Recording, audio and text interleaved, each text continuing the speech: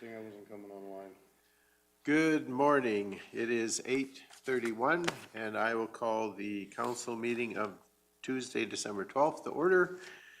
We have an agenda in front of us. Are there any additions to the agenda? Councilor Cunningham. I will add a verbal on Kneehill Housing and Police Advisory Committee to council and committee reports, please.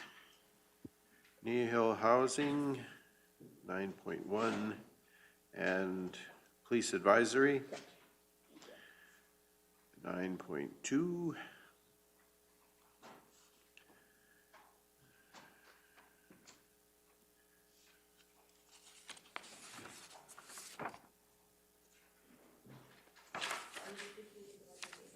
Yes, I'm going to add that as well. So Division 7 report, 9.3, and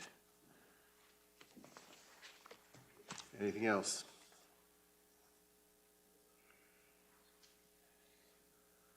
Okay, seeing none, somebody care to approve the agenda? Councilor Penner? I'll approve the amended agenda. Yeah, thank you. So a motion to approve the agenda as amended. All those in favor? That's carried unanimously. Thank you. The regular council meeting minutes of November 28th were pre-distributed. Any corrections or additions, errors? Councilor McGee. I moved the adoption of the minutes as presented. Okay, so we have a motion to approve the minutes from November 28th, regular council meeting as presented. All those in favor? And that's also carried unanimously. Thank you. The first item in our agenda is 4.1, the Mount Vernon Booster Station purchase. Mr. Hogan. Thank you, Mr. Chair. This item that's before you today is for the purchase of the Mount Vernon Booster Station from the town of Three Hills. There are a couple of lines that feed county systems that originate with the town of Three Hills, of course, Equity and Mount Vernon. During the ICF discussions, and specifically around the water services agreement discussion, it was negotiated that the county would purchase the Mount Vernon Booster Station. That was a request of actually the county to do that, because previous to that, what would happen is that if there was a problem on the Mount Vernon line, even though all of the customers on that line were the counties, we would actually have to call the town to respond because the booster station was there. So we were essentially relying on the town's response to service our customers on that line. So as part of that discussion, it was agreed that the county would purchase Mount Vernon Booster Station, and that infrastructure would become the county's. And then our crews would maintain that. If there was a problem with it, our crews would respond in the way that they do. That was agreed to by both parties after some discussion, and it was codified in the 2020 Mount Vernon Water Delivery Agreement. So the item that's in front of you is purchasing that booster station for $1, and it fulfills that clause in the agreement. The recent history on that, our crews have been maintaining that booster station since that time, even though it's technically a town-owned facility. We've basically been the owners of that facility and everything except title, and that's just what we're looking to change. Once that's done, then we'll swap the insurance over where it's the county's, that facility's on the county's insurance instead of the town's. So it's basically we're going to pay $1 to fulfill that negotiated term of the agreement. But we need council's authorization to do so. Okay, thank you for that. Are there any questions or discussion? Councillor Forbes. What's the liability associated with the purchase of this booster? Through you, Mr. Chair, the liability in terms of? The existing infrastructure that we'd be taking over. So I guess my question is when was Mount Vernon built? Yes. And when was the last major update done on it? So the answer to both of those is quite a while ago. I don't have the exact year in front of me. During the discussions, that was a topic that was brought up. There was the, part of that negotiation at the time was that we understood that on essentially a 20-year-old building, there'd be 20 years worth of wear and tear on it. We're not purchasing a new building by any means. There is expected wear and tear. There were a couple of items in there that the town was required for redoing prior to our purchase because they're things that should have been done already. And we said we didn't want to take over a 20-year building that contained something that should have been replaced 5 years before. So there was some things that had to be done there to bring that up to where it was. But again, it is a 20-plus year building, so there will be wear and tear on that. Talking with our field staff, they're content with everything that's in there as of today. Councillor Forbes. I guess my other question would be is I know it's a 20-year-old building, but is there some major stuff that needs to be repaired on it coming forward that you're aware of? The specific items, I don't have in front of me, but with that facility, there will be items coming forward. And that was understood at the time that its purchase was negotiated. That as we took that on, that would become part of our infrastructure requirements. Follow up, Councillor Forbes. So I guess my next question is if this was done in 2020, I did not sit in this seat, why has it taken this long for you to bring it forth to council? That was basically, we had put this on hold. The town had some other water issues going on, and so this took a back seat to some of the breaks and the incident they had going with their pump house, the completion of their plant, their water plant down by the river. So it was really just, like I said, pretty much from that point, the county's been maintaining it. So we've essentially maintained and operated it, even though we didn't technically own the building. Okay, thank you for that. So basically, since we negotiated taking responsibility, we have had our crews in there and they've been maintaining and keeping that facility up to date and current after Three Hills made the adjustments that they agreed to in the agreement. Yeah, and again, with the water main and the water system issues that the town had been having, this took a back burner until recently. We did want to move it forward just so that we'd have it done prior to year end for swapping the insurance. Okay, thank you. Any other questions or discussion? Deputy Reeve Woodstock. No questions. I was just going to expound a little bit on that system. That system was built back, I do believe, mid-90s, maybe a little bit later. It was a cooperative built by residents, and the county took it over for the maintenance side someplace in the mid-2000s. So that original Mount Vernon system was a cooperative system that was built, a co-op system that was built by interested residents. County never had anything to do with building the system, but we did take it over when it became more and more difficult to operate because of the Alberta environment regulations. So prior to that, I do believe that's why it was owned by the town of Three Hills, because the Mount Vernon system, that's where they drew their water from. So up until the negotiation of this agreement, we maintained the line after we took that line over, but we didn't maintain the pumping station because it wasn't our infrastructure. Not originally. Okay, thank you. Any other questions or discussion? Councillor Forbes.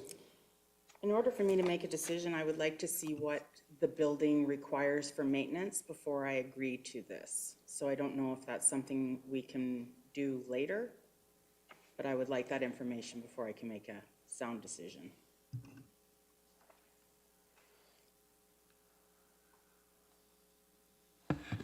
Mr. Hogan? We can do an assessment and we can provide that information. I do go back to this was something that we negotiated with the town and agreed to do. Councillor Forbes? And while I do appreciate that, I still have to be mindful of the people that would be paying for any repairs to that building that if it should happen to have it. Okay, thank you for that. Just as follow-up, I guess, Mr. Hogan, you did state that there were some issues with that facility prior to our agreement to purchase from the town, and in that agreement, they were required to adjust or fix those problems prior to our taking over. Is that correct? There were some minor items that were identified as being above wear and tear.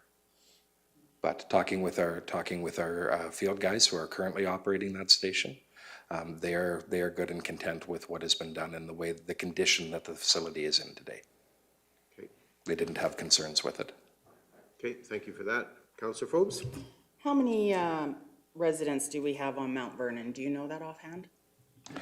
Off the top of my head, no, but we could look that up quickly.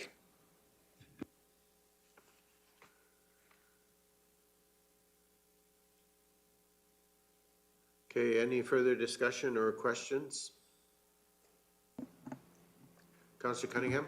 So just a question, so I know that, I mean, these are our residents that are utilizing this, but I'm just wondering, like, right now, currently, what would be the benefit to the county to purchasing this station, an aging item at this time? Mr. Hogan? So, Mr. Chair, during the negotiations, what was determined is that if the county was the owner of this facility because it was 100% serving our residents, that we would be in control of the quality of that facility to make sure that repairs were done, that regular maintenance was done, that proper testing was done, so that we didn't see any service impacts or disruptions to our residents. During that time, there was another booster station on the equity line that the town offered or tried to have us purchase as well, and we declined the purchase of that one just because that one does not serve 100% of county residents. There are other residents that are served through that other booster station, and we did not feel that was appropriate for us to take that one on. This one we did just because of prior, call them concerns or prior issues, where literally if there was a problem with that line, we would get a call, and then we would be phoning the town with the hope that their response was the response we would have given if it was ours. Okay, thank you for that. Any other discussion, questions? Councillor Penner and then Councillor Forbes. And I could be thinking wrongly, but I think this first came up through the ICFs, and all these things were brought to our attention, and I do remember the discussion on, there was a few fittings or something like that, just getting in the weeds, but that we asked them to fix, and which they did, like Mr. Hogan has said here. But this line is 100% Kneehill County residents, and we're buying it for $1. I think by doing it with $1, we do understand there's repairs and maintenance that are going to be needed doing going forward. And I think if there was anything major, I have trust in our staff that they would have brought it forward here before budget to management. But this is 100% Kneehill County residents on this, and I like to hear that we've got full control of everything that's in that building and the water quality, just everything, that our staff is taking care of it. Thank you for that. Councillor Forbes? And I do appreciate all of that information. The thing I have is I'm not gonna buy a car for $1 if I don't go and find out what's wrong with it first. I wanna know what the liability on this end before I agree to that. Because one of the questions I have been given from a ratepayer is the fact that, why now? Why are we buying it now if it's all of our residents on it? That's the question I've been asked to ask. So. Perfect. Councillor McGee? Why now is because we're following through on a long plan that we've had. So I regret that you guys don't have the information from that. And that's what I'm original time. At that original time, the ICF agreement, we did have that information and we based that decision on that information. So just because of all of the process, it's taken this long, but it is not because of any other reason. It's just, we have seen this administration look at the details of various pieces of business throughout our business plans, and they have seen where things need to be updated or followed through on, and this was one of the things that was caught during the ICF negotiations by administration, that this is a liability to us if we didn't own it. in that we weren't in proper control of the water going into our residents, and that's a high risk. And so based on all of that follow-up back in that time, which I am sorry to say you guys missed, I'm confident that the questions you're concerned about, we have addressed, but I understand your questions for sure, but just to help you feel more assured. Councillor Hobbs. I guess what I'm really looking for then, if you have a bunch of information I don't have, I would like that information. Whatever you guys learned back then, I would like to have that now, so I can make that informed decision. And I can move forward that is in the best interest of the residents, not just the ones that are affected by Mount Vernon, but the whole entire county who would be on the hook if anything on that facility requires replacing. So that's why I'm asking. So I guess my only additional comment to the entire discussion would be is, we have been operating this booster station since 2020. The things that were deficiencies at that time were dealt with. And if there was a major issue that we knew of, if our staff knew there was a major issue currently with that facility, that would be in front of us today. So I guess I'm going forward on basis of faith that we've operated this for 3 years. We have not had any outstanding or major difficulties with it. We've looked under the hood. We know what's there. We actually bought this, to use your analogy, this car 3 years ago. We just never transferred the title. So we're going to insure it and transfer title now, and we know what we have because we've been operating it for 3 years. So if there were major deficiencies in this facility, we would be hearing about them today. I fully believe that. So I'm comfortable knowing that they dealt with the deficiencies back in 2020. We've operated it now for approximately 3 years. We haven't had any major issues with it. And so I guess I'm comfortable saying I'm prepared to go forward with. And we did agree and negotiate this agreement back in 2020. So any other discussion or comments? Councillor Cunningham. So I totally understand what you're saying, and like Councillor Forbes mentioned, I think the unfortunate part is we weren't sitting here at the time, so we don't have that ICF information, which probably would have been helpful for the both of us. I do question why 3 years and the optics or the public persona of that. There's a little bit of, I have a question around that. And I just would want to confirm, we're talking about making sure there's the quality, the water's up to standards. Are we concerned currently that it wasn't operating up to standards and our residents were not getting the quality that they should have been? So again, I'm going to add a comment, I guess, to that is the concern that we had when we made that agreement was if there was a service interruption at the Mount Vernon station, we were not able to address it. We would then, our residents would notify us. We had no concerns about water quality. We were more concerned about service delivery and having access to be able to immediately address issues as they arose. In the situation prior to this agreement, we would get a complaint or an issue would arise. It would come to us. We would take it to the town. And depending on the situation there, they were quite responsive, but depending on the situation, they might not be able to address it as immediate as we would. In addition, the people on the ICF committee who negotiated with the town felt it made sense for us to own our own infrastructure. And because of that, the decision was made that we would purchase this. The purchase price was negotiated at the time. The agreement stated that they would have to just do those minor maintenance details, and then it was ours, and off we go. Anything you would care to add, Mr. Hogan? A couple of points, Mr. Chair, that come up during the discussion. In answer to your previous question, there's about 60 utility accounts on that system. 60. Yeah. To the point of stuff that was done, because we had de facto ownership of that facility, we were doing the maintenance on it for the past 2 or 3 years. There are actually things that the county has already done in that facility.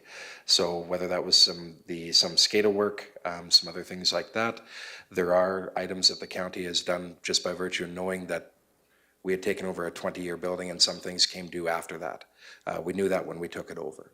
So we've been de facto owning and operating that building in everything but title for the past 3 years.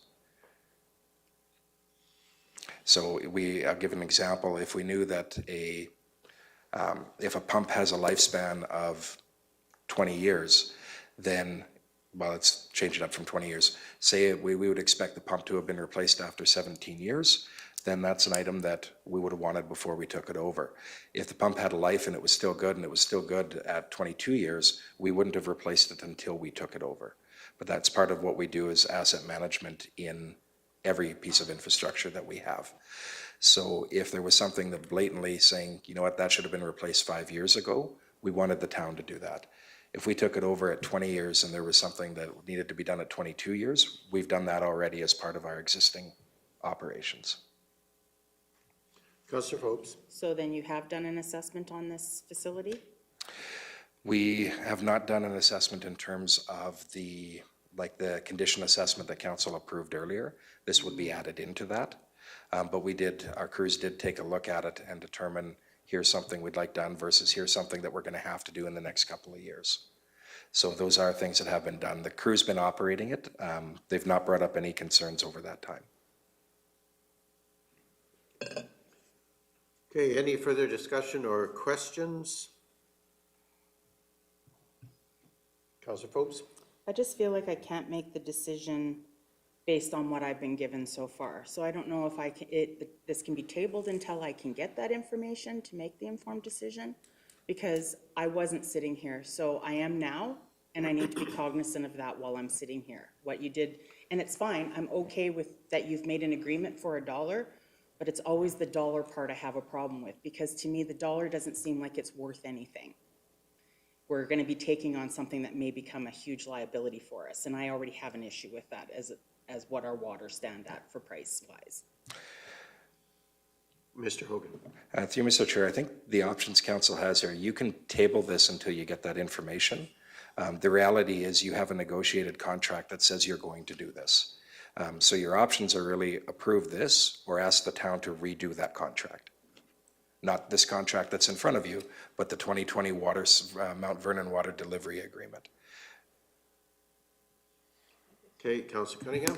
Just in terms of real estate, usually a negotiated contract has an end date. So I'm just concerned, like, I guess the optics are really questionable in the community right now because of the issues that the town of Three Hills is having. And so the question that came to me is why wait the 3 years and why now is this happening in light of the town's issues with their water? And I'm just wondering why that contract didn't expire at one point after 3 years.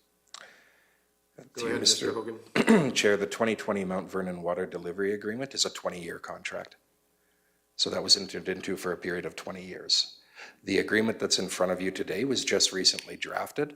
The timing on that is because the town was taking care of some unexpected things they had going on with their water system prior to that. So the essence of it is it took a back burner to those other issues.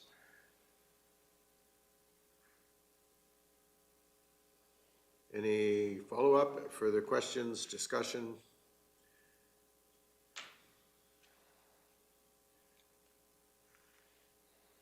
If not, I'd be looking for a motion either one way or the other. Deputy Reeve Whitstock. Okay, at this point in time, I would like to move the council authorize Chief Administrative Officer to sign the Mount Vernon Booster Station Purchase Agreement.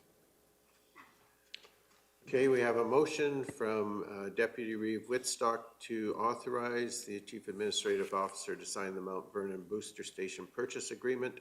Any further discussion? Councillor Forbes.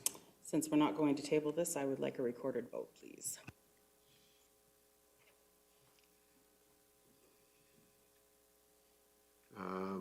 That's fine. We can have a recorded vote.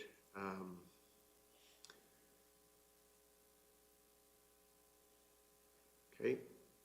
Any further discussion needed?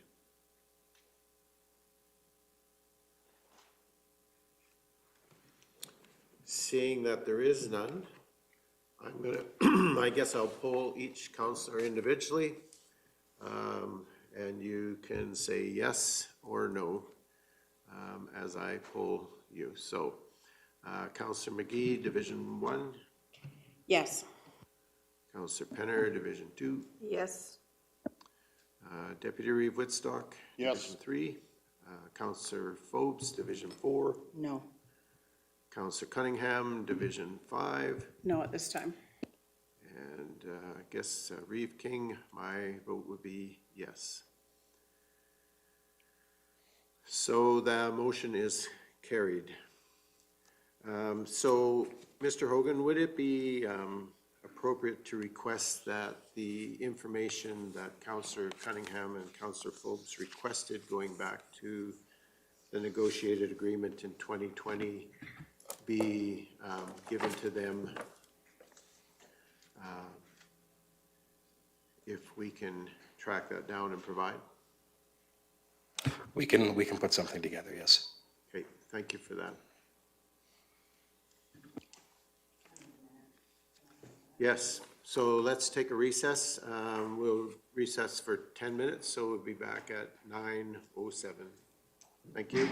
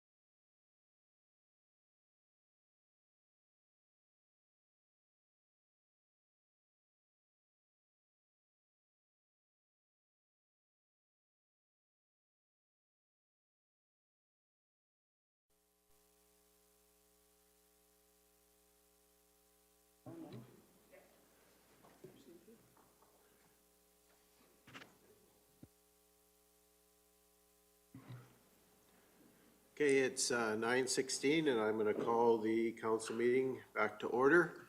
And I guess the first order of business on my part is just to issue an apology to Councillor Phobes. I'm responsible for managing the meeting, and I feel that I might not have helped her in the way that was needed. However, I think we've resolved that, and so we'll move forward. Thank you. The next item of our agenda is 5.3, which is the, oh, I missed something. Did I miss something? Nope. 5.3.1, RCMP Quarterly Report and Council County Enforcement Report. Welcome, Ms. Grossfield. And anytime you are ready. Good morning, Council. Thank you. I bring to you today the RCMP second quarterly report and county enforcement report. And so we do have the 5 RCMP detachments that do serve Kneehill County. Innisfail is a small sliver at the very top, and so we don't include their stats. We have included all 4 of Olds, Three Hills, Bicycle, and Drumheller. The community priorities for RCMP that were set by Council in February 2023 include rural crime prevention, community safety through programs including mental health, presence in our communities, road safety, and partnering with our CPOs. The stats, community engagement, and community priorities letters are all attached for your review. And the Kneehill County enforcement stats for August 1st to November 20th. So this is within Kneehill County and our hamlets only. So 32 citations, so 19 warnings under the Traffic Safety Act, 13 traffic tickets. We did get a high flyer going 159 in a 100 zone. So that's a court appearance. We had 11 animal controls, 12 other bylaw files. So some of those included like garbage in ditches and stuff like that. So that we go out for. 11 school and community visits, including library reading here in Three Hills, Halloween safety presentations, FCSS Rainbow Camp, FCSS Touch the Truck event, Remembrance Day services. We were able to go to Trochu and Three Hills, and the Trochu FCSS Community Discovery Night as well. Rural patrols, we had 265 patrols totaling 215 hours. We have targeted patrols, and so those are for when we get complaints about certain sections of roads, about speeding in those areas. We've done 12 hours in different areas that are targeted. Hamlet patrols, 31 hours, assist with other departments. So we had 2 we attended both 2 municipal development plan engagement sessions, and then also assisted with the RCMP Olds Detachment and Kneehill County. We hosted a fraud presentation and crime prevention through environmental design presentation that they did on November 30th in Torrington. And then with contracted municipalities, and these are the ones that we charge for, 28 contracted bylaw files throughout all those municipalities, and then 42 contracted patrol hours. And those patrol hours are, they were in Acme and Three Hills as per those contracts. And council options are to approve the recommendation, to amend it, or have administration come back with more information. Thank you for that. Is there any discussion or questions regarding the quarterly report from RCMP or the county enforcement report? Councillor Phobes. I attended the fraud and CPTED. It was very good. I love the fact that it's a free service that people could get for their homes to see where they could use to not have criminals hiding because we grow too many bushes or trees or whatever. But I also love the fact that the sergeant spoke to the fact that he was even involved in a fraud. We all have at some point know someone or have been affected by fraud at some way. They do give lots of really great tips on how to not get caught in the scams that we get on the phone calls. You're not winning prizes, people, let's be clear.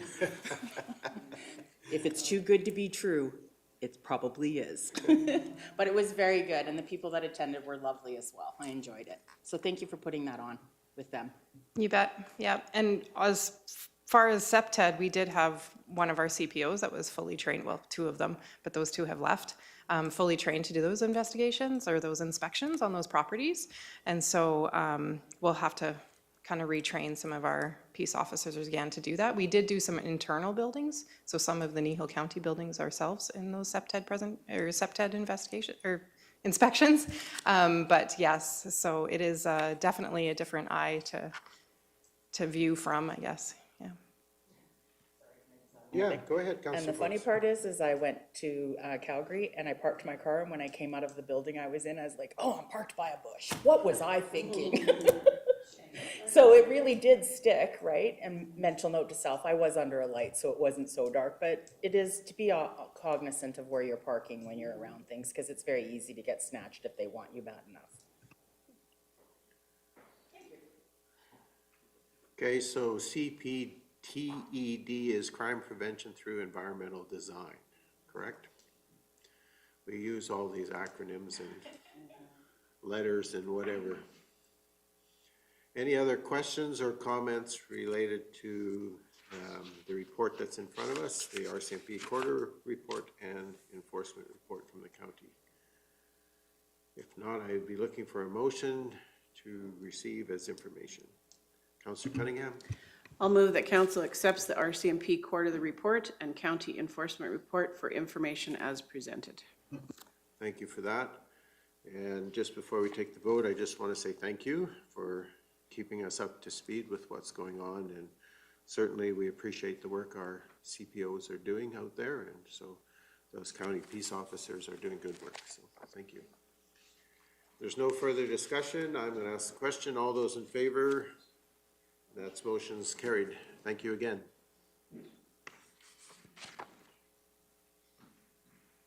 The next item in our agenda is 6.1, which is the 2023 Appointment of Auditors. And so who's presenting here? Welcome, Ms. Olson.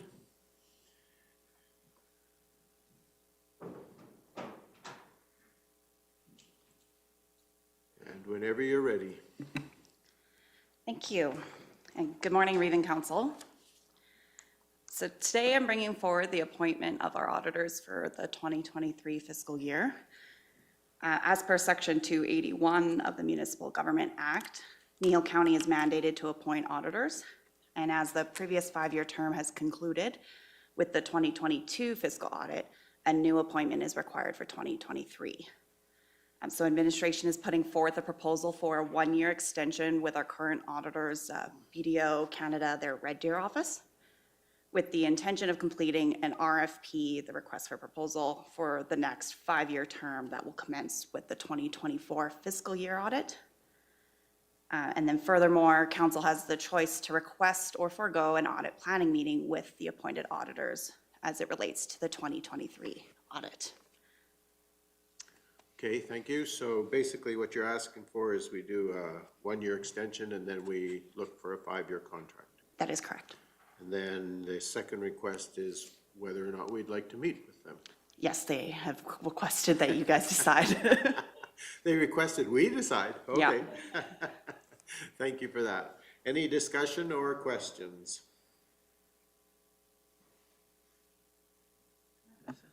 Councillor Penner? Just a comment, I think it's a great idea that we visit with them and whatnot else and just see what's changes and whether they're keeping the Red Deer office, and 'cause some of these businesses are huge, and so it's nice to keep it closer to home, so I'm all in favor of them coming and having a discussion, if you guys are happy with using them.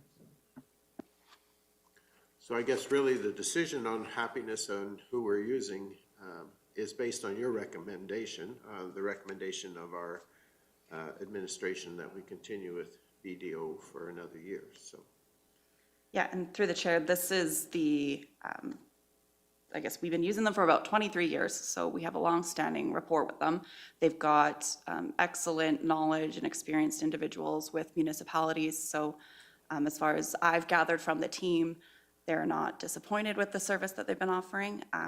The moving forward with the RFP is just to essentially ensure that we are getting competitive pricing, right? That's relative for us, and ensuring that, they have processes in place with the 23 years that they're going through second partner reviews and stuff too, because that is often a concern from an audit standpoint, is their independence once they get too familiar, but they have processes to alleviate those concerns.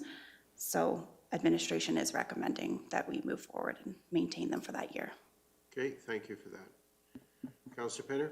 Thank you for that, and I'll make the motion that council appoint BDO Canada LLP, the Red Deer office, as Kneehill County's auditors for the fiscal year ending December 31st, 2023. Okay. Any further discussion or questions? If not, I'm going to ask the question. All those in favor? And that's carried unanimously. We have a second motion that's been requested to determine whether we want to meet with them or not. So, Mr. Hogan first. Through you, Mr. Chair, just in terms of the planning meeting itself, if council requests what, and Ms. Olson is free to expand on what I'm going to say. The planning meeting isn't where they necessarily come in and talk about this is where our office is and things like that. They may mention those things, but a lot of it, what the intent of that is to come in and say, this is how we do the audit, this is the methodology that we use, are there concerns that council has that we should look at, that sort of thing. That's the gist of the planning meeting. So they're not as much coming, they wouldn't be coming in as much to give you this is who we are and stuff like that. It really is, here are the components of the audit and here's how we go about them. Okay, thank you for that. That's good clarification. It never hurts to know what the process is. Did you have anything to add, Ms. Olson? Through the chair, that was a pretty good summary. If they have any concerns, that's where they would raise that question to you, mentioning not just with the organization, they raise outside concerns and things that get flagged. So it is something that they like to have that collaboration with council to make sure that the council is aware of their processes and what they will be doing during the audit. And if you have any concerns, that's your opportunity to raise those as well. Okay, thank you for that. So any further discussion or questions related to the audit planning meeting if we request? Councillor McGee. I am always for better education and reminders, and so I would like to make the motion that council request an audit planning meeting with the appointed auditors for the 2023 audit at a future meeting date. Okay, thank you for that. Any further discussion? If not, we have a motion to request an audit planning meeting with the appointed auditors for the 2023 audit at a future meeting date. All those in favor? And that is carried unanimously. Thank you. And thank you, Ms. Olson. Thank you. Appreciate you being here and bringing this. Thank you. The next item on our agenda, and I'm pretty sure we're not going to get it done before we, is the 2024 operating and capital budget approval. And Ms. Von Merbach, we're delighted to see you again, and we look forward to your presentation and welcome. We're thankful for the information that's been provided to this point, and we look forward to further clarity. So thank you. And anytime you're ready. Thank you.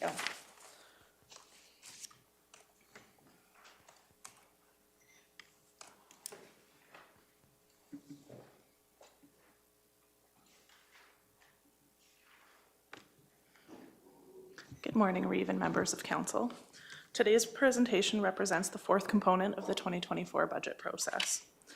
Within today's council package, there is an RFD, various appendices which summarize the budget, this presentation, and the full 2024 budget book. As required under the Municipal Government Act, the county's 2024 budget was prepared on a fiscal viability basis and is designed, monitored, and controlled to achieve a balanced budget. We ensure that all budgeted revenues are sufficient to pay all expenditures. In addition, this report includes MGA mandated operating and capital forecasts, which are not required to be in a balanced position. The county follows the legislative financial requirements of the MGA and its supporting regulations. In addition, we meet or exceed all policy statements by the Canadian Public Sector Accounting Handbook, which is governed by the Chartered Professional Accountants of Canada. Today's presentation incorporates prior to council decisions on specific 2024 priorities and all directions and motions of council during the 2024 budget deliberations, with the intention of moving forward with an adopted budget at the conclusion of this presentation.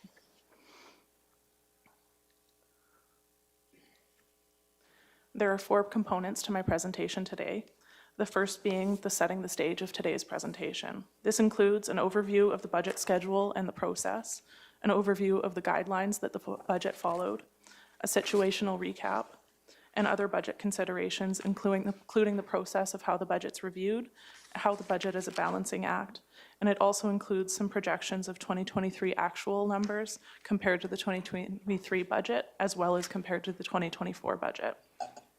The second component of today's presentation is a budget overview, which will provide an overview of the operating budget, of operating projects, as well as of the capital budget.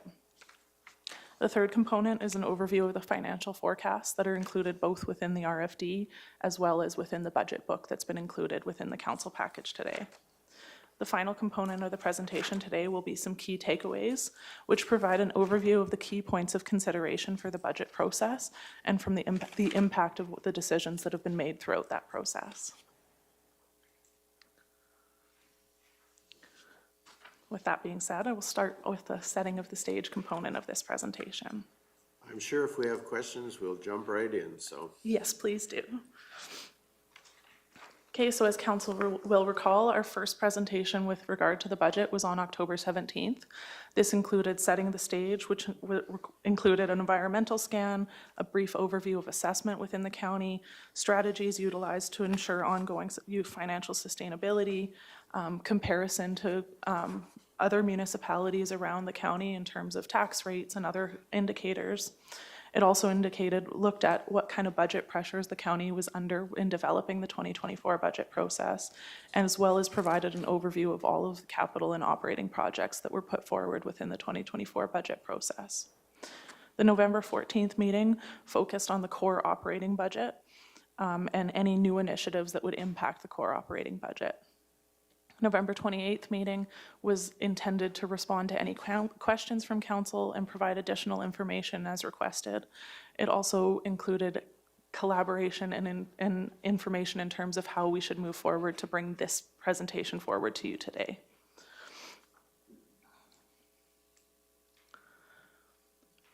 During the May 30th council meeting, there were a set of budget guidelines that council approved and adopted. These guidelines are the guiding document for the county's administrative process in developing the budget that is before you today.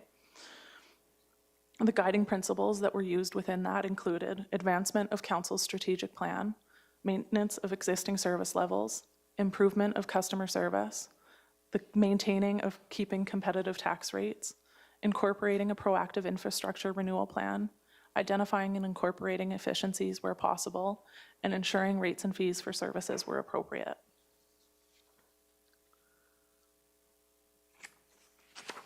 As a bit of an overview in terms of what some of the challenges and positives that were faced by the county in developing the 2024 budget, one of the things was the ability to maintain service levels with minimal tax burden impacts.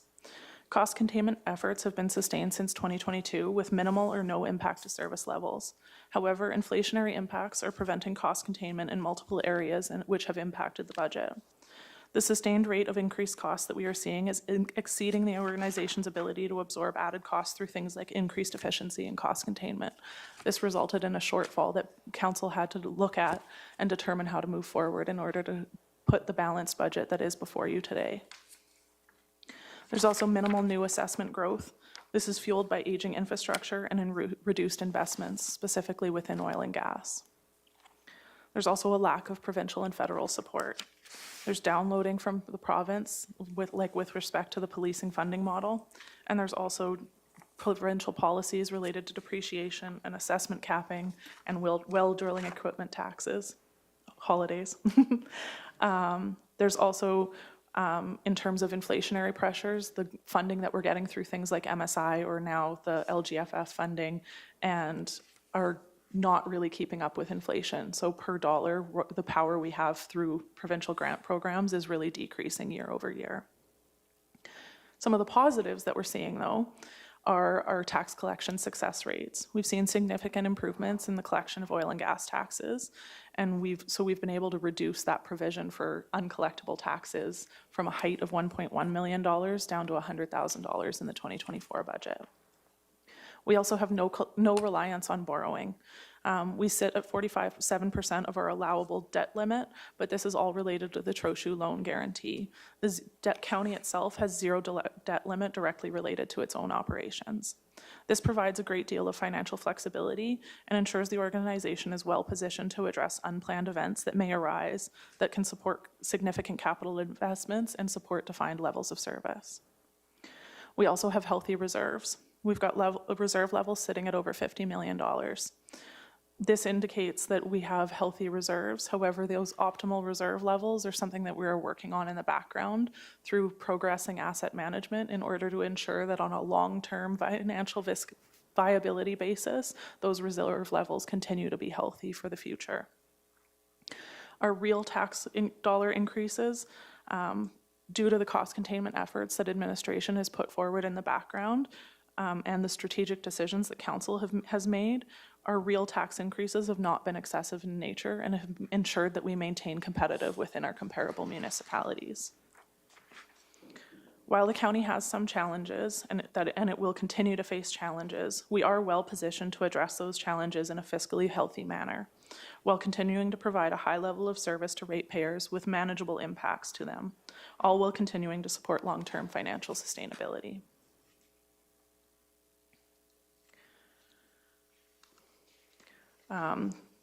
While council first saw the budget on October 17th, the process itself started way back in June when developing templates and delivering them to budget managers, allowing managers to work through their budgets, allowing directors to review those budgets, which were then compiled by finance and then reviewed as a whole by senior administration before the budget ever got put forward into council. So there is a lot of levels of review that occur before it even comes forward to council for discussion and deliberation, and this happens every single year. And I just also like to highlight the fact that the budget is truly a balancing act. We have defined levels of service, we have expectations of ratepayers, but there's also the comparison of what we can afford. We need to consider what revenue options we have available at our disposal, what's deemed to be reasonable tax burdens, appropriate user fees, as well as utilizations of reserves that continue to support future financial sustainability. That provides a bit of an overview of kind of how the budget got to today. Within the report, there's an Appendix G, which is some 2023 year-end projections. And these are put forward to give council some context in terms of where we're expecting to be at the end of 2023 and where we're sitting within the proposed budget in front of you today. So when we go through in the back end and we take those numbers, we look at what our year-to-date revenues and expenses are looking like. We compare to a calendarized budget. Now, when I speak to a calendarized budget, that's something we go through in the background and we look at historical trending of what various revenues and expenditures when they happen throughout the year.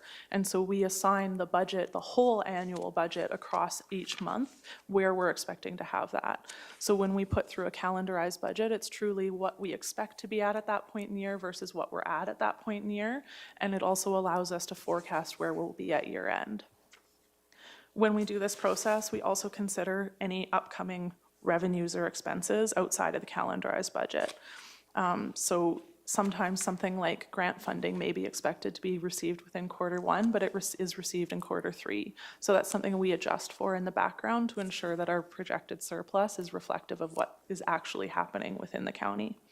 It can also be things like perhaps the bulk purchase of culverts happened in a different quarter than typically would. So we look at the background in there and ensure that what our year-end forecast is looking like is in alignment with that.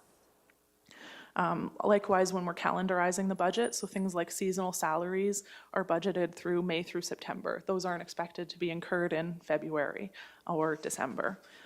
We also calendarize reserve contributions to be contributed at the beginning of the year. Dust control revenues are calendarized to be incurred in late spring or early summer. So in the background, there's a lot of work that's done in order to calendarize that budget. So when we put forward forecasts and where we're at it to date in the year, we're really trying to accurately reflect where we think we'll get to at the end of the year based on historical trending. Within this report, it was done to the end of October, the one that's in Appendix G. So it went through a less thorough review process than a formal variance report would. And while the trends observed and the numbers presented are deemed to be reflective of the actual position of the county, variations may occur between the time this information was compiled and when a fourth quarter variance report is presented to council. So Appendix G looks a little bit different than the report that you would typically see within a quarterly variance report. So this slide is just intended to explain exactly what each of those sets of columns represent.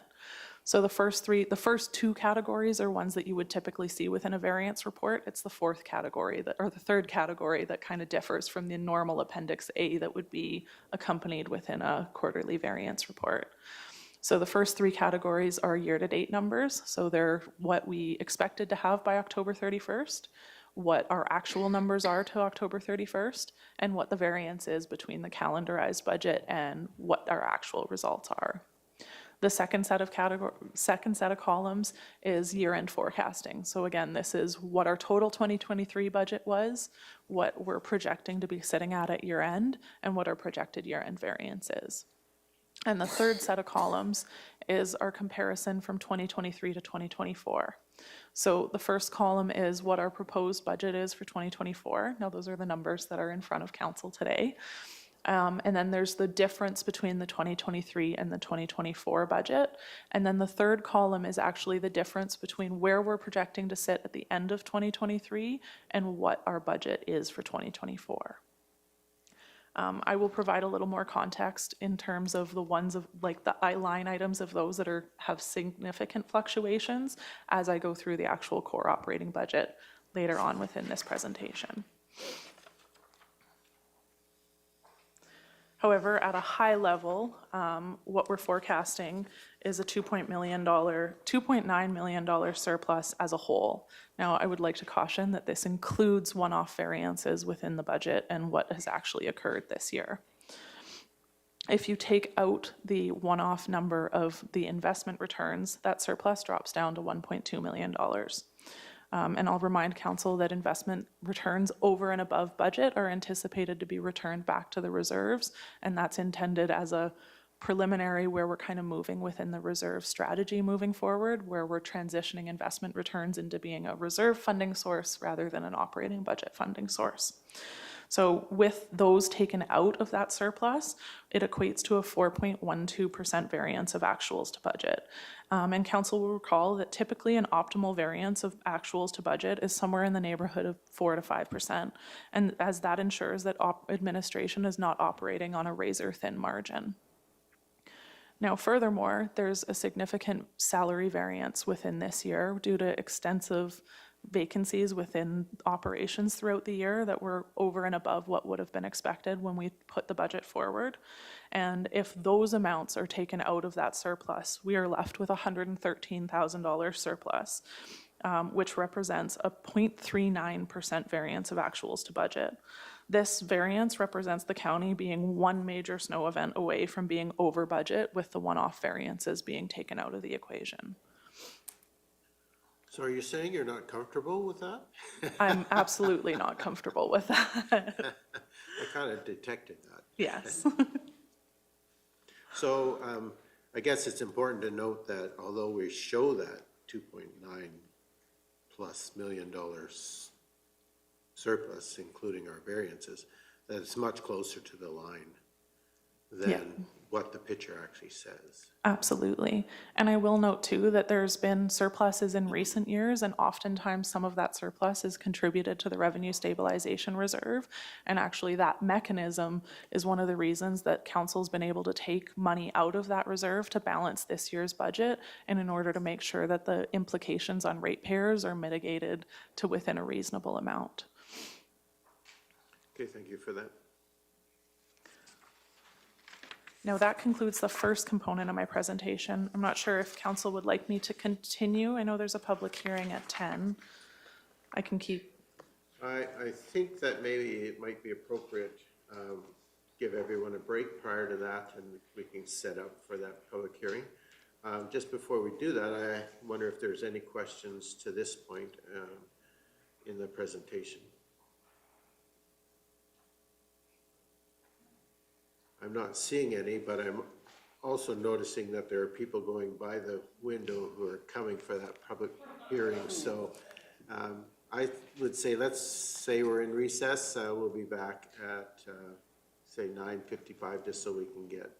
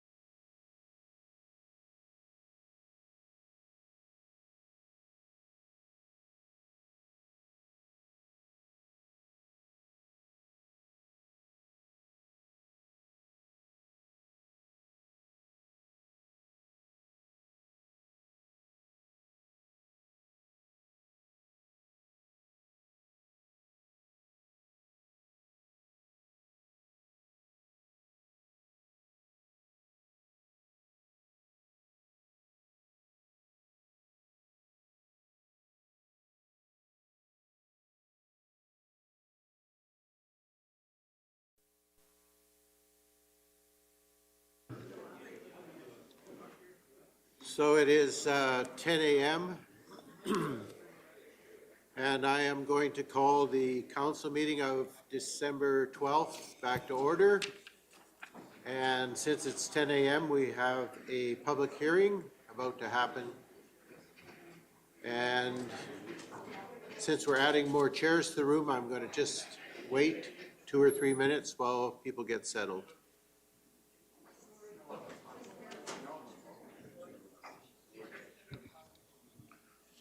Yes, ma'am. Can you turn up your...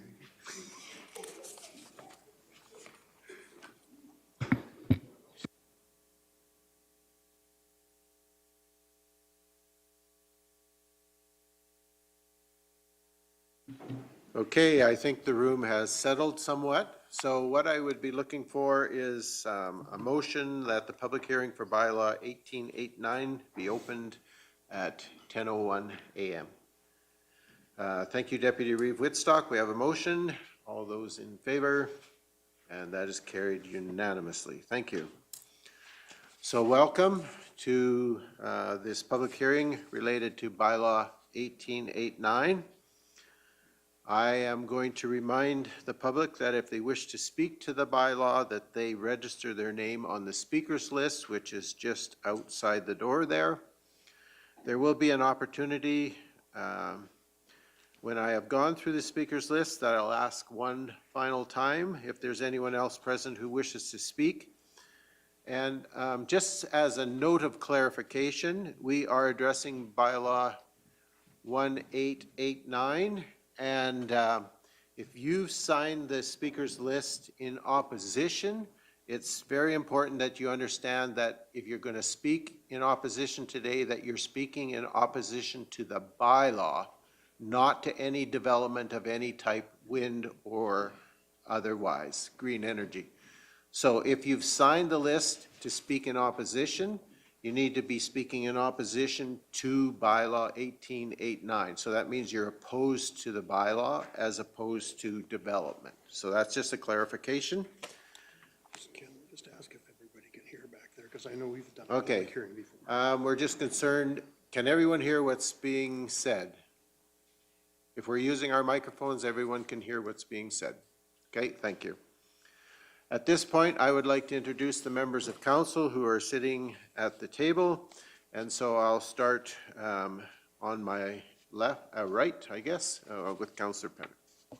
Good morning, everybody. Thanks for coming. Debbie Penner, Division 2.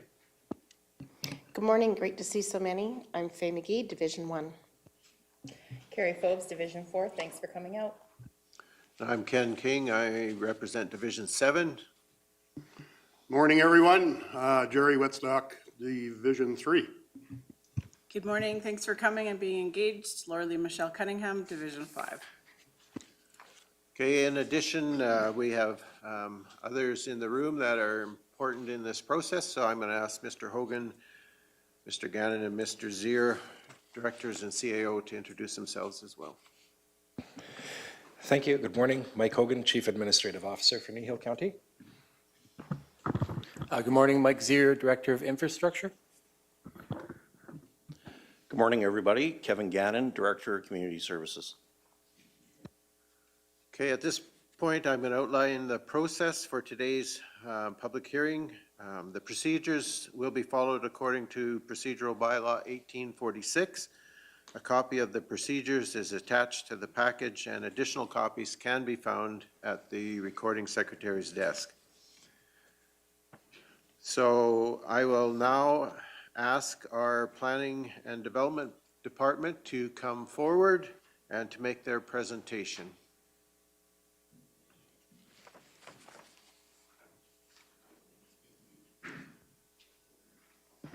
And I would request if you have a phone or other device in your pocket that maybe you silence that so it's not interruptive to the meeting.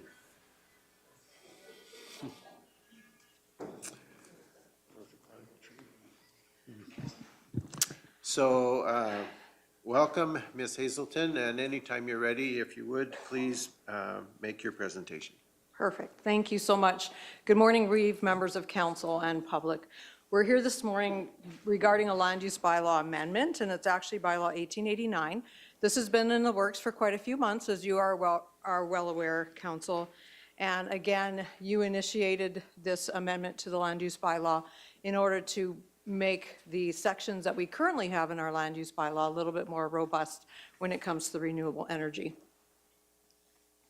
So notifications have been done. We've been advertising this for quite a long time. We did send it out to our adjacent municipalities, and it has been on the website since September 26th, as required by legislation. So just a little bit of a reminder, in the Municipal Government Act, Section 619 and 620, the current legislation requires that when an application is received by a municipality for provincial approval issued by the NRCB, ERCB, AER, AEUB, or the AUC, the municipality must approve the application.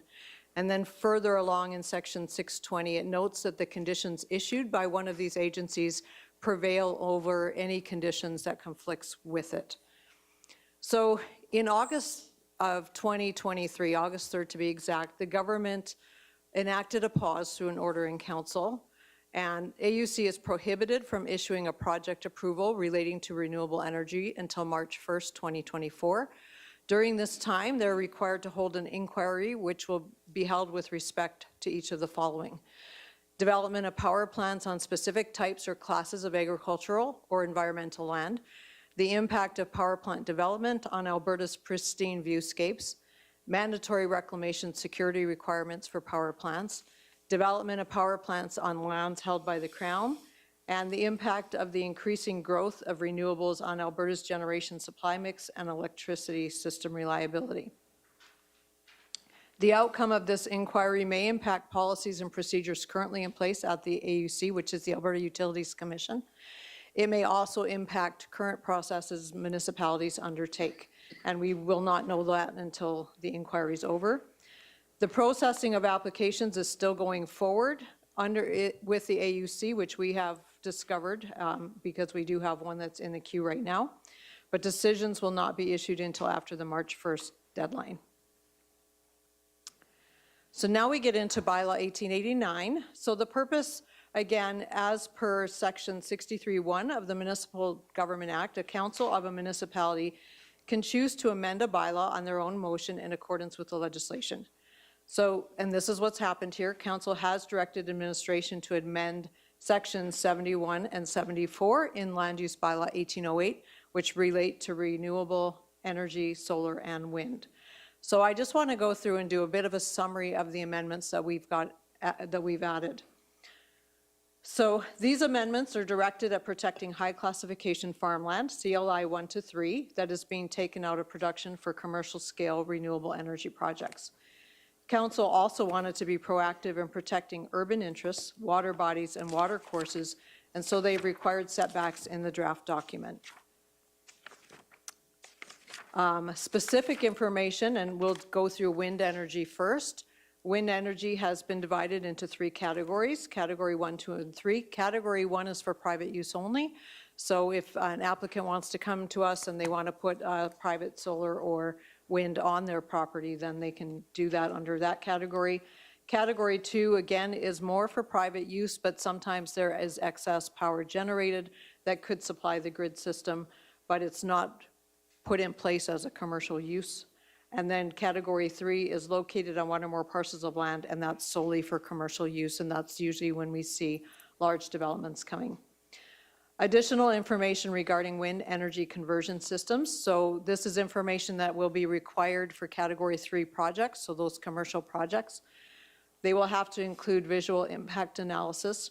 There will have to be a public consultation process. That is already a requirement under the Alberta Utility Commission. They do need to provide scale elevations, a noise analysis, impacts to local road system, decommissioning and reclamation plan, and then they have to provide to us their Alberta Utility Commission approval before we will take their application. Additional information, so council has initiated several setback requirements, and so you see those before you. So 1 mile to a residence that is not owned or part of that project.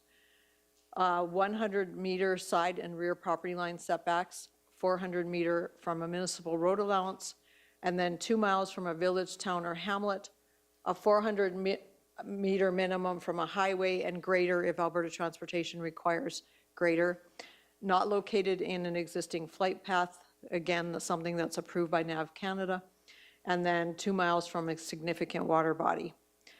Council has further gone into the bylaw and named the significant water bodies that they want to be considered, and you see that list here. Additional requirements for wind energy conversion systems. Equipment is required to be cleaned between fields to reduce or eliminate weed and/or disease transference. They have to submit an emergency response plan, a road use agreement, and a development agreement with the municipality, a security deposit posted during the construction of the project, as-built plans following the commencement of the project, and then a decommissioning plan including a cost estimate. So that's some of the major points. You guys, there is a clean copy of the bylaw in your package, so you will see exactly. We've done it this way because it's very different from the current, what's currently in the land use bylaw, which you also have a copy of that in your package as well. And then for the solar energy systems, so again, we have those separated, a solar energy system for agricultural, so it's generally for private use ag operations, but it may augment the grid from time to time. There's a commercial industrial one used for off-site consumption and distribution to the marketplace, and then a private for a single landowner business, electricity produced is equal to consumption. So again, we're trying to categorize them in the ways that we typically see them by application. The other thing that council had asked is a definition of a healthy forage stand. So we've added that definition into the bylaw, which you will see. We've also included setbacks for commercial industrial projects. And again, those are 2 miles from a village, town, or a hamlet, and 2 miles from named water bodies, and those have been included as well. Additional requirements for commercial industrial sites, again, these are those higher level sites, so only required for those is landscaping and screening plan, stormwater management plan. I did want to comment that we did talk to an industrial approval engineer and a water approvals engineer from Alberta Environment, and if an approval is not required by them under the Water Act, then they don't have oversight to what we would do on the stormwater side, so that oversight would fall to the county. So I just wanted to clarify that for you, and if you have further questions, we can certainly respond to those. They are required to do a soils erosion, topsoil, and soil stockpile management plan, a road use agreement during construction. Again, equipment needs to be cleaned between field-to-field movement to reduce any pest or disease transference, a security deposit during construction, decommissioning and reclamation plan, and then they also are required to submit a vegetation, weed, and pest management plan. Solar energy systems, additional requirements for these is standardized methodology for assessment of vegetation stands. We'll have oversight from Kneehill County Ag Fieldman, so we have outlined what will happen in the land use bylaw regarding these things. There is a standard for nuisance species for Richardson ground squirrels, and that has been incorporated into the bylaw. They will be required to do fire and emergency management plan, public consultation. Again, siting on CLI lands 4 to 7, higher class lands are prohibited as per these changes. They're required to do a road use agreement and a development agreement. And the other thing we've included in your package is a map that just outlines all of the different setback requirements, whether it's for wind or solar. Our GIS has done a great job of providing this information so that you guys can have a visual of what that looks like. And then included in your package as well, again, council got these a few days ago so that you had an opportunity to actually read all of the comments that came in. But we did get 3 letters with no concerns from adjacent municipalities, And then we did receive several letters with concerns that are attached to your package that you had an opportunity to go through, and we've listed the names of where those came from.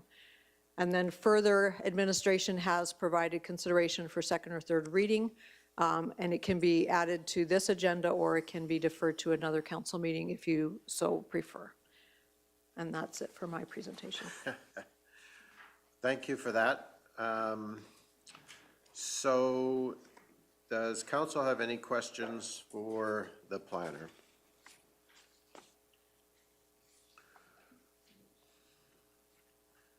I think that we've probably questioned you numerous times previously, and so at this point, thank you for your summary and presentation on the bylaw. And I think at this point, thanks. You bet.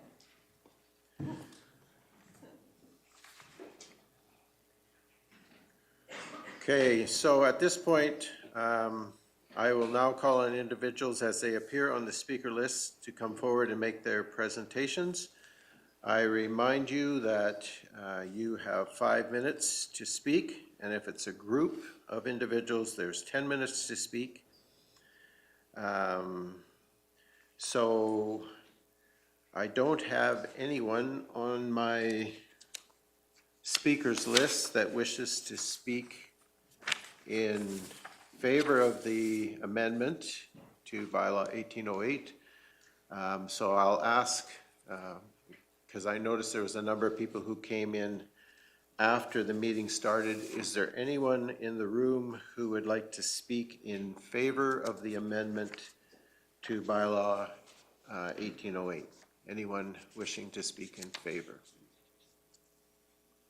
Okay, thank you.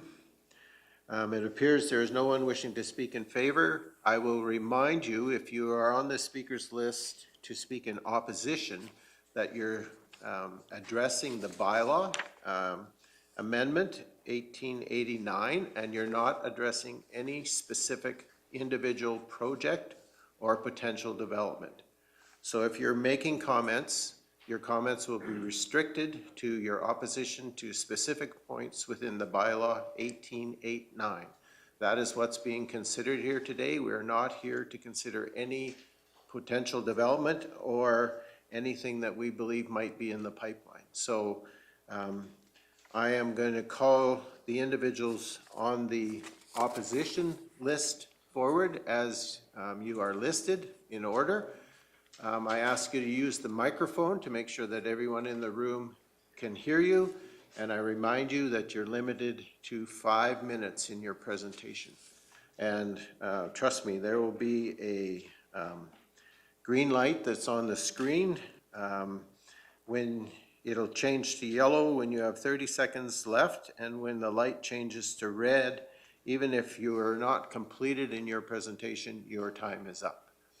So that's the process that we're going to take. And so the first individual I would call forward is Mr. John Ham. He's listed on the speakers list. And I remind you again, Mr. Ham, that you need to be speaking to the specific bylaw that's in front of us today, which is 1889. Welcome. If you want to just introduce yourself and give us a little bit of background, and then please make your presentation.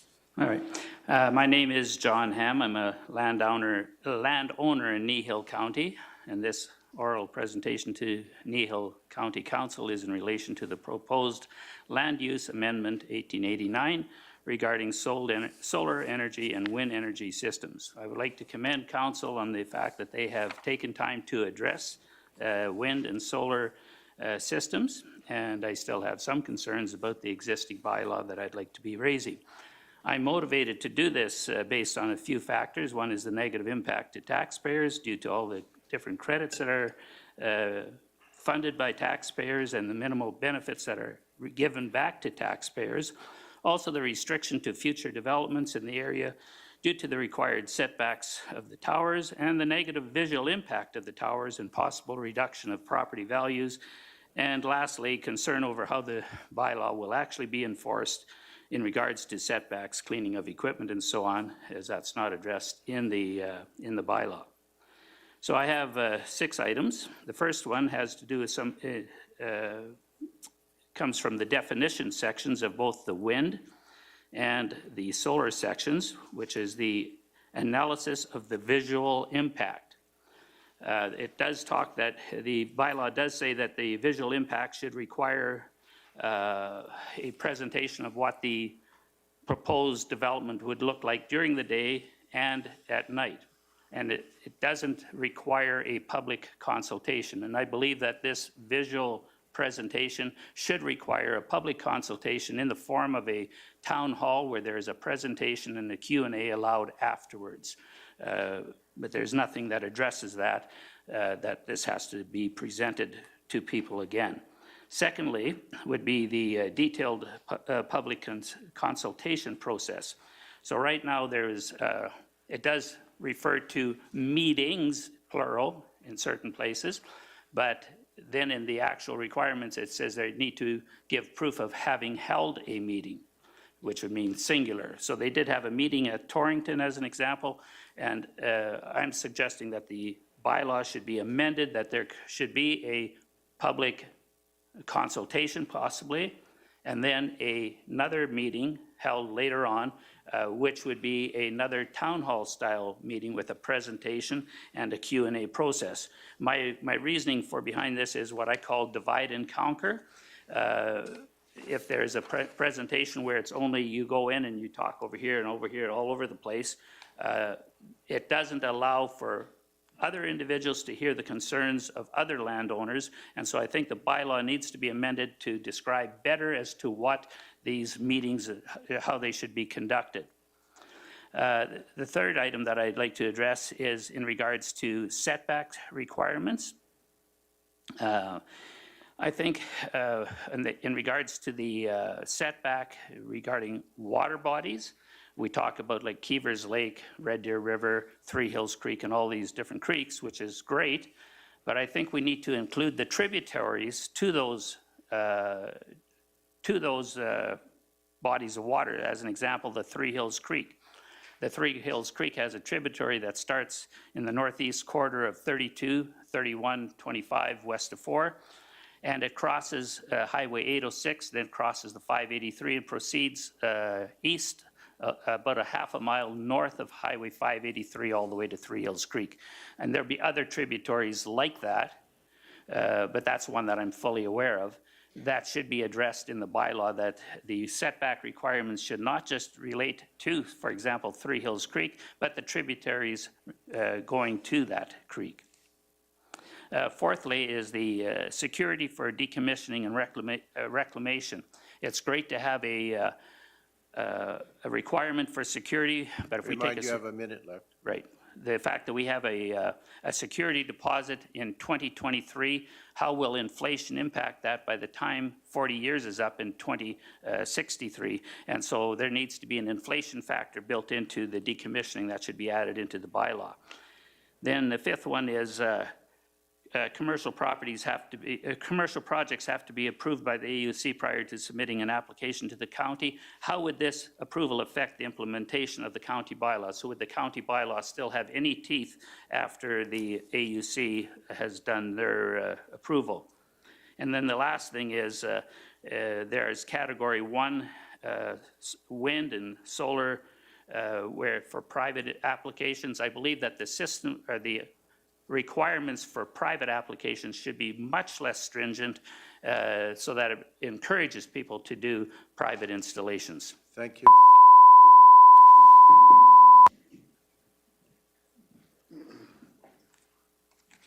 Thank you, Mr. Ham. I appreciate your time in this. The next individual on the list is Will Andrews. So, Mr. Andrews, if you want to come forward. And again, I remind you, you have 5 minutes.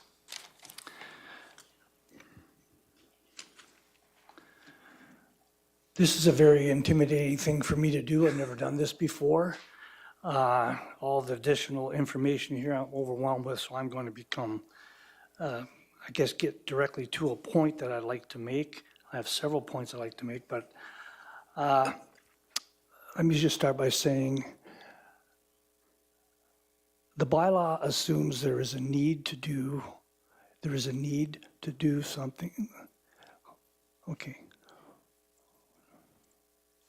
Solar and wind facilities are known to be very inefficient and are a heavy tax burden and are expensive means of producing electricity.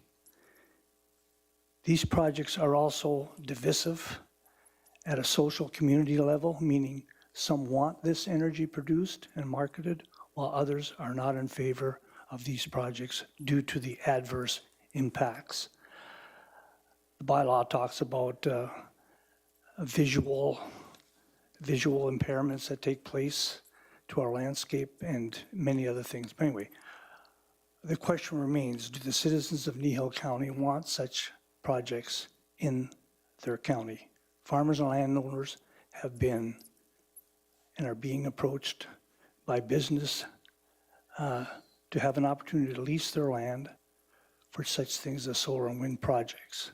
The projects will not be built without their cooperation. Besides the financial gain they will realize, it must be assumed they are in favor of this style of green energy production.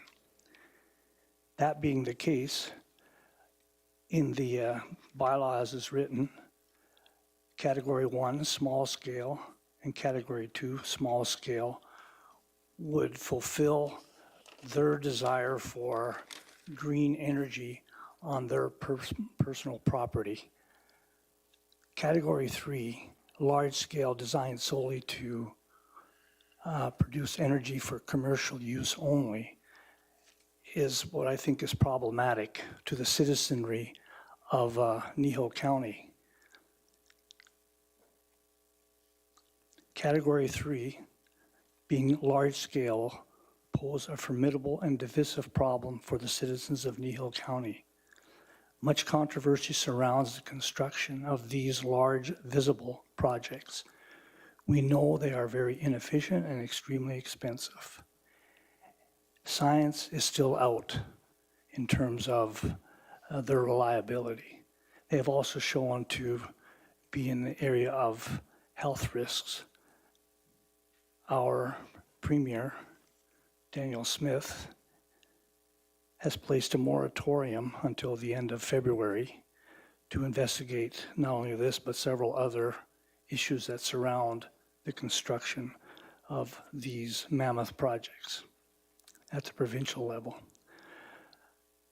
So being brief, even though I've got 3 pages of material I've written here, I propose that an indefinite time period, a moratorium, be included in the bylaw, and that no Category 3 WECs, which means towers, be constructed in Kneehill County. I also propose that the same moratorium be placed on large-scale solar projects as well.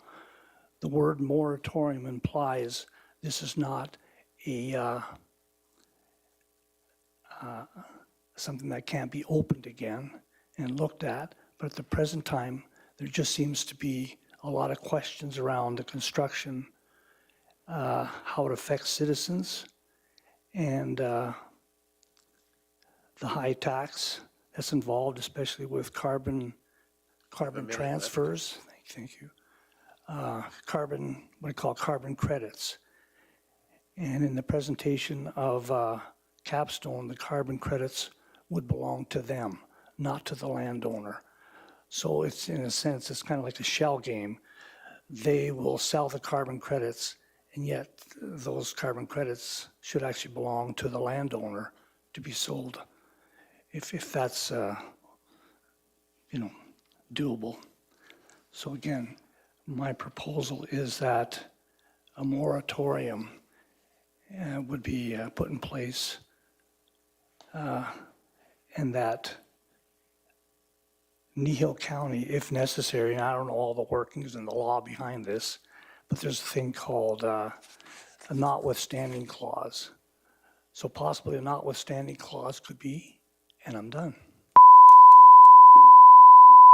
Thank you, Mr. Andrews. Appreciate your perspective and your comments. Thank you. The next individual on the speakers list is Kelly Tainch. And so Kelly, if you would like to come forward and make your presentation. Good morning. I'd just like to thank the council for looking into the bylaws regarding all of these things, and I'd like to thank our previous speakers because they covered majority of the things that I wanted to speak to, so I won't go into that. There was just a couple things that they did not mention. I'm concerned about the effects of the vibration of these towers on groundwater disturbance, and I was wondering if that was something that maybe council needs to look into. I didn't see that anywhere in the bylaws, and I don't know if that's something that would relate to this. And I just strongly agree that a public town hall type meeting needs to be done, because I agree that Capstone, when I was there at the Torrington meeting, they basically said that they, I think it might have been with the solar, that it was more beneficial to them to have it broken up and not have everybody be able to speak and air their concerns where other people could have their input in as well. So I think that that is a really important thing, because right now, you know, we're doing a petition and everything, and we're trying to do all this, and we're all these little tiny groups that don't know who has what, you know, what their concerns are, even though we know that majority of the people in this county surrounding this wind proposal especially are very concerned, but we don't have a way to come together. And so I think that that would be really prudent. That's pretty much all I had to add. Yeah. Okay, well, thank you for that, Kelly. Appreciate you coming today and expressing your thoughts. Thank you. The next person who is on our speakers list is Mr. Leo Britsky. And so, Mr. Britsky, if you wish, you can come forward. And again, thank you for being here today. And when you're ready, you can begin your presentation. I'm sorry, I'm somewhat hard of hearing, but... So if you want to have a seat and just use the microphone in front of you so that people in the room can hear what you have to say. Well, first of all, thank you for providing this opportunity. Thanks to council for providing the opportunity to the people to have a voice. And I guess basically I don't have too much to say. My main complaint is the aesthetic value. The Kneehill County was named after those knee hills there, and I think it's unfortunate that they have to be polluted in that manner. But so that is my major concern, and I can certainly appreciate why my friends and neighbors are willing to accept the enumeration. Money's always a nice thing to have, I guess, but at the same time, at what a horrific cost and non-reversible. I'm primarily talking about the wind towers here, which are visible for miles and miles. And like I say, that's my main concern, is the scenic value destroying, in my opinion, the view of that area. I hope I stayed within your guidelines, and thank you. Thank you, Mr. Britsky, and yes, you stayed well within the guidelines. Thank you. The next person on the speakers list, and I'm actually going to stick with individuals before I come back to the group speakers. So the next individual who's on the list is Mr. Bern Lamley. So Mr. Lamley, if you wish to come forward, please. So everybody, I'm sure you're familiar with me. Those behind me, I am Bern Lamley. I am a taxpayer of Kneehill County. I am an electrical contractor, so I have a little different perspective on the installs, and I'm also the deputy mayor of Three Hills right now. Yes? Just, we do have a larger presentation from you. I just want to acknowledge that, and I'm hopeful you're addressing additional points that. Additional points for sure. There is only one, maybe two little things that were in addition to that. Okay. Also, I do have to be very frank and clear that I am not representing the town of Three Hills today. However, they did have one concern that was not mentioned before. Okay, well, Now, if go we. ahead with your presentation then. Okay, really quick and easy start on that thing. More so, the only issue that I had found that we had discussed last night at our council meeting was discussing the I guess it is, I'll follow my points. Section 3 of the Commercial Industrial Applications, the Site Information 3.1, setbacks from the town, villages, or hamlets. Now, it seems like this would be very reasonable, but in particular, what I would say is, I think everybody would agree that power pricing has gone crazy. Power pricing for your kilowatt hours is through the roof, and it is not intending to going down, right? So we as a municipality, once again, I'm not representing, we are struggling with power bills and how do you maintain or how do you reduce your power consumption or reduce your power bills, right? Naturally, we are kind of looking, loosely chatting about solar installs. Right, so you have many different ways to install solar, whether it's on a rooftop, ground mount.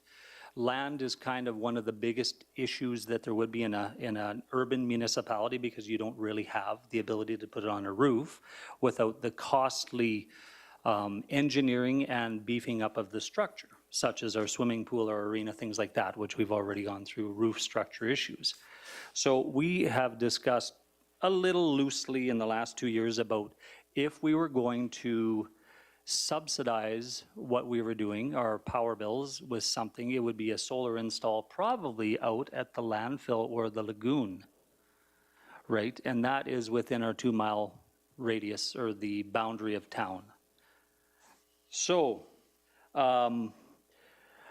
what I think municipalities probably are looking at is in the future where you'll see the city of Calgary is already doing it, Innisfail is already doing this, where they're taking advantage of what they call the brownfield lands, right? So those would be completely contaminated lands that for whatever reason, waste is one of them.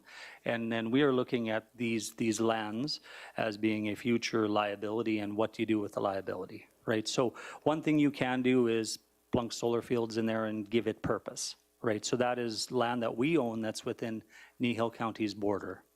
So as we move forward, I think that probably all municipalities are looking at this. Like I said, City of Calgary, Innisfail, they're all on board. They're going whole hog on this thing. My concern 100% is if this land use bylaw, that section is not reworded, it would restrict the town of Three Hills from attempting to put solar or wind within 2 miles, and that is like our piece of land that would be wonderful to do it on. And it's wasteland. And that really was my only concern that I have at this point in time. Okay, thank you. Excellent. Appreciate your presentation and the fact that you came. The next individual who's on the speaker list is Martin Riedick. So I pass. You're going to pass? Okay, thank you.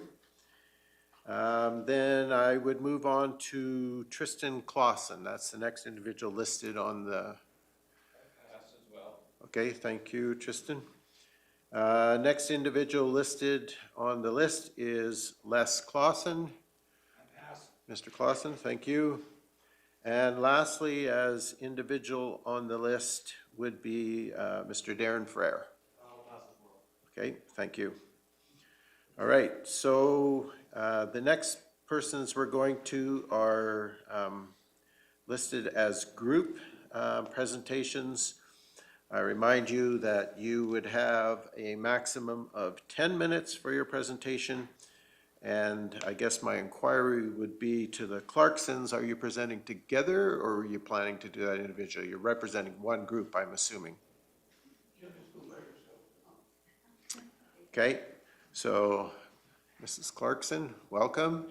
Thank you. And when you're ready, you can begin. Okay, thank you. I just appreciate this opportunity as well to come here and express our views, and thank you to each and every one. I just want to, first of all, agree with the previous speakers, and it was helpful to me to clarify what the disagreement was about. There was some confusion there. So I would like to also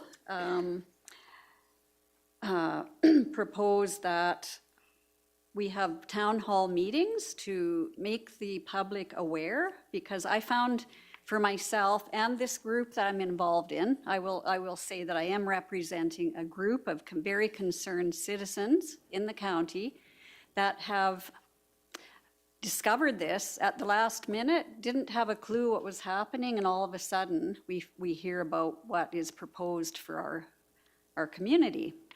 And most of us were horrified and in a panic mode, thinking, is it too late to have a say? Is it too late to express how we feel?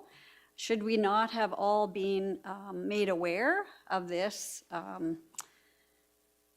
ahead of time so that we could discuss it, think about it, and constructively come to a conclusion of how to deal with it? But we've been put in panic mode. This group of us, we've been going out throughout the county, contacting the residents, and personally, and same with my group members, we have found very few people that are for these state class 3, category 3 towers to be placed in our county. Very few, and the only ones that were in favor of them were landowners that were being paid for them. And most of these landowners do not reside on the property where they are proposed for. And so therefore, they're not being disadvantaged by them. It's all of us that are living close to them. And so I should also mention that I'm a nurse. I've been a nurse for 45 years. I hate to say that because it shows my age, but I've been a nurse for a long time. I'm very concerned about health issues. I have done research in a very short period of time because, like I say, we weren't even made aware that these were coming in, these category 3 towers. And so I've done research to prove that there are health impacts to the residents, to humans, to wildlife, to livestock. There's been studies shown in areas where these windmills have been in place for a lot of years. It can make livestock sterile, and very many other health impacts to animals. Wildlife, I know Capstone at Torrington that evening tried to tell us that there was no impacts on birds and things like that. But I have also seen studies to show that that is not true. And if it's not killing them from the turbines going around, it will deter birds from nesting in certain areas close to them. And so the setbacks need to be a significant distance away, not just two miles from water bodies. There's studies that have shown to be safe for human health, they need to be a minimum of 10 to 15 kilometers away from residences, not 2 miles, not as proposed in our area, 800 meters from our house. But 10 to 15 kilometers. And there's been solid studies done. And I have all that information at home. I didn't bring it with me. But anyway, if people will look into that, that is evidence. And these studies are based on these turbines that have been put in other countries, in other places.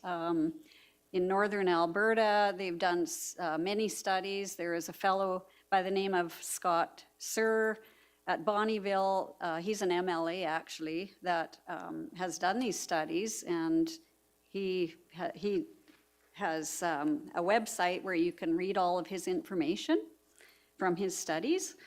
And so that is my main concern, is the health issues. Being a nurse, being a professional in the healthcare industry for a lot of years, health issues for us humans here that are going to be right in the middle of all of these Category 3 towers, if the proposal goes through. And so the amendment to the bylaw, I don't agree with this one here. That's wind energy conversion systems, number 2, A, minimum setbacks. And where it says that the current owner of a dwelling or subdivided residential property not belonging to the owner of the land on which a proposed WECS is located may waive the 0.5 mile required setback, providing notice in writing to the development authority. I think that there should be a minimum of 10 to 15 kilometers, as these studies have proven, or a significant amount more than 0.5 mile. I think that should be carved in stone, pretty much, because our health should be our biggest concern. Over visual, like, yeah, you don't like to look at them or whatever, but our health is the number one issue. And I think we should be very concerned about the health of the residents in Kneehill County. And so I agree with that proposal that was already proposed today, that a moratorium be put in place to prevent the Category 3 towers to be allowed in Kneehill County, anywhere in the county. Not just by my home, but anywhere in the county, because this county is a highly populated area. It would be nearly impossible to place any towers 10 to 15 kilometers away from a residence. I mean, if there is areas like that, well then maybe they could be considered. But I just propose that no Category 3 towers would be allowed in Kneehill County due to health concerns of the citizens of the county, of wildlife, and of livestock. It's a very highly populated farming community and lots of livestock, and I think we need to be concerned about them too. I mean, our livestock is a food source for everyone, the cattle, and I think, and chickens and all sorts of things. And I think it hasn't been proven anywhere that I can see that there's no negative effects on those animals. And so I'm representing this group that has been going out talking to all of the citizens of the county. We have a petition going that we've got several signatures. I haven't had one person disagree and refuse to sign the petition. Everyone is signing them. At Torrington, I was there that evening. People were coming to me wanting to sign, and I wasn't even promoting it, really. I was just there with this letter. And so we have a formal petition circulating around. We're still trying to get all the people to sign it. If you were at Torrington that night, the one that we started signing, we found out wasn't a formal petition. We had to redo it, so anyone that's here. Sorry, Mary, you're kind of Yeah. going off Okay, I'm addressing sorry. specifically I'm the bylaw, sorry. Yeah, please. okay. Anyway, we have this petition circulating, and it shows the overall feelings of the residents of Kneehill County. So that's, I guess, about all I have to say, but so that's what I propose, that the moratorium be put in place, that there will be no Category 3 towers, that in the future about these bylaws and things, I think we need to have the town hall meetings as well, and to be well advertised, so people have an opportunity well in advance to discuss their concerns. And that's all I have to say. Thank you very much. Thank you for your presentation. Appreciate you being here today.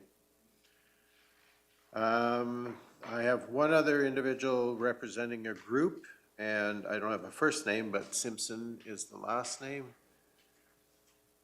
Can I just talk with a couple people?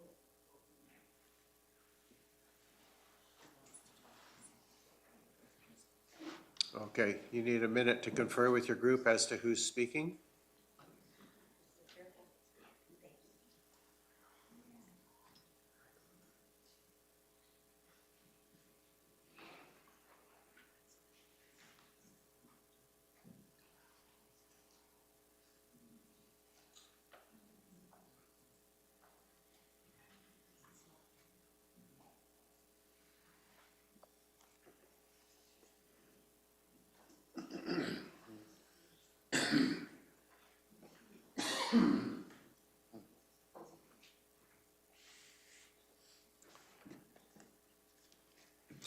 Hello, I'm Frances Simpson. Francis, thank you. And I'm not organized here, but I just have some things I want to follow. I agree with the moratorium to be put on indefinitely, and I'd like to reinforce the opportunities for people to get together, to hear more from one another as to what's going on as well, and get themselves educated rather than just putting the notices in the paper. I know they've been in there, but do we take it seriously until we are seriously affected? And I agree with the health issue, and I agree that our main concern of the wind and solar energy systems has been that they're being placed in prime agriculture land, and there are areas and acres of marginal land in the province that could be used for this purpose. So I really think that we need to look at what this land, what the downside side of the effects of what we're doing to our land would be long-term effects. And we haven't had any time to really assess that, but I do know that in other countries, such as in Germany, they're tearing them down, they're getting rid of them. And there's other countries that are not agreeing to have this put in. So why? We need to look into that and be reassured that it's what we're doing, that we're not doing the same thing, investing monies into our land and whatnot, but destroying it rather than making sure we're good caretakers of our land. And then I do want to know that I really don't know that this is a green energy project because all the metal comes from China. The real issues are the carbon capture issues and the carbon credit issues. It all comes from the taxpayer's dollar at the end, and so it is a taxpayer issue. And where is the money coming from to support all this? And we need the transparency to see where it is coming from. Where is the source that's supporting all of this? And so we need that transparency to be allowed. And I really don't have anything more to say, but those are just some of my things that I want to ask. Okay, well, thank you for being here and for expressing your thoughts. I appreciate And I that. do want to say, but I do want to say I agree with the others as well, with all they've presented. Okay, thank you very much. Mr. Simpson?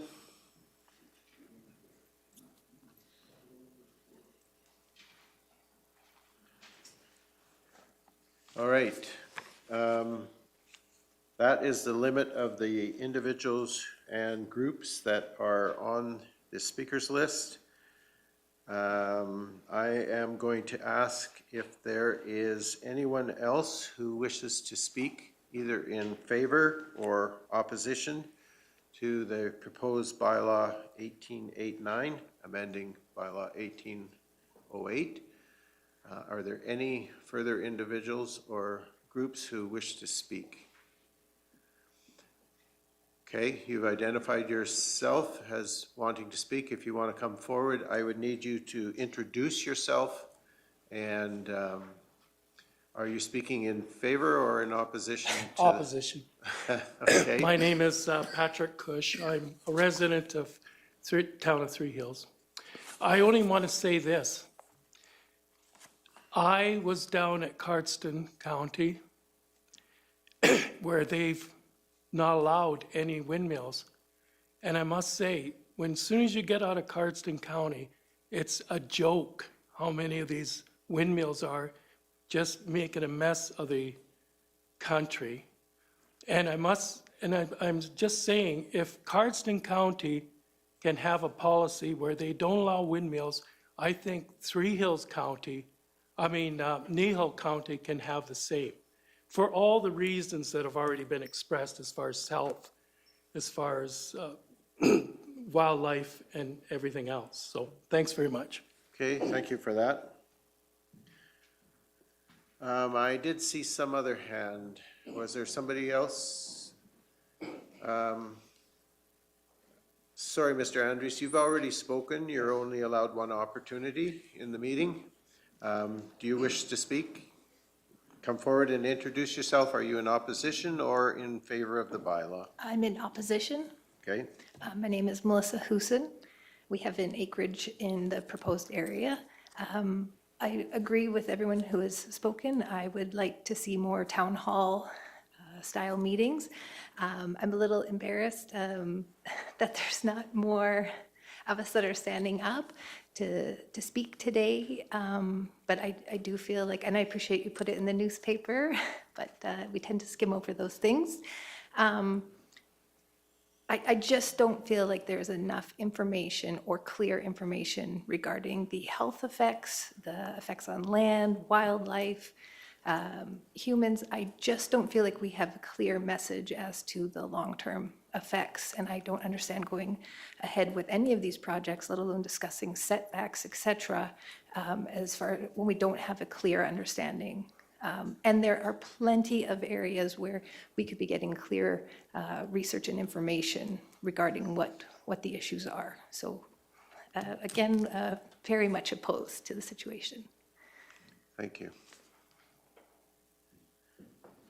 Okay, I'm going to ask one final time. Is there anyone else in the room who wishes to speak either in favor or against? Okay, I see your hand. Come forward. Please introduce yourself and state whether you're in opposition or in favor of the proposed amendment. Good morning, everyone. My name is Naji. I am a representative for Capstone Infrastructure.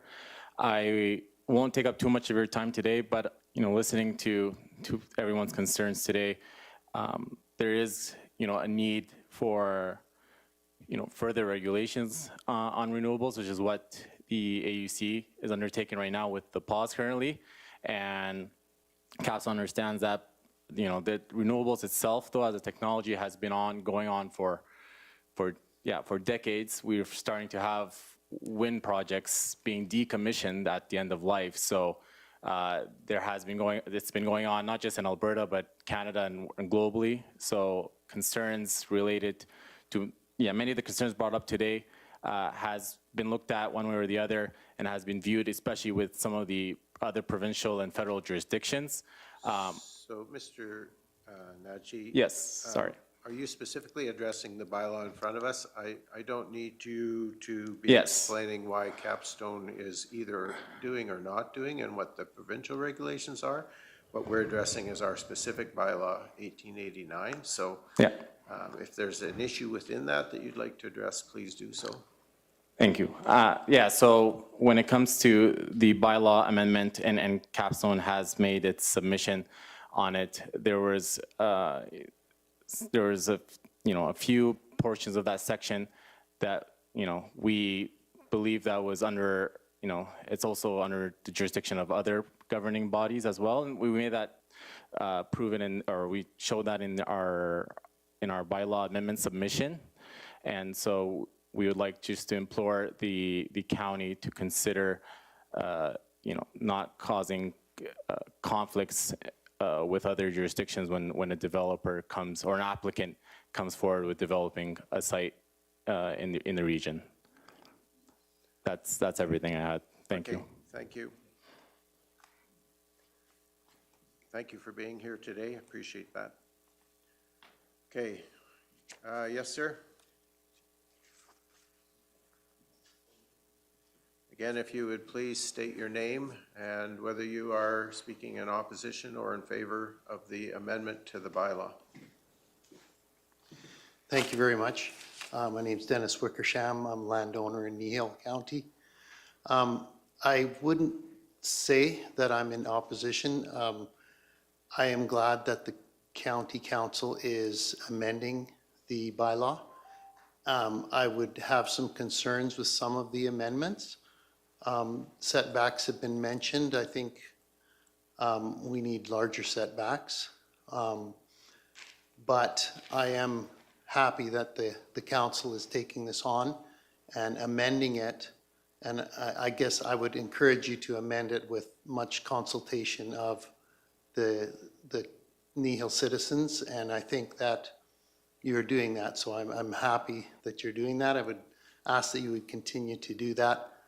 A moratorium until council is very confident that what they are approving is in the best interest and what the citizens would like. That's what I would ask. I very much appreciated the round table that you have had in the county, and I would just ask that you would continue to do those. It was the only one that I attended, that one in Acme, and I decided right there I needed to attend more of those because it's a very good outlet to let your views known, and I appreciate how accessible the counselors are, although I don't take advantage of it as much as I should. So thanks, that's all I wanted to say. Thank you very much, Dennis. We appreciate your comments and your being here today. Okay, this is the last time I'm going to say it's the final time I'm asking if anyone else in the room wishes to address the amendment to Bylaw 1808. Please come forward, state your name and whether you are in favor or opposition, and welcome, Shirley. My name is Shirley Adam. I'm a landowner in the county of Kneehill. I would like to congratulate the council for its fortitude to approach this land use bylaw and make changes to it. My concern all along has been that I feel that the county needs to represent the landowners of the properties within its county, that the land be taken care of, that the good usable farmland be used in a proper manner for the production of agricultural benefits with production of land. My concern all along has been that a lot of these projects can't be stopped, but they could be put on land that is in poorer quality as opposed to the best quality in the county.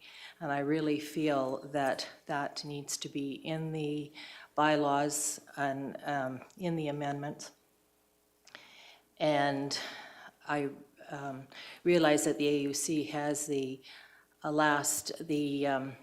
final say in all of these, but if the county does not make a stand that the good quality land be used for agricultural purposes and some of these projects be put on lesser valued land, I think that that is an important thing that needs to be addressed. So.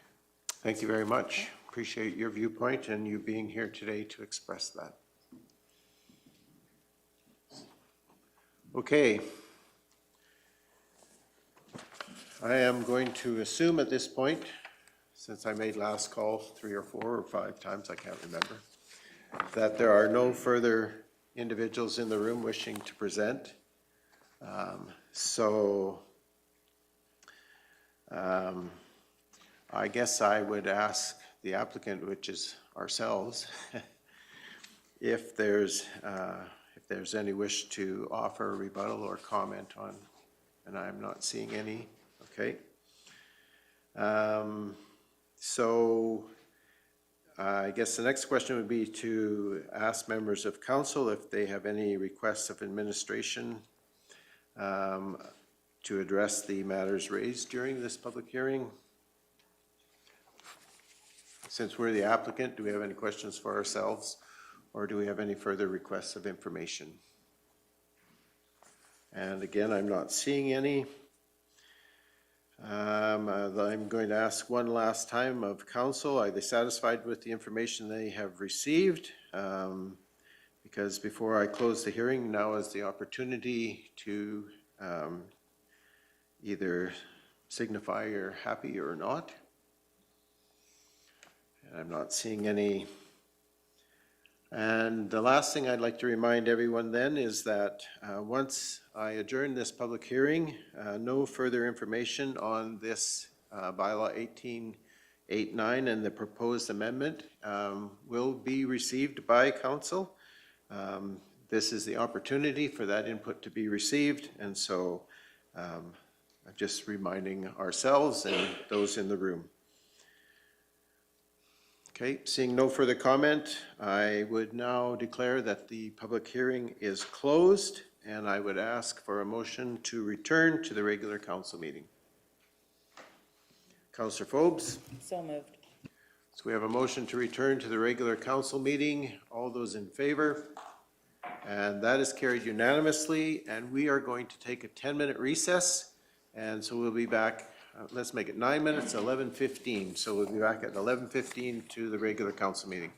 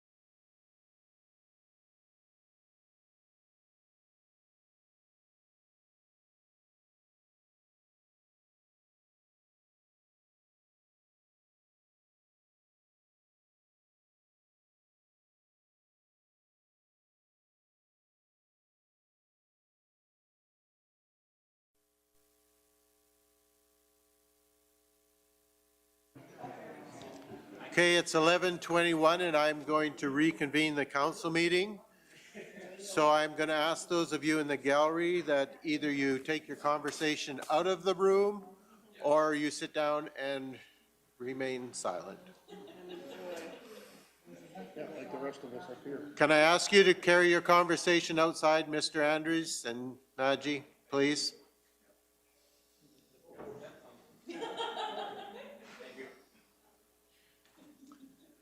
You're welcome to use our lobby. Thank you very much.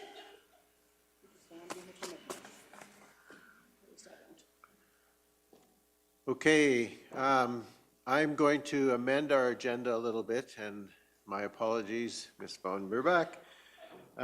We had been given a opportunity to present to the AUC, so I'm going to 7.2 in our agenda. The AUC review and the oral presentation that needs to be made today. And the reason I'm doing that is we potentially are on the schedule for this afternoon, and we're not sure about the timing of that presentation. So we need to know if we're either amending the presentation that was provided to us, or we also need to decide who is making that presentation. So that's what's in front of us at this point in time. And since Mr. Hogan is not in the room. We can appoint him? Shaking her head no quietly. You know who replaces him when we have an issue to deal with. So, Mr. Gannon, sure, if you would like. Thank you for being brave.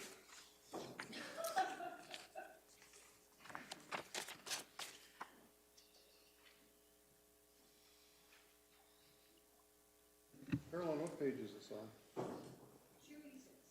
286? 286 of 330, yes. Thanks. Go ahead, Mr. Gannon, whenever you are ready. Thank you. Through the chair, just trying to get myself situated here and read through some of the information as it pertains to the topic. As you've expressed, the AUC review, the oral presentation and the work that we've been doing in the background is quite important and aligns with Council's strategic plan. Going through the Alberta Utility Commission is currently conducting a review of the process and the framework regarding renewable energy developments. Kneehill County has previously submitted comments to this process, which Council has approved, and we've moved forward with that through the established comment matrix.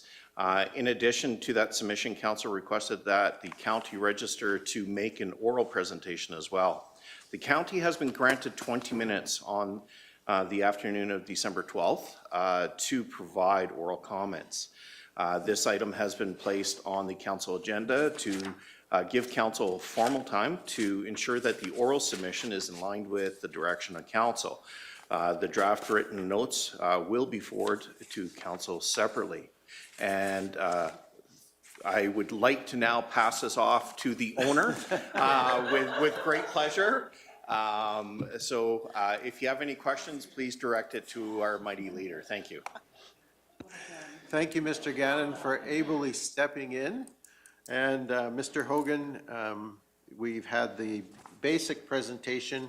Is there other information and detail that you'd like to add?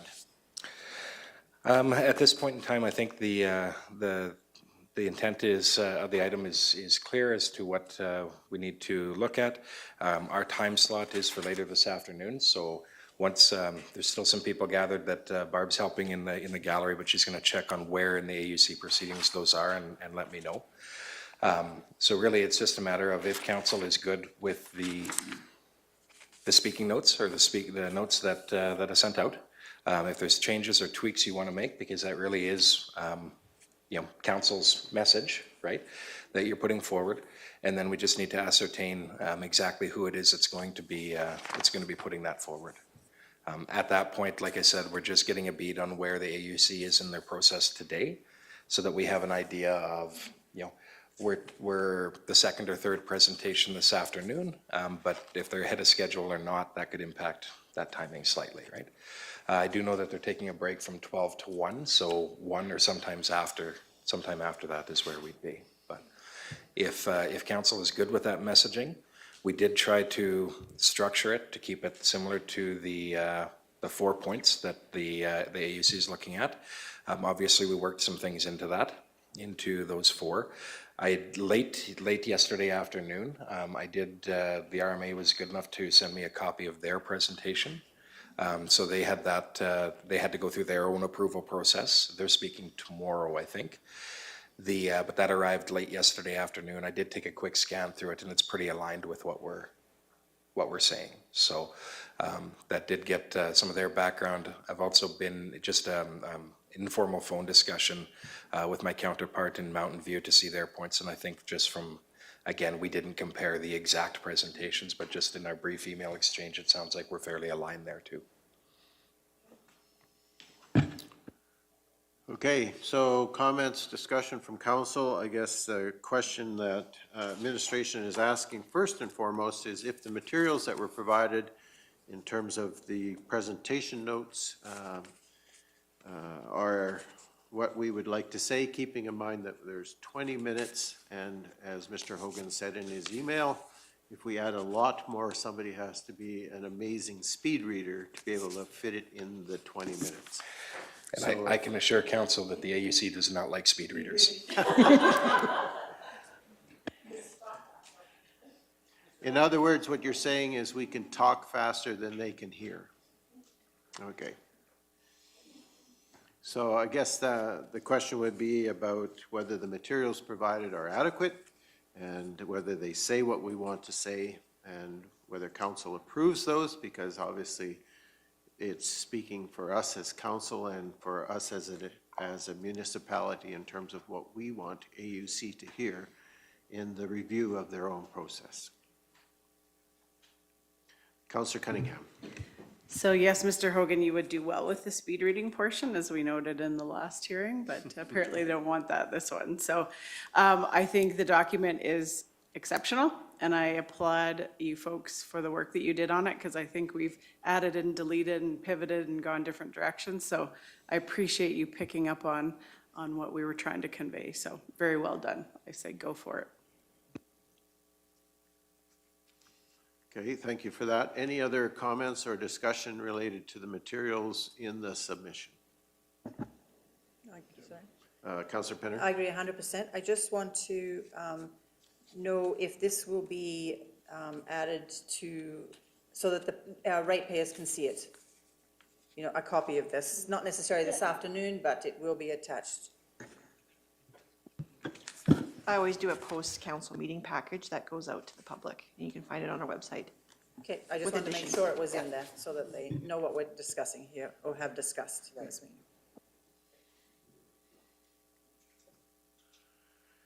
Any other comments or discussion? So it sounds to me like there's agreement on the material that's contained within the presentation.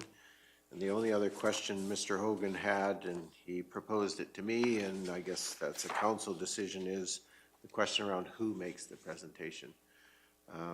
Mr. Hogan noted that there was a number of Reeves and elected individuals making presentation, as well as there's a number of CAOs and other administrative individuals making presentations.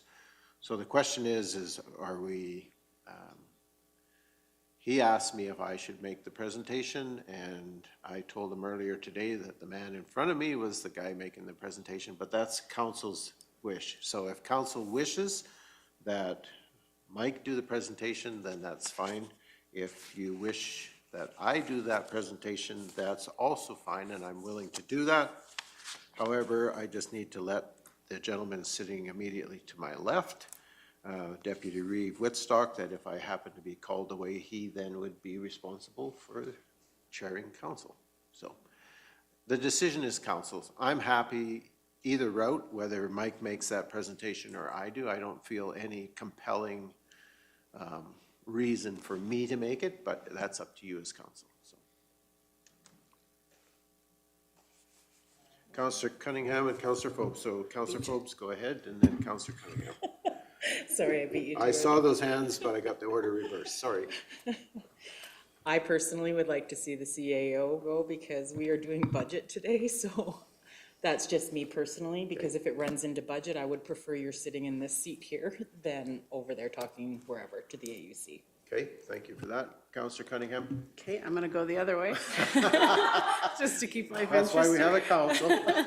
And honestly, I don't think at the end of the day it matters, but I'm just wondering, because it is a council-derived document, and that's kind of the way it's being presented, I wonder if it would, not that it wouldn't hold merit with Mr. Hogan do, but I just wonder if it should be presented by council or someone on council.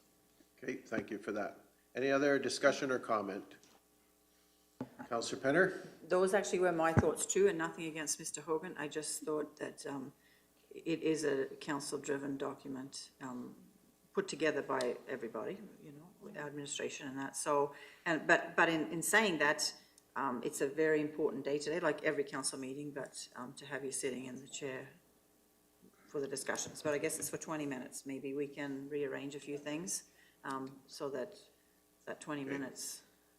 We could possibly take a brief recess if necessary, or whatever. Whatever council wishes is really the direction that both Mr. Hogan and myself are looking for. So, Councillor McGee. I'm in agreement. I agree to either person, it doesn't matter, but if we do choose to have our reeve go, I would prefer it. I'd only agree with that if we do break from the budget piece. If we're at other pieces, I think that's fine, but if we're still in the budget, I would like to see an actual break for that. No pressure on Ms. Von Merbach to get the budget nailed down prior to that, but.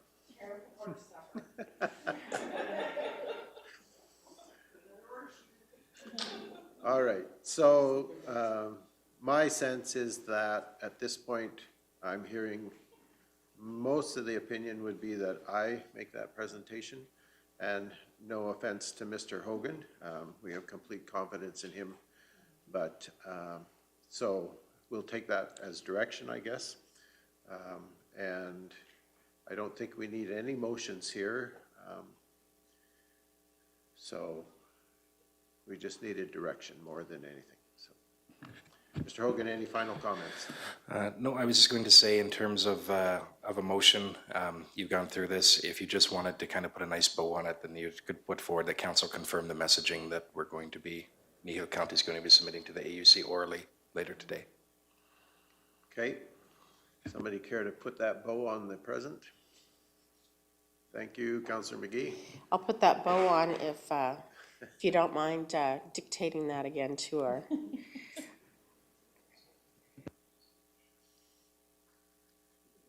We'll allow Carolyn to put words in our mouths as usual.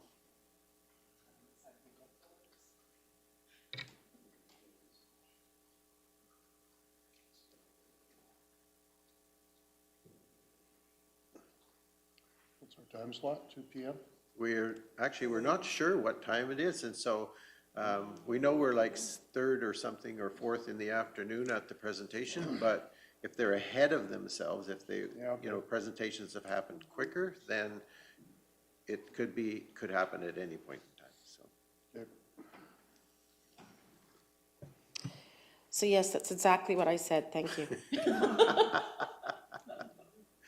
All right, thank you for that. So the motion is that council confirm the oral presentation to be delivered to the Alberta Utilities Commission as part of their review on renewable energy development. Thank you, Councillor McGee. I'm going to ask the question. All those in favor? And that is carried unanimously. Thank you. All right, we are going to go back in our agenda to the discussion related to budget. And so I'm going to invite Ms. Von Merbach to rejoin us and continue on in your presentation, please. And thank you for being here.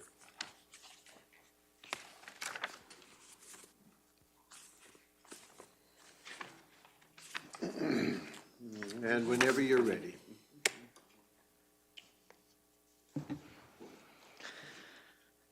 Hello, Reeve and members of council. Earlier this morning, we went through the first section of this presentation with respect to the budget. Again, this is the fourth component of the budget deliberation process and is anticipated to be the final component of the budget process should council adopt and approve this budget that is in front of them. This next section is going to be an overview of the operating and capital budget.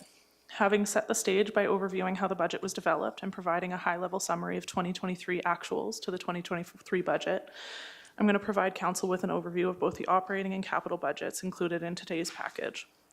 The following slides speak to the information included within the RFD and its appendices, as well as the budget book included within the council package today. The RFD in today's council package represents a consolidated version of the budget with which approval can be provided by council, whereas the budget book incorporates all information from the RFD, as well as serving as a policy document, financial plan, operations guide, and communications guide. I will remind council that the county's 2023 budget book met or exceeded all of these criteria, and the budget document was awarded the Distinguished Budget Presentation Award from the Government Finance Officers Association of the United States and Canada. This award is the highest form of recognition in government budgeting, and we believe that the 2024 budget document also meets or exceeds those requirements and will subsequently be awarded that award. After approval of the budget book itself will be uploaded to the county website to be available for the public.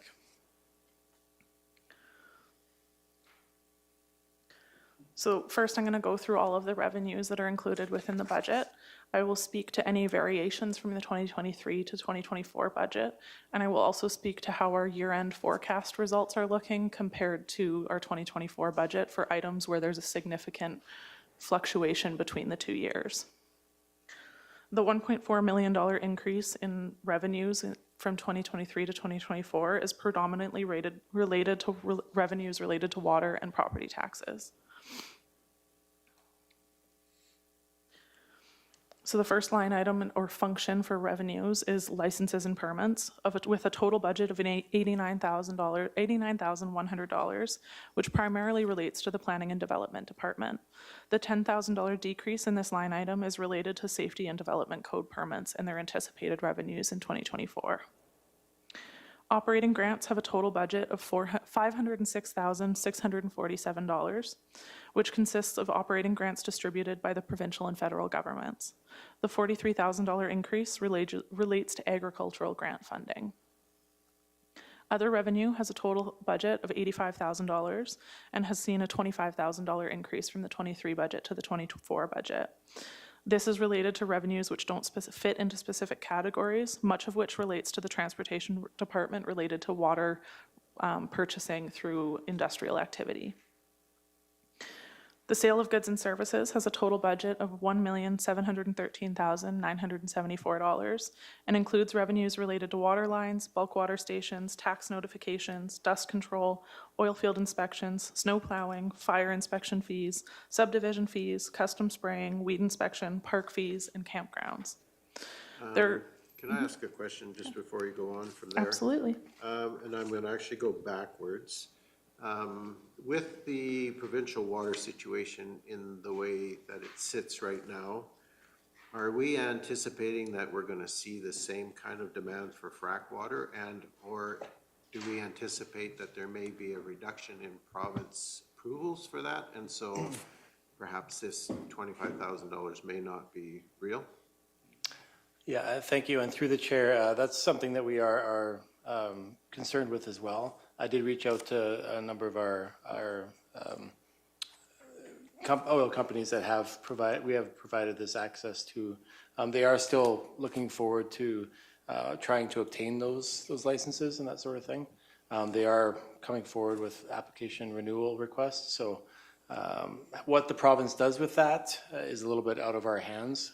Definitely up to the province to issue the temporary diversion licenses for the short-term ones.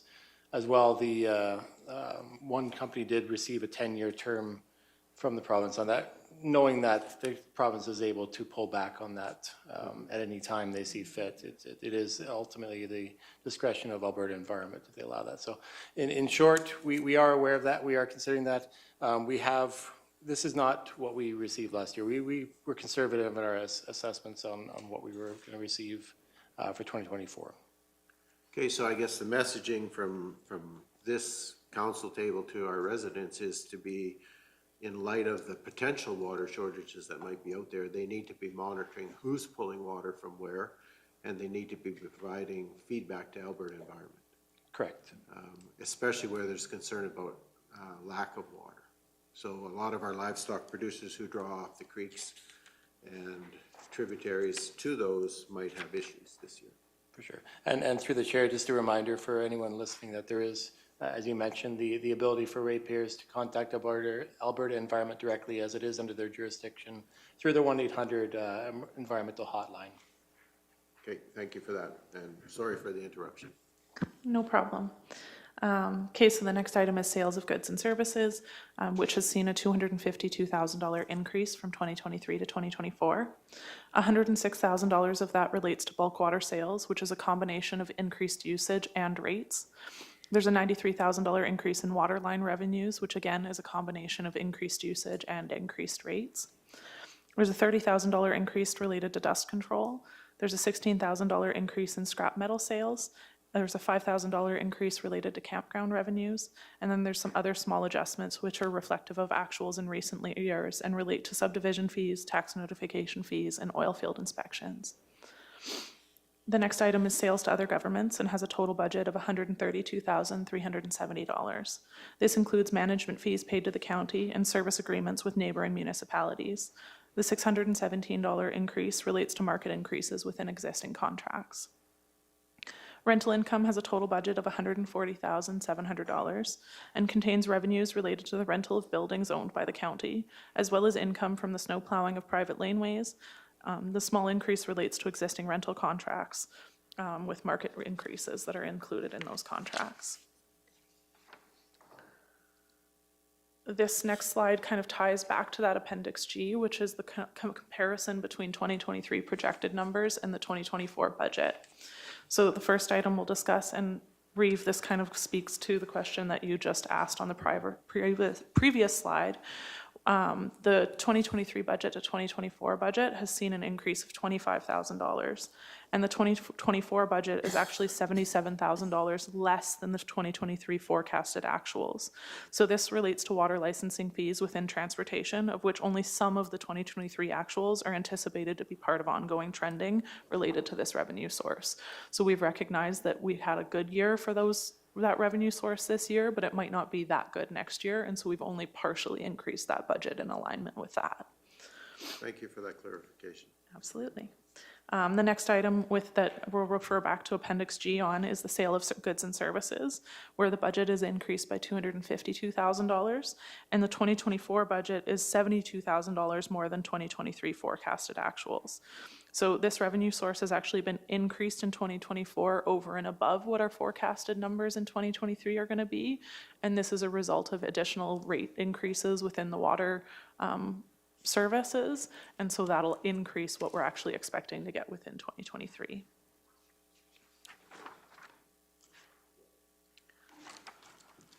Moving on, there's penalties and fines, which has a total budget of $92,000 and a decrease of $29,000. This decrease relates to decreased penalty revenue related to new programs for tax payment agreements and the tax penalty structure. This is also reflective of the improvements in tax collection rates that have resulted in lower penalties being incurred or being applied. The next item is property taxes with a total budget of $25,696,347. This revenue represents all property tax revenues to be levied on residential, farmland, and non-residential properties. The $1,222,345 increase is in alignment with comparable municipalities and has been recommended by council with consideration for the impact on ratepayers. Further information on the impact to ratepayers will be discussed later on and within this presentation. Special taxes and frontage has a total budget of $293,587 and represents special tax levies related to taxable parcels of land with water connections, as well as the Trochu Recreation Levy. The expiry of one levy has resulted in the $46,000 increase in this line item. And it has also decreased the contributions to reserves on the other side of that. Return on investments has a total budget of $766,784 and includes all investment revenues. As council will note within Appendix G, this item is significantly higher than that revenue, and it hasn't been adjusted in the 2024 budget despite those higher investment returns. This is intentional and is in alignment with the initial reserve strategy presented to council on October 24th, where we're looking to move towards investment returns being a funding mechanism for reserve balances rather than a funding mechanism for the operating budget. Council will also recall that the original budget recommended a decrease in this revenue line item in alignment with that proposal. However, it's been deferred this year in order to balance the budget and move towards that process at a slightly slower rate. Transfer from reserves has a total budget of $880,904 and includes $367,000 of reserve draws to fund one-time operating projects, as well as a $516,804 draw from the Revenue Stabilization Reserve to balance the operating budget. I'll just remind council that in prior years, there's been surpluses within the budget, and council has been proactive in putting some of those surpluses away into the Revenue Stabilization Reserve exactly for this purpose, so that when in the future there's a budget shortfall that can't be closed with reasonable tax rate increases, draws can be taken out of this reserve in order to balance the budget and mitigate the impact on ratepayers. The capital equipment plan sales has a total budget of $100,000 and has been maintained at that standard $100,000. Corresponding contribution to reserves is under the expense section and has been budgeted for at the same amount. I will note that any revenues in excess of this budget amount are returned to the capital equipment plan reserve by council motion through quarterly variance reporting. So there's two items from that last slide that I'll kind of speak to a little more context from Appendix G on. One is that special taxes and frontage, where the budget decreased from 23 to 2024 by $46,000. And the 24 budget is actually $76,000 less than 2023 forecasted actuals. So part of this difference is the expiry of that one levy, and the other $30,000 is a result of water connection fees collected in 2023, which are not budgeted for in 2024. And this is just due to the variability of connection fees in any given year. Again, these ones are ones that during the year-end quarterly variance report, typically council contributes any of those revenues collected by water connection fees back into the water reserve.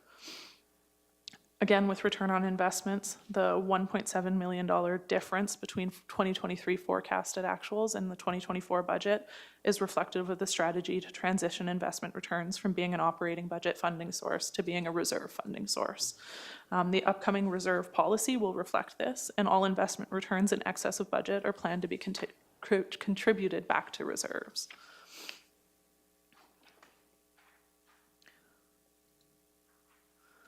That covers off all of the revenue lines within the operating budget. I'm going to move on to expenditure line items.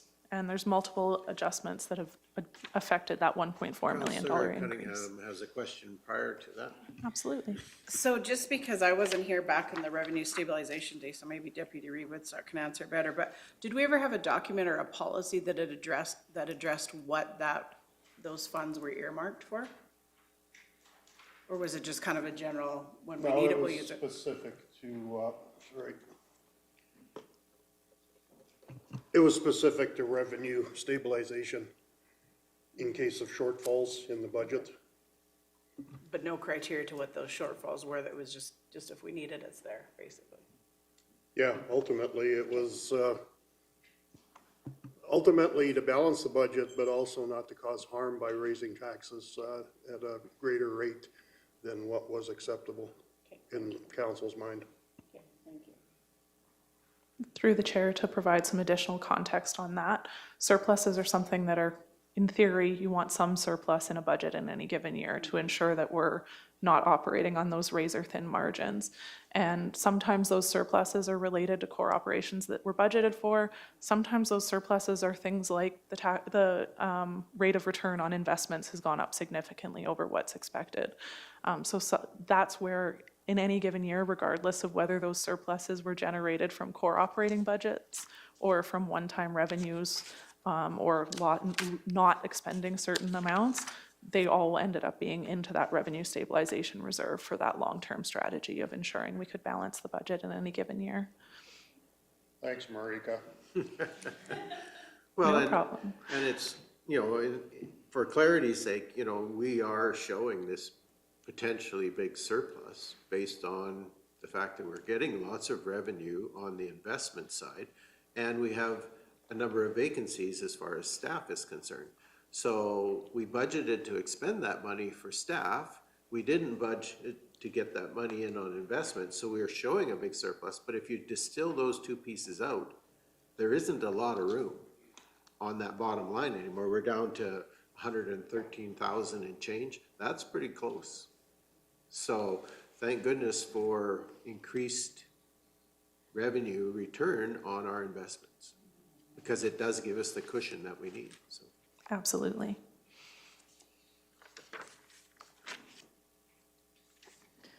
I'm now going to go into a little bit more detail on where the fluctuations from the 23 budget to the 24 are within our expenditure items.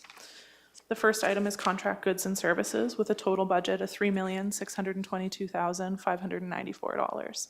This item includes items such as legal fees, engineering fees, software licensing, the assessment contract, training and development, audit fees, freight, equipment rental, contracted maintenance and repairs, insurance, recycling programming, garbage collection, alarm monitoring, public land mowing, and advertising. The $452,058 increase relates to various fluctuations, including a $180,000 increase in weed control contract costs, which is related to an increased service level recommended by the Agricultural Services Board and recommended by Council to be included in the 2024 budget at the November 28th Council meeting. There's a $70,000 increase in professional fees, including legal, engineering, and financial audit fees.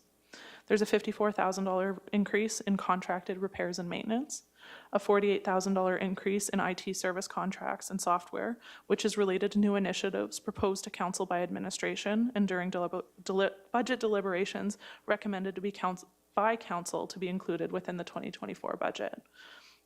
There's a $38,000 increase in training and development, a $30,000 increase in insurance, a $13,000 increase in inspection services, a $5,000 increase in freight fees, and a $4,000 increase in advertising costs. Gee, no one asked us about the $30,000 increase in insurance. I wish we had control over that. Don't we all? Again, this next slide refers back to that Appendix G where we were forecasting out what our year-to-date expectations are compared to the 2024 budget.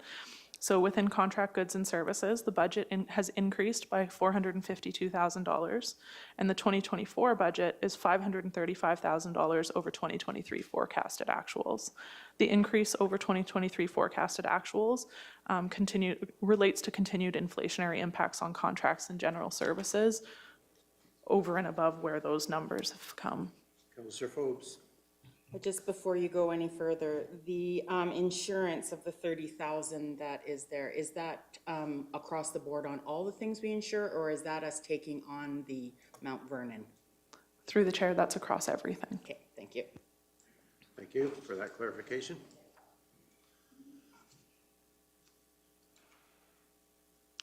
Okay, the next item I'm going to speak to is materials, goods, supplies, and utilities with a total budget of $4,509,479.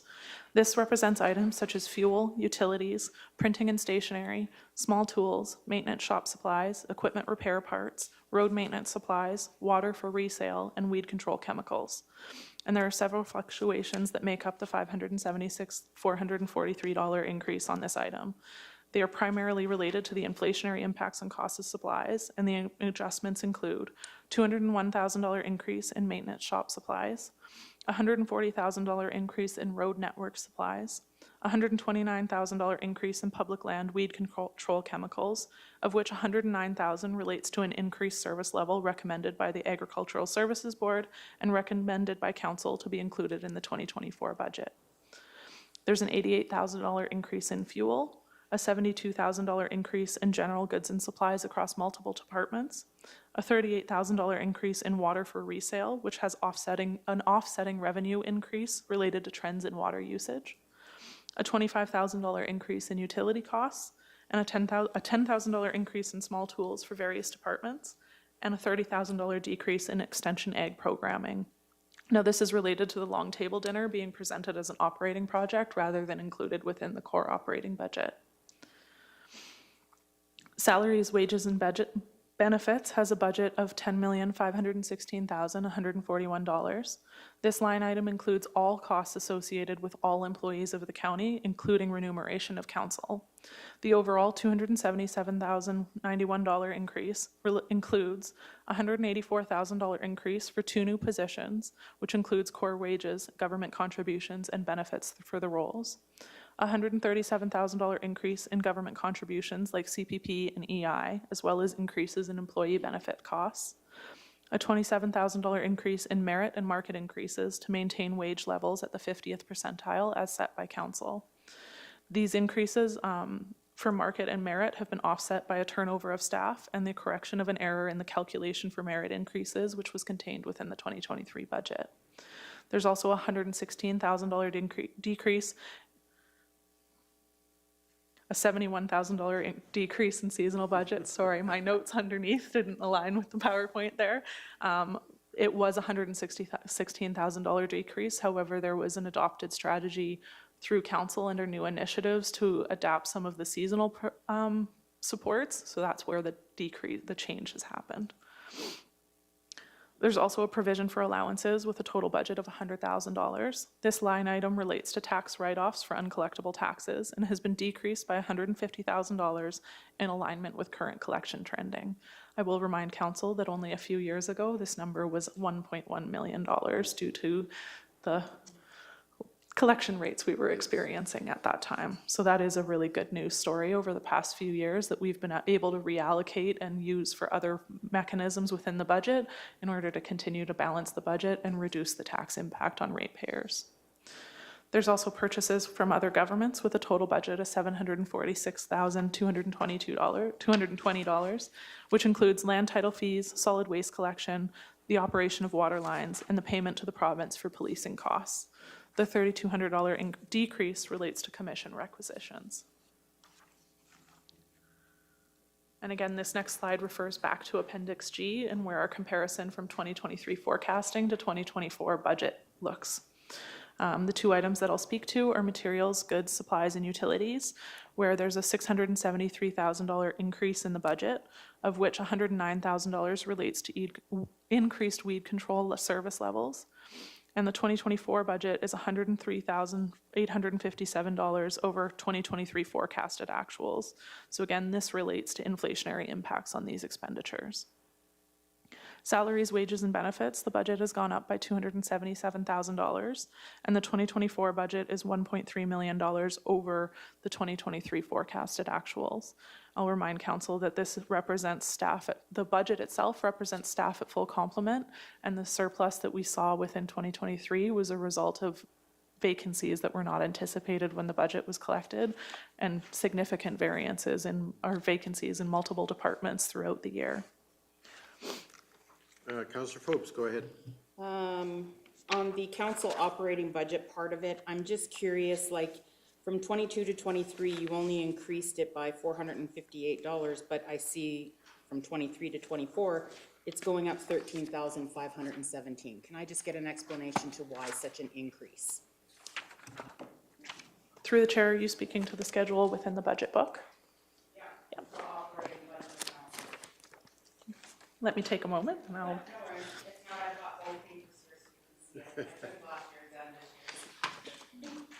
So which page is it on?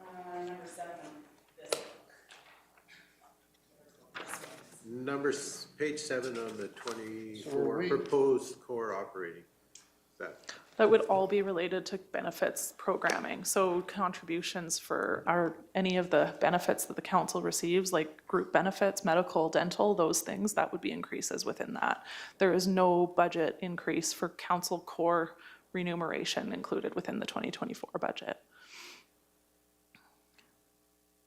follow-up, Counselor Forbes? Yeah, so when I sent an email to my CAO, Hogan, I did ask for actuals to this. So do you know actually to date what we've used in council that we've budgeted for 2023? Through the chair, I'd have to go look at my numbers, but I could come back to you with that, Beautiful. absolutely. Thank you. Any further follow-up? Okay, that's, Counselor Cunningham, go ahead. I think you've touched on this, but I just want to again make sure it's clarified that within that council did not receive an increase.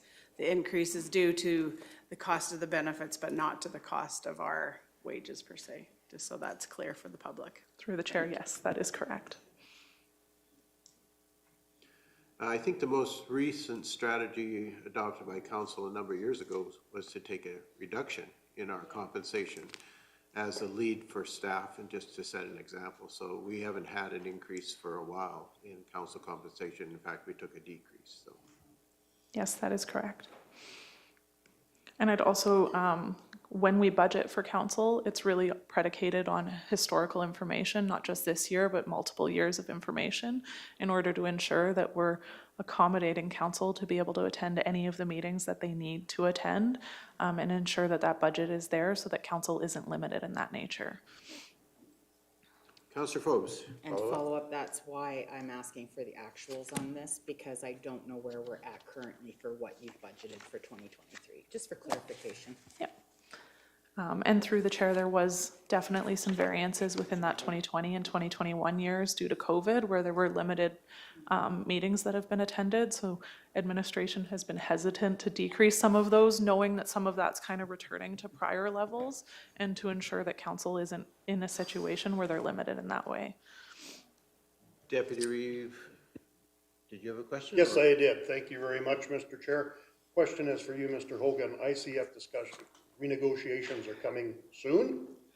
Yeah, through you, Mr. Chair, I'm a bit scared because Reeve Woodstock, or Deputy Reeve Woodstock, and I seem to be thinking the same thought at the moment. Yeah, it's scary, huh? Is we have, that is one thing to note, is that when we do get those actuals to you for 2023, I would expect a bump up in those in 2024.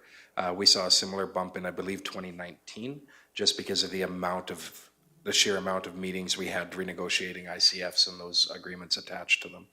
And that, you'll see that bump basically every 4 years. And maybe slightly sooner than that, in consideration of a conversation I had most recently with the mayor of Drumheller. So we might see something come sooner than we anticipate, so. Any other questions? Otherwise, please continue.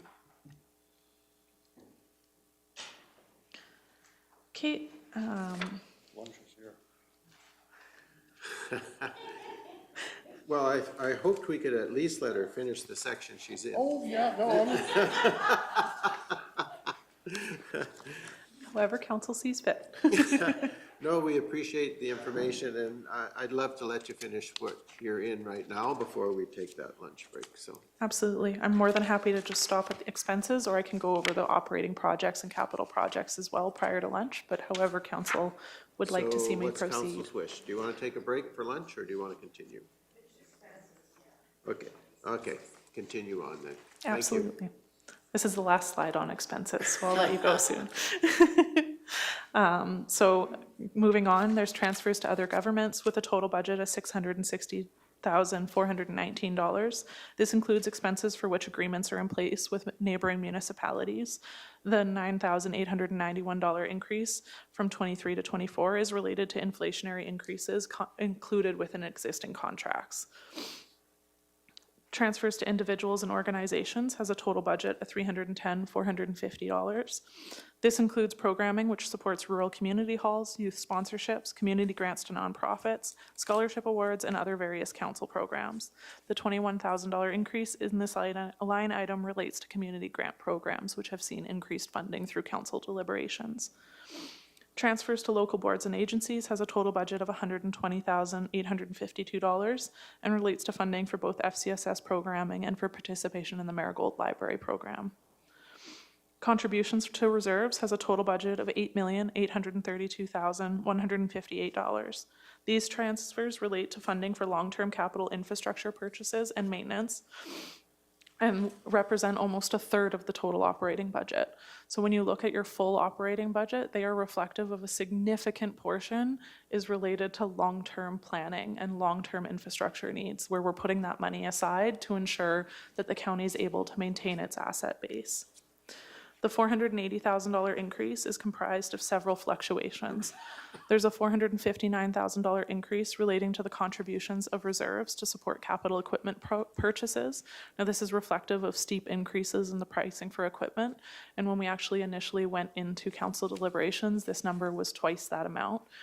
During council deliberations, council opted to strategize that and implement that increase over a period of 2 years versus having that hit the operating budget just in this year. There's also a $100,000 increase related to contributions for a long-term strategy to ensure gravel supplies are maintained. This is something that we've been increasing year over the past few years to ensure that when our current gravel supplies run out, we have some funding put away in order to ensure that we can move forward and have adequate gravel supplies to maintain the road network that the county operates. There's a $1,000 increase related to IT infrastructure. This is one where we have in the core operating budget, we have contributions to the IT reserve because IT replacements fluctuate year to year, and this just ensures some stability year to year within the budget. There's also an $80,000 decrease relating to the expiry of water frontage agreements. Now, this number is slightly different from where the decrease in the revenue is. This is just a catch up from last year where we missed offsetting that number, so it's been adjusted accordingly. Operating projects has a total budget of $364,100. This line item represents one-time projects and new initiatives presented and approved by council during budget deliberations. These are typically funded through reserve draws in order to limit the impact on the core operating budget. And again, this item fluctuates year to year depending on which one-time operating projects are approved by council. There's also gravel inventory projects, which has a total budget of $715,000.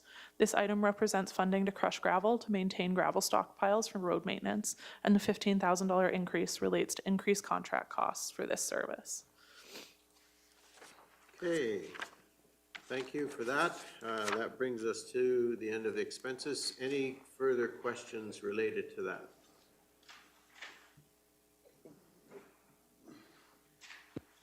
Okay, well, thank you very much again. We are going to take a recess then for lunch, and I'm going to suggest that we be back no later than 1 o'clock. So slightly less than an hour, but I think that's more than adequate. So we'll begin again at 1. Thank you, and we are in recess.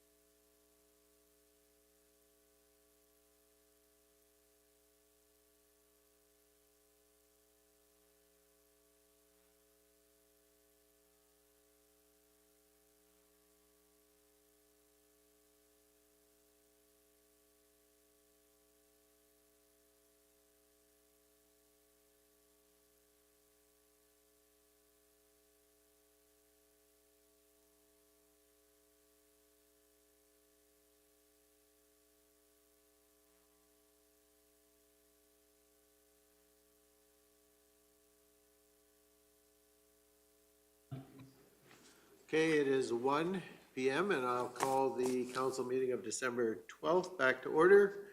And we will continue in our conversation around budget.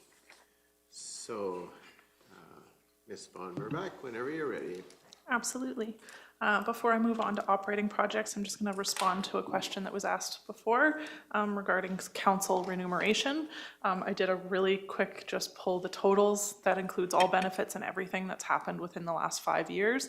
I didn't actually pull the actual budgets from the last 5 years. I didn't quite have enough time before I came back from lunch. But we've spent, in 2019, there was $434,000 spent on council remuneration. In 2020, it was $387,000. In 2021, it was $354,000. In 2022, it was $371,000. And to date, this year, we are at $319,000. 319? Yes. Thank you. Yes, that's missing 2 months of data.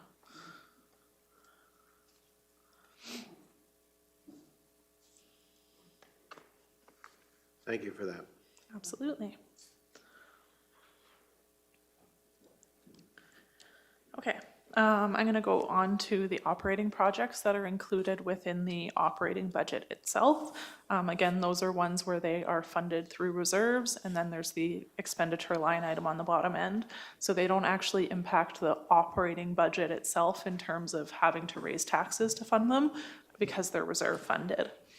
So there's $364,100 worth of operating projects included within the 2024 budget.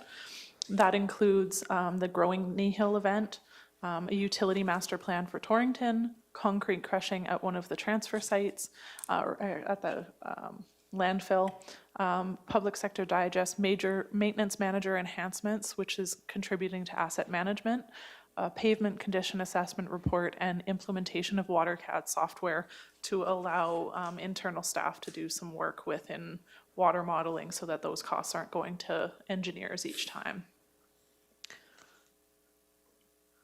And again, these were all presented at October 17th and then again revisited on November 28th. Moving on from there, this is just the next couple slides are just a summary of the capital projects. Appendix D actually lists all the capital projects in detail. In summary, some of the key investments that have been made within those projects are $2.8 million in capital equipment replacements. This includes 2 mowers, a utility tractor, the Acme Tender fire truck replacement, a calcium applicator truck, 2 gravel trailers, 5 heavy-duty pickups, 2 light-duty pickups, a rough terrain forklift, and a D5 dozer. There's also $2.4 million to support the road network. This includes replacement or maintenance on 4 specific bridge files, major maintenance as needed on other bridge files around the county. There's also $620,000 for maintenance and various upgrades to facilities and park sites. This includes replacement of the playground in Torrington, annual IT capital purchases, initial assessments on the parking lots in the administration at the administration building and the FCSS building, renovations for various buildings, shade structures and sign replacement at Horseshoe Canyon, the initial design and assessment of an interpretive center at Horseshoe Canyon, additions to the fire training burn center in Trochu, and fencing of various sites for security reasons. Now, those projects are funded through a variety of methods. Primarily, they're funded through reserves, with $4.2 million being funded through reserves. And the pie chart on the right of this slide indicates exactly what reserves those are coming from. There's also $1.6 million that's coming from the Canada Community Building Fund grant, which is a grant that the county had a little bit of leftover funding from prior years in. So this is more than we typically get in 1 year that's being utilized for that program. But we happen to have several projects this year that actually qualify under that program that we were able to recommend to utilize that funding. There's also some funding through community grants and community fundraising. Those 2 are specifically related to the replacement of the Torrington playground. So that summarizes the capital and operating budgets as they are presented to council today. Before I move on, are there any questions from council on those components? So are there any questions at this point? Councillor Forbes. When we look at fuel to date, my actuals, how much fuel have we spent? Because I see that you have an increase of 88,000 for the new budget. I'm just curious to where we are. And I had this question from a ratepayer, so I'm not just asking out of my hat. Through the chair, I'd have to pull that information up. I don't know it off the top of my head, but I do have that information available to me. So if you don't mind, I will get it back to you after a break. You're assuming you get another break? I'm assuming the AUC meeting's gonna happen and I'm gonna have another break. Good. Good call. Okay, I'm going to move on to the financial forecasts that are included within the budget book and within the RFD itself. So in addition to the operating and capital budgets for 2024, today's report includes forecast information for 2025 to 2027 for the operating budget and for 2025 to 2029 for capital projects. This is in compliance with the MJA requirement for council to adopt 3-year operating and 5-year capital forecasts annually. This information contained within these reports has been developed from the information presented in September for the 2023 forecasts and has been updated in alignment with the 2024 budget. Council will be aware that we've done these separate in the past, and it's been something that administration has been moving towards doing in alignment with the budget process, which is why the numbers you saw in 2023 or for 2023 actually included 4 years of operating and 6 years of capital. That was with the intention of being able to utilize that same data set with a few modifications for any fluctuations that happened within the 2024 budget, so that that could be included in the budget book itself. One of the areas that we noted with GFOA when they returned our marking rubric on where we were strong and where we were weak within their criteria for the budget book was in our 5-year forecast, like our forward forecasting. So that's where we wanted to move towards, ensuring that that component was kind of beefed up within the budget book this year and included within the budget process itself. So these plans are forecasts, so they're not required under provincial regulations to be fully funded. And the operating forecast can be presented in a surplus or deficit position. Similarly, the capital forecast can reflect an unfinanced position. So we've indicated some funding where we know there's like grant funding for projects that might be there, but typically the majority of those projects are in an unfunded position. We're not projecting draws from reserves or any other method, because we're just projecting what we know is going to happen, and there's lots of things that are up to council discretion during individual budget processes. So again, these forecasts are not budgets. They don't provide administration with the authority to spend any of the forecasted funds. The only thing that administration has authority on is the budgets that I've gone through previously. They're really intended to provide council with a forward-looking view of the upcoming challenges and opportunities facing the municipality. The operating forecast identifies upcoming financial considerations, which will be addressed in future budget deliberations, and it represents anticipated revenues and expenditures associated with providing the same level of service that's been included within the 2024 budget. So when we go through and prepare the forecasts, we're expecting to maintain existing service levels as they sit in 2024. There's no fluctuations booked for rate adjustments within revenues. This includes items such as water or taxation. However, the implementation of an investment return strategy to realign investment returns to a reserve funding source from an operating funding source is included within these forecasts. Also not included in these forecasts is the potential expiry of the well drilling equipment tax holiday, as we just aren't entirely sure exactly what that assessment will look like and what that taxation revenue might look like. We're also not confirmed that that's actually going to end in 2025, although we're hopeful it does. There's also no adjustments for potential changes in funding levels under the new LGFF funding model, because they're unknown at this time. We have projected that we'll maintain numbers as we've seen on MSI, because that's sort of the pulse we've gotten is going to happen, but we're not sure that those numbers are going to increase. In the following slides, I'll speak a little bit more to where these shortfalls that this slide is projecting are coming from, but this is just a high level where we're sitting. So you see that the 2024 budget is balanced, because the budget in front of you is balanced as is required under the MGA. In 2025, we're looking at projecting a $1.8 million shortfall. In 2026, it's 2.6 million, and 2027, it's 3.5. Again, I'll speak to kind of the drivers of where those come from in the following slides. This next slide is inflation versus revenues, and this was first presented to council at the November 14th meeting when we brought forward the operating budget.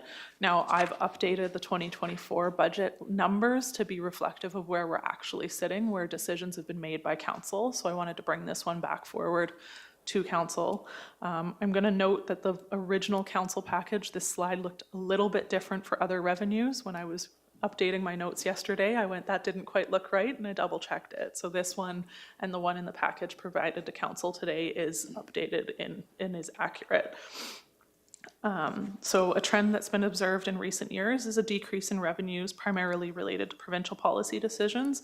However, there are additional revenues which aren't keeping up with inflation rates.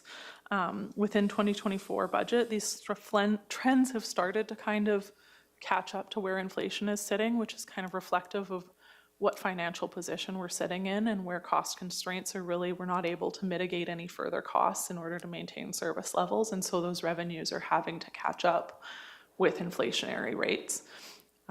Again, though, if you look at the period of time that's on this slide, all of those revenues are still below the total inflation impact that's been occurred over that time period. Similar to the revenue slide, this one is in comparison of inflation with expenditures. And again, the county's been able to moderate the growth of expenditures at under inflationary levels, primarily due to increased efficiencies and prudent financial management. But there's minimal further strategies of this nature that are possible without increasing funding or decreasing service levels. And that's where you see within the 2023 to 2024 budget, those numbers are starting to steepen because we just don't have that ability to mitigate those costs any further without hitting the bottom line of the budget and those expenditure budgets.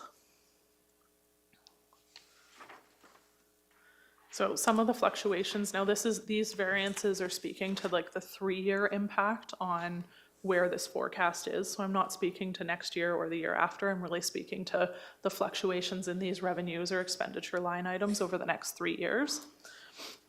One of the trends within revenues that's notable is the sale of goods and services.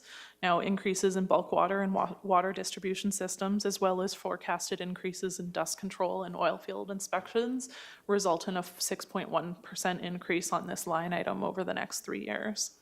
Sales to other governments has a 35% increase, which primarily relates to agreements with urban municipalities for the provision of enforcement services, for which those are anticipated to increase over the next few years.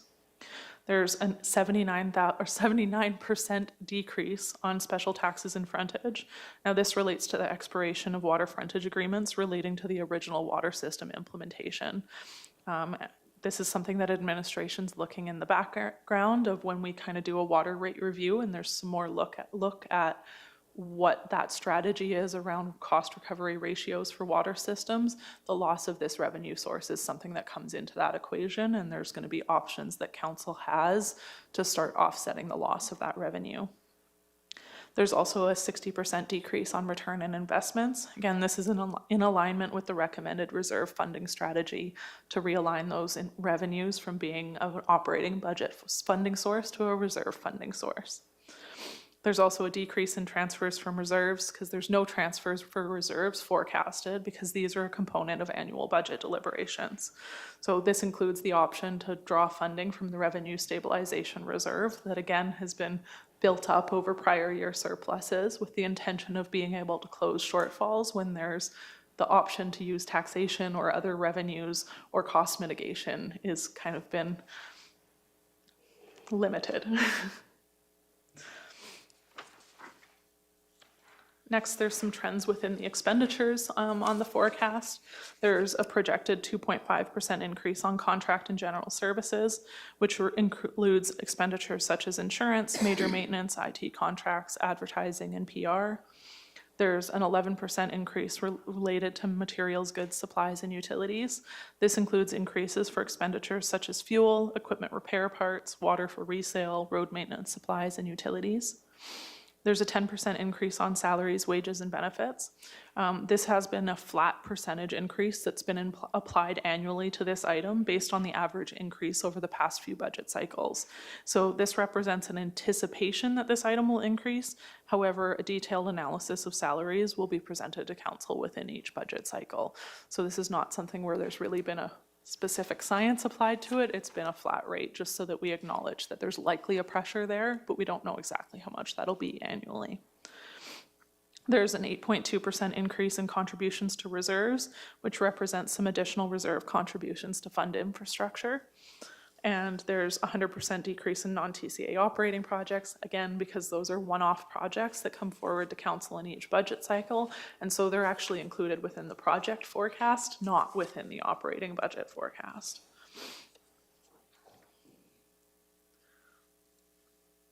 This slide moves on to the information that's included within Appendix F, which is the capital forecast. So what it does is summarize the total projects that are slated for potential council discussion in each budget cycle with 5 different categories. One being the replacement of existing assets, which represents the replacement of assets which have reached the end of their useful life and are required to maintain service levels. There's the maintenance of existing assets, which represents maintenance of assets which are required to maintain existing service levels but are not or will not be performing as required. There are new assets, which represent assets which don't currently exist within the county's asset base, but will be requested in order to maintain service levels. There's one-time operating projects, which represent items which are not capital in nature, but either ensure administration is able to maintain existing service levels and/or facilitate and progress council's strategic plan. And then there's new initiatives, which represent new programming, which, if approved, would be included in the core operating budget in future years. This includes staffing requests, as well as changes to service levels or financial strategies. So again, these are forecasts, these are information that administration thinks are items that are going to come up for council in budget deliberations. But when the annual budget process goes forward and we look at reviewing these items, they're up for discussion on the internal side of whether they go forward in any individual year, whether they may move up a year, be deferred a year. And so those discussions always happen prior to the budget process, but this is our best estimate of the projects that might be coming up to council in the following years.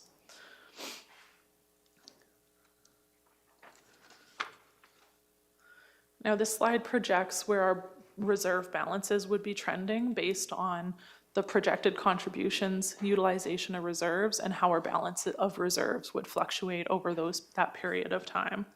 As council can see, there's a decrease in the projected balance over this period. Through asset management, and administration is working towards developing those optimal reserve balances and to identify that infrastructure gap that the county holds. So while this is where we're projecting things to go, there's lots of discussion and things that will happen in the background in order to determine which projects actually happen, which things go forward, how reserve contributions might be amended. So this is just based on the forecasted projects if all of them were approved, not anything, right? Because council can decide each year what projects actually go forward.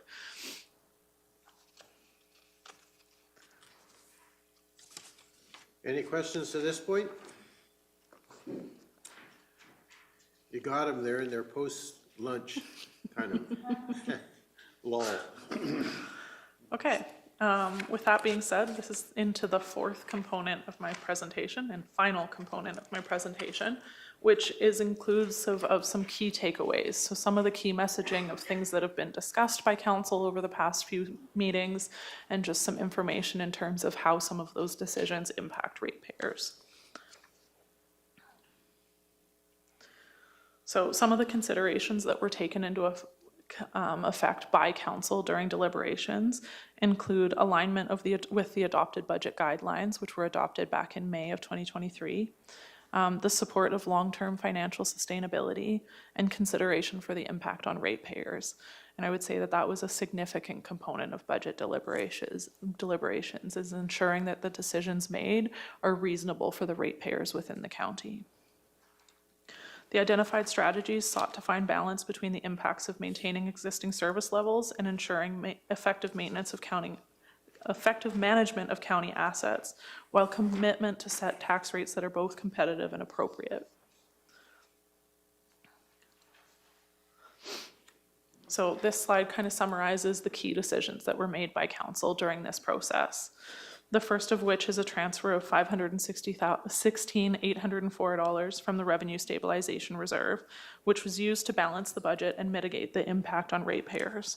Again, this is tied to how the Revenue Stabilization Reserve was created in the first place. It's been created out of prior year surpluses to ensure that when council hits this point where there's a shortfall that's not manageable to be absorbed by something like tax rate increases, we can draw from that reserve to ensure that service levels can be maintained and the impact to ratepayers is reasonable. There's also been an increase of 25 cents per cube of water sold through distribution systems such as bulk water, or including bulk water. There's a minimum increase of the annual property tax from $125 to $150. There's an increase in property tax revenues in alignment with comparable municipalities and with consideration for the impact on ratepayers. The next slide speaks a little bit to how that impact on ratepayers actually looks. There was a deferral of $33,000 of proposed new initiatives due to constraints within the budget. So those are items that administration put forward as requests through council that council has chosen to not adopt for this year.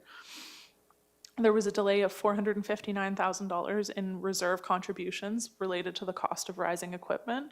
So that was originally proposed at over $900,000. And rather than absorb that into the operating budget in 2024, it was determined by council to be something that could be strategized over 2 years instead of the 1 year in order to limit that impact on the bottom line of the budget. There was also a reduction in the provision for allowances for uncollectible taxes by $150,000. And this was based on recent trending in the tax collection rates. Council will recall earlier on when we had those conversations back in November, that this comes with a little bit of risk, that number that were the $100,000 we're leaving in there is what we think is reasonable. But should there be a large tax account that becomes uncollectible, that might be something that would need to be funded out of a reserve in order to absorb that cost. But administration felt that it was reasonable to drop that to $100,000 and not keep that buffer within the operating budget based on the current information we have available to us.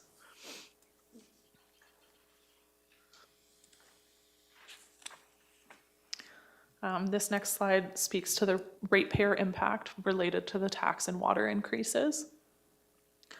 And I will note that final assessment numbers will be received in late February. So with that in mind, tax adjustments were made within the 2024 budget with consideration for the change in total taxation revenue.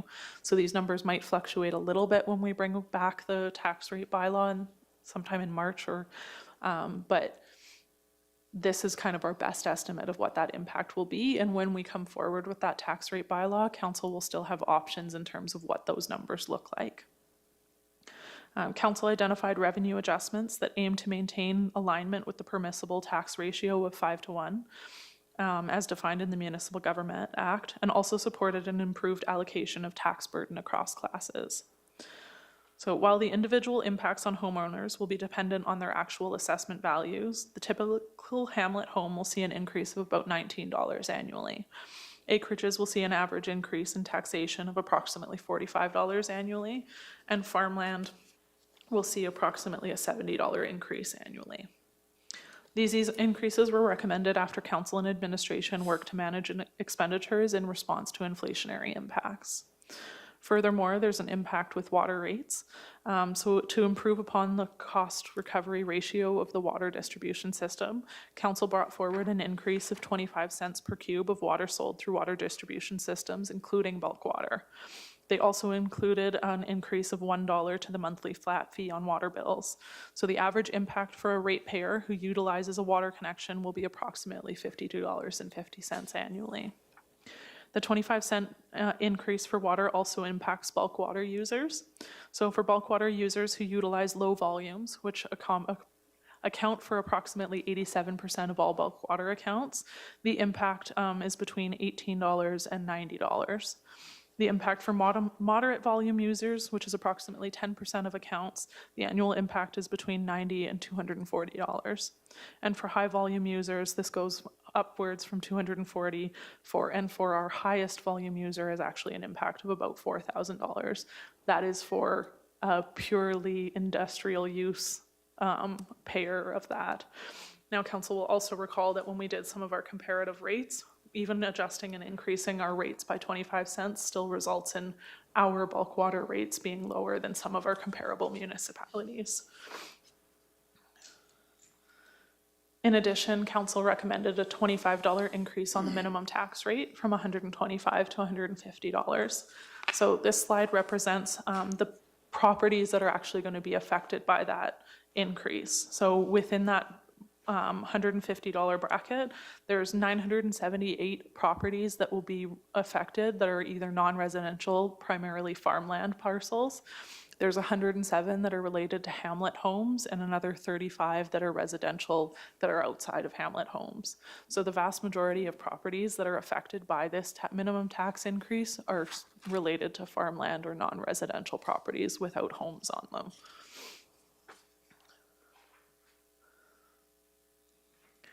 And that brings me to my final slide of the day. There are 5 motions on the table with this RFD for council's consideration. Councillor Forbes? So another question I had was, where would someone find, or what line item would you find the staff appreciation and their training? That is accommodated within various different budgets, some of which are within the HR budget, some of them were within individual budgets, some of that's within corporate budgeting, depending on what function that is. Okay. That doesn't really answer where I'm gonna find it, but I guess like the number itself, because they wanted actual numbers. But maybe you can get that for me? So go ahead, Mr. Hogan. In answer to that question, Councillor Forbes, like Ms. Van Merbach said, that's spread out throughout a number of elements of the budget. When we look at that, when you look at what you'd call staff appreciation, so you're looking at things like the Christmas party, et cetera, I'm assuming? Yeah. Okay, so with that, you're looking at, and these are approximations, you're looking at approximately $800 per staff member. For training, you're looking at approximately $3,000.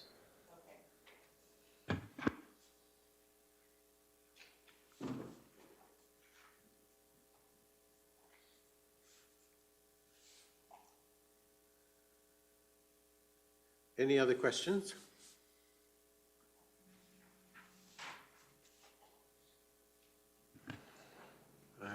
Mr. Hogan, go ahead.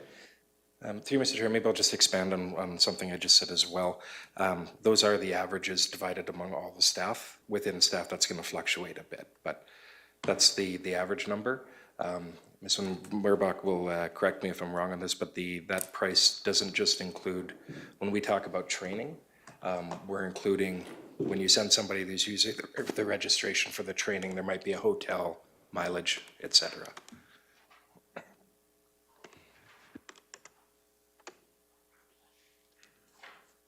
Okay, any other questions, comments, discussion? Through the chair, I have the answer to a question that was previously asked. Yeah, go ahead, please. To date, we're at about $914,000 spent on fuel. That's to October 31st. 914,000. To the end of October. Mm-hmm. With a total budget just over $1 million. That's in 2023. And so that $1 million will incur the other 88,000 that I saw?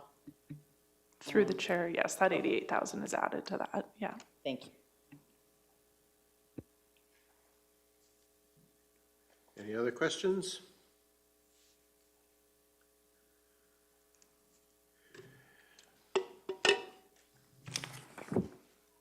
If there are no other questions, are we prepared to make some motions? Councillor Forbes. Well, I had asked for some actuals on each department and I've not received them, so I don't know if someone can quickly get that for me before I start making decisions on this.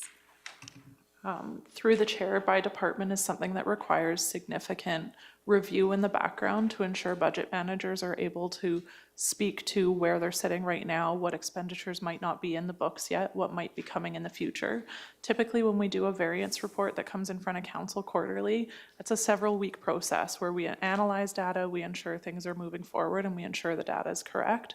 So we haven't got that by department at this time. What we did is project and put forward what we're at based on a whole aggregate at the bottom line of the whole organization. Go ahead, Councillor Forbes. And I fully understand what you're saying there, but I have some people that would like that broken down, and that's why I requested it last Wednesday. The unfortunate part is I got what you just mentioned as opposed to little. So I guess since I can't make a 100% complete approval of stuff without that information, I'm not sure where I'm standing right now. I would ask that, and I'm not sure if it's possible, that moving forward any budget, could I get the actuals attached to it from when we first start?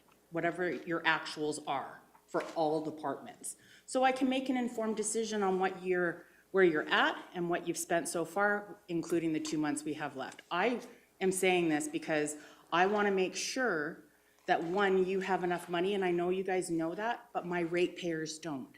And that's the explanation I'm looking for them. And not just mine, everyone's, by the way. Through the chair, absolutely, that's something that can be accommodated. And typically at this point, we would have put forward a Q3 report as well to council. Just due to some staffing constraints, that wasn't something that was feasible this year, but typically that would be something that council would have available to them during this process. Okay. Mr. Hogan, I'm sorry. Through Mr. Chair, to build on that, what we were able to put together was the Appendix G that Ms. Van Burbach indicated. What that shows is that when we look at those abnormalities in our budget, across the entire county's organization, we're looking at approximately a 4.12% variance from budget. That is about the very low end of comfortability in that. And a lot of that, as we've seen, was driven by a surplus in salary positions. And you'd see that spread out across all of the departments. The process that we've gone through over the past 4 or 5 years in the budget is to really tighten up those areas of the budget so that the departments are in areas where we've had, say, more money budgeted than what we've, say, typically needed, or where we could tighten those up. And those were referenced earlier in the presentation in terms of when you look at that graph that what we've been doing has been going up less than inflation, is because we found those areas within some of those departments to repurpose to areas that needed them, or council initiatives, or as whatever it is as the case may be, as it comes up. So we can develop those other numbers. That'll take a while. The grand story behind though is that when we look at the additional investment revenue and take that out of the year-end surplus, when we look at the salary overage, which we would expect to not incur in future years, or salary surplus, I should say, not overage, is that we'd look to not incur in future years. The estimated surplus that we're looking at is about 0.39% variance from budget. And so that is, from my perspective, to be blunt, that's far too tight. Go ahead, Councillor Forbes. And that is what I'm worried about, is how tight have we made this moving forward, but still being able to make it affordable for the ratepayers that would be ultimately on the hook for this, and I'm one of them. Mr. Hogan, do you care to comment? Well, I think to that end, it is something that when we've asked the budget managers to, I say strike a balance, but we have leaned one way to make sure that we want to be tight, but not too tight. In some areas, we've identified that we have gotten too tight. We've adjusted some of those in the 2024 budget. So probably the big one would be that materials like shop supplies and stuff like that. So in the 2024 budget, as an example, we still have budgeted to spend less money than we did actually in 2023, even though we know that one was over, right? So, but when we do that analysis that's being talked about, is we look at that and say, well, what would we expect to incur. You know, this old piece of equipment's no longer part of the fleet, or, you know, we're looking at, you know, some one-off repairs. So I think there was some repairs we did to the compactor at the landfill, as an example. We'd anticipate not to do those again, and we have one of those. So we didn't, when we look at the 2024 budget, we didn't see the need to go to the full amount that we'd expended in 2023, but we did see the need to increase that budget, and you guys have seen that in the bit. So we try to strike those balances to make sure that we're not far over budget, and when we track that historically and look back, that's what gives us that ability to do some of that analysis and say, was this a weird thing that happened one year, or has this been a trend, or what's driving this, right? And council's seen that impact in a number of different ways. So when we look at fire equipment as an example, you know, we're having units that we bought when I first got here in 2019. We're buying the same units for a different department. They're $300,000 more than they were then. And we look at the price of steel has gone up 22%, and now it starts to make, we don't like it, but it starts to make sense why we see that escalation. So we do try to build those in. We have tried to repurpose a bunch of money, but we are getting to, we're at the point where it's like I said, it's in some ways it's too tight. One of the things that we'd look for is if they're, you know, going forward, we've been able to find a bunch of efficiencies. There might be technological changes in the future that allow us to find greater efficiencies, but of course we can't bank on those today. So there might be opportunity there, but really if we're looking at where we want to, say, reduce areas of the budget, then really administration's looking to council, say, which service levels do you want to start tinkering with? You know, and we've done that along the way as well. So I think it was 4 years ago as an example. We used to actually offer free Wi-Fi out at Keevers Lake. That was costing the county, I think, between $14,000 and $15,000 a year to provide. We adjusted that service level and took that away. And I don't believe we've heard a single complaint about that since we did that. So we just said, okay, and never put it back in. That $14,000 wasn't necessarily given back, but it was redeployed within the budget to another area that was underfunded. And so that's the exercise we've been going through since, well, at least 2019, but even a bit prior to that, to change up those things and find those areas. But it is, you know, a lot of those areas are tight. Some of those areas right now we still have some assessments to do on them, but those changes are not going to be, you know, you might see a little bit of movement, but they're not necessarily going to be needle movers. Go ahead, Councillor Phopes. And it's on the equipment, the trucks being, and this was actually from one of my ratepayers. He was requesting, how do you justify $4,000 on a sale of a truck? Because I would buy all those trucks and sell them privately for more than the $4,000 that you're saying they're gonna sell for when you come to the end of their life. So where does the $4,000 come for on the sale of a truck? Because we know they're not $4,000 right now, depending on your use of your truck. They saw that in the budget. I also saw it and was questioning it, so. Through the chair, I can respond to that. Those end values are not necessarily what we're going to sell those units for. They are not a list price by any means. They are purely a number that has been allocated when that item was purchased or potentially updated on what we guess we might get back. Now, if things have changed in the last few years, absolutely. So we do not sell those units for the price that is listed as end value on that capital equipment plan. Thank you for the clarity. Sure, go ahead, Mr. Zier. If you don't mind, thanks. Through the chair, just to kind of add to what Ms. Mirbach did there, definitely we see huge fluctuations in sales of equipment, and to not necessarily rely on that in our budgeting process here is the whole reason why they go back into reserves, because case in point, we sold a couple of graders last week. Significantly less value than I thought we would have gotten had we projected it 2 years ago. If we would have put that value that I thought we should have got on those graders into the budget as that, we would be at a shortfall. So that's where we do need to have that fluctuation and really, again, go conservatively on these things, because we just don't have the answer on that. There's so many parameters, time of year. We strategize when we do dispose of these equipment to the proper auction houses, to the proper methods that we've seen success in the past. That not necessarily gives us the direction or the result that we're looking for every time. So that's the reason behind some of that. Thanks you. for the explanation. Okay, so where are we sitting? We have some decisions to make or not, and so I guess I'm looking for direction.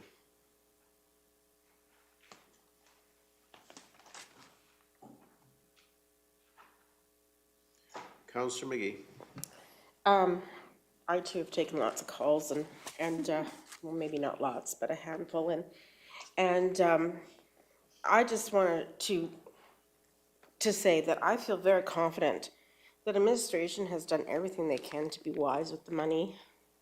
They have found ways to, I just happened to notice we had a budget considerably higher in 2016. I happened to pull it up just to see what we did.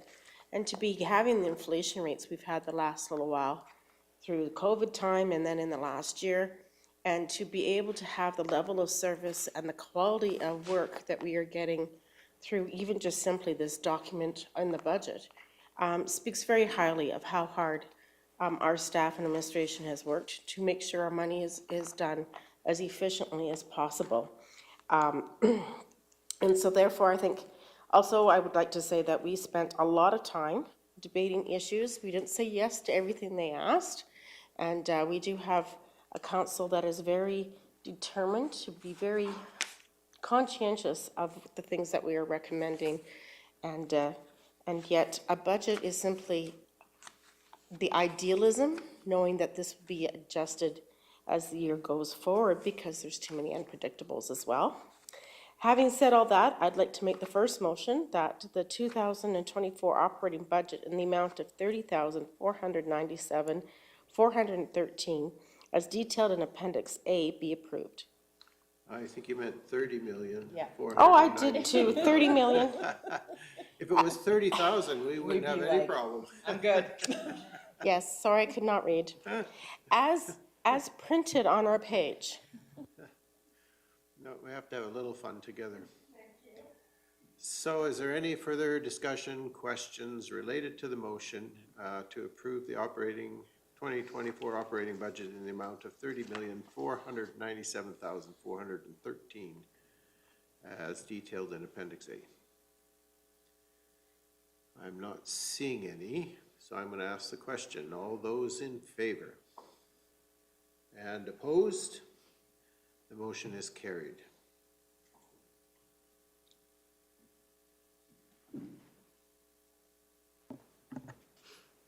Councillor Penner. I just want to say thank you to council and staff. Unfortunately, this year I was not here through a lot of budget. I was away, but I did go back and look at it, and there was some great discussions. There was a lot of cuts made, and I thank staff and management for going back to their teams. But yeah, kudos to you guys for pulling this together. It's not easy doing budget. And in saying that, I'd like make the motion that we transfer from reserves and contributions to reserves as detailed in Appendix B be approved. Okay, again, we have a motion that the transfers from reserves and contributions to reserves as detailed in Appendix B be approved. Is there any further discussion around that particular motion?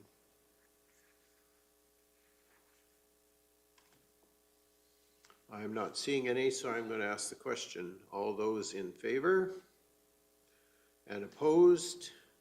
Motion is carried.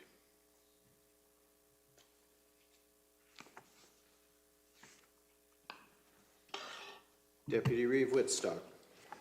And I too would love to give kudos to staff, administration, and council. And I would move that the 2024 operating projects and funding sources in the amount of $364,100 as detailed in Appendix C be approved. Okay, so the motion is that the 2024 operating projects and funding sources in the amount of $364,100 as detailed in Appendix C be approved, and these were all discussed through our process. Any further discussion, questions, comment? I'm not seeing any, so I'm going to ask the question. All those in favor? Opposed? And that motion is carried.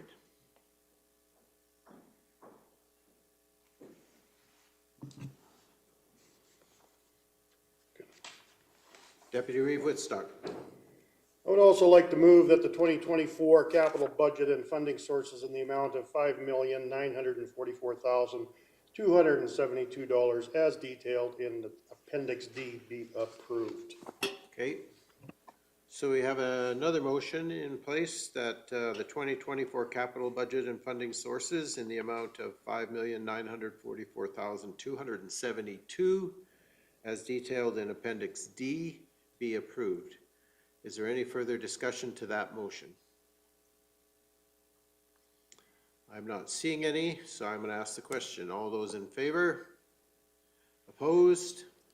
And that motion is carried.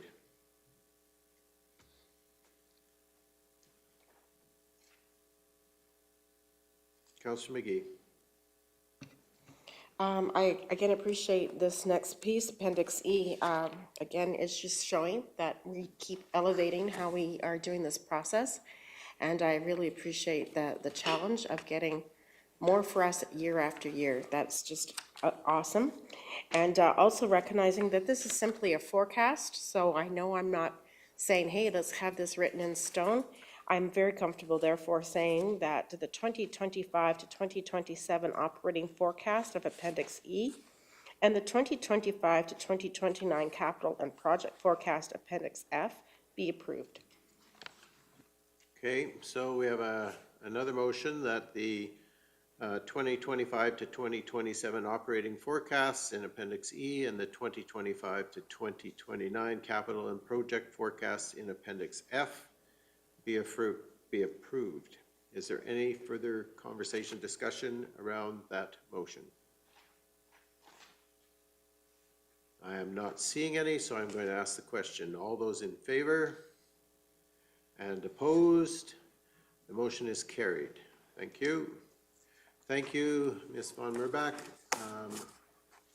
Great information, very detailed, and thank you for your responses to the questions that were posed to you throughout this process. It is greatly appreciated. I just want you to know that, and I'm very thankful for your continued patience with us as council. So thank you very much. Thank you. Before we move on in our agenda, I'm going to suggest that we take a brief recess. And so maybe before, where are we at in the process as far as the AUC is concerned? There was about 10 minutes when I walked in previous, and then they did spend about 15 minutes questioning the previous speaker. So Okay. So now we've got 9 minutes for questions. 9 minutes in their presentation? In their allotted time. In their allotted time? Okay. Okay, so we potentially have time to move forward then.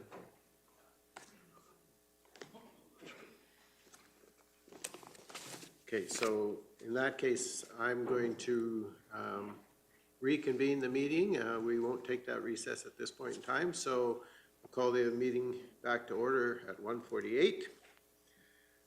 Based on the information in front of us, and we would then be at 7.1. Actually, Ms. Hazelton, I heard earlier that you might have to leave us. Did you want to deal with Bylaw 1889 at this point, or do you want to? Is that okay with council? Perhaps we could do that. So if you don't mind, Ms. Hazelton, if you would join us, and we'll do 8.1, Bylaw 1889, Land Use Bylaw Amendment, and Disposition of Delegation and Public Hearing Business. Perfect, thank you, council. As you're aware, we've been working on a bylaw amendment, Bylaw 1889. So again, this was out of council concerns for several things that they had regarding renewable energy projects. So you did direct us as administration to initiate an amendment to the Land Use Bylaw 1808 to revise the sections relating specifically to wind and solar renewable energy. Council further scheduled a committee of the whole for July 18th to discuss what they would like to see included in these proposed sections. And a draft bylaw was presented to council at the July 25th council meeting. Additional amendments were made based on the direction of council at this meeting. Revisions have continued over the last several months. These revisions will replace sections 71 and 74 in our current land use bylaw. These amendments are directed at protecting the high classification farmland as well as environmentally significant lands that fall within Kneehill County. The amendments also address setbacks and provide a list of information required to be submitted with an application. We have provided a revised bylaw 1889 as per the direction received, and it is attached to your package.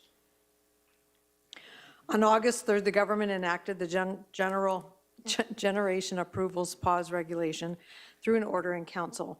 Under this regulation, the AUC is prohibited from issuing project approvals related to renewable energy until March 1st, 2024. During this pause, the AUC will initiate an inquiry into policies and procedures for the development of renewable electricity generation. Currently, that's happening. More specifically, the inquiry will inform government policy decisions around the ongoing economic, orderly, and efficient development of electricity generation in Alberta and will look at issues including the development of power plants on specific types or classes of agricultural or environmental land, the impact of power plant development on Alberta's pristine viewscapes, mandatory reclamation, security requirements for power plants, and development of power plants on lands held by the Crown, the impact of the increasing growth of renewables on Alberta's generation supply mix and electricity system reliability. We are on target to complete this bylaw amendment prior to the expiration of the pause. It should be noted that the outcome of this inquiry may impact policies and procedures currently in place at the AUC, and it may also impact the process and policies of municipalities. Advertising and a public hearing were held in accordance with the requirements of the Municipal Government Act. Administration is open to any additional amendments council would like to make to this bylaw. And again, this was drafted in-house, so there were no additional financial costs. Okay, thank you for that. Is there any question, discussion, conversation around the land use bylaw 1808 amendment known as bylaw 1889? Any further conversation or discussion? Councillor Forbes? The people that showed up for the open house, could you just explain what the AUC or what the province has done to put the moratorium on, that the county is not in the same liberty to do such? Correct. So the pause has been put on by the provincial government. At the end of the day, the jurisdiction still lies with the province for anything that we do. So we still have to be seen as, I mean, the province eventually is going to tell us what the boundaries are to what we can and can't do. And so we are going to be limited in that regard. We just don't know what they're going to say yet until we get past that deadline. But at this point in time, the way the legislation is, we are unable to enact a moratorium. Okay, any other questions or discussion? Councillor Cunningham. So again, I just want to thank the people that came out. It was amazing to see such a nice crowd and for people to be engaged. I always wish we could hear from the people that are interested in these projects, because unfortunately, I personally just don't hear anything from them. So I wish they would bring their voice to the table, but anyhow, it is what it is. A couple of things came up for me that I think I would like to explore. It was brought up about potentially the town of Three Hills landfill site. I think we have spoken about there is better places for some of these projects, and that potentially could be one. I don't understand that fully enough. Like, if it's because it's a municipality, it may not apply. Just in a brief conversation afterwards, but I just wonder if that's something maybe we want to examine a little bit further. There was a lot of comments as well about whether our setbacks are enough, and I'm wondering if that is something we give more credence to. There was some folks that spoke to, and I do know one is a veterinarian, that they're talking about the impact on livestock. We do have a lot of livestock producers in that area, and we also do have an alpaca farm as well. So I'm wondering if we should maybe give more thought to some of those points. Sorry, Barb. So the process as we're sitting at today, there is still, the bylaw until we do third reading is still open. And Correct. I guess the reality is it's a living document and always up for review.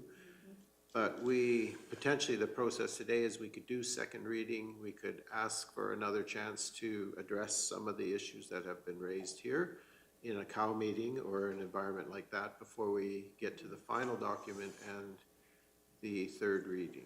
Am I correct in that interpretation? Correct. Okay. So really it's up to us as council in terms of what we decide is the process that we want to follow. And certainly based on what we heard today, maybe there is room for some further conversation around where we might want to go related to some of the things that were brought up. So by giving second reading, we're not preventing any further amendment to the bylaw. By doing third reading, well, then we start the whole process over. Correct. Councillor McGee. And I think the points that have been brought forward are very much worth discussing. And at the same time, I feel this pressure of wanting to have this through third reading before AUC moratorium is done, or this is going to be all for naught. So having said that, I would be very comfortable with at least the second. So I would like to give second reading to bylaw, I bet my glasses on so I read correctly, to bylaw 1889 is presented for the amendments to replace sections 71 and 74 of the land use bylaw 1808. So the moratorium ends in February, I believe, of 2024. So we would have time to address some of those issues through the January council timeframe and even into February if we had to, and still get third reading done. Mr. Gannon. Thank you through the chair. That was great information. I'd also like to thank everybody that came and provided us some feedback. Some of the information that was provided is not normally in our general realm of understanding, which may take significant amount of resources and research in the background to properly inform council, as those weren't areas of consideration, as you can see previously. So we're not sure the resources that the participants mentioned, but we're willing to explore and find what information is out there and present that back to council. I just want to caution it may take some work. We're not sure which avenues where we need to find that information, but we're up to the challenge. Okay, so is the moratorium come off at the end of February? Oh, yeah, March 1st is when it's back.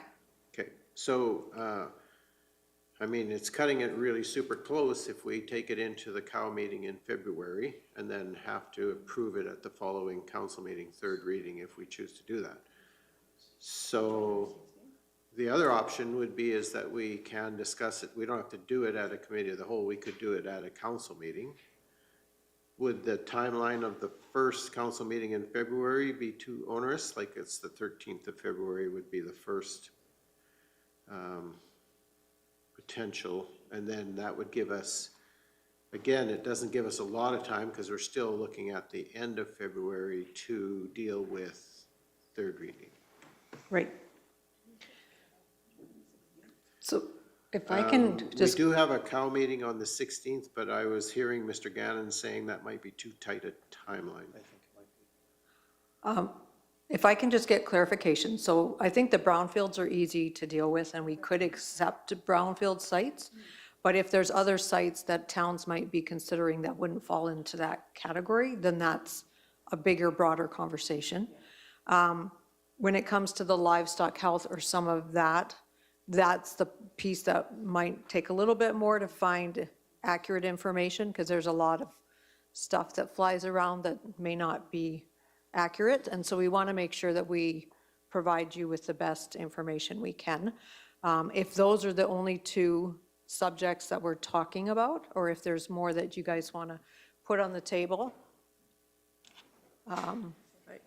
You'll have to excuse me, and Deputy Reeve, you're in charge. I would say setbacks. We need to look more into the setback.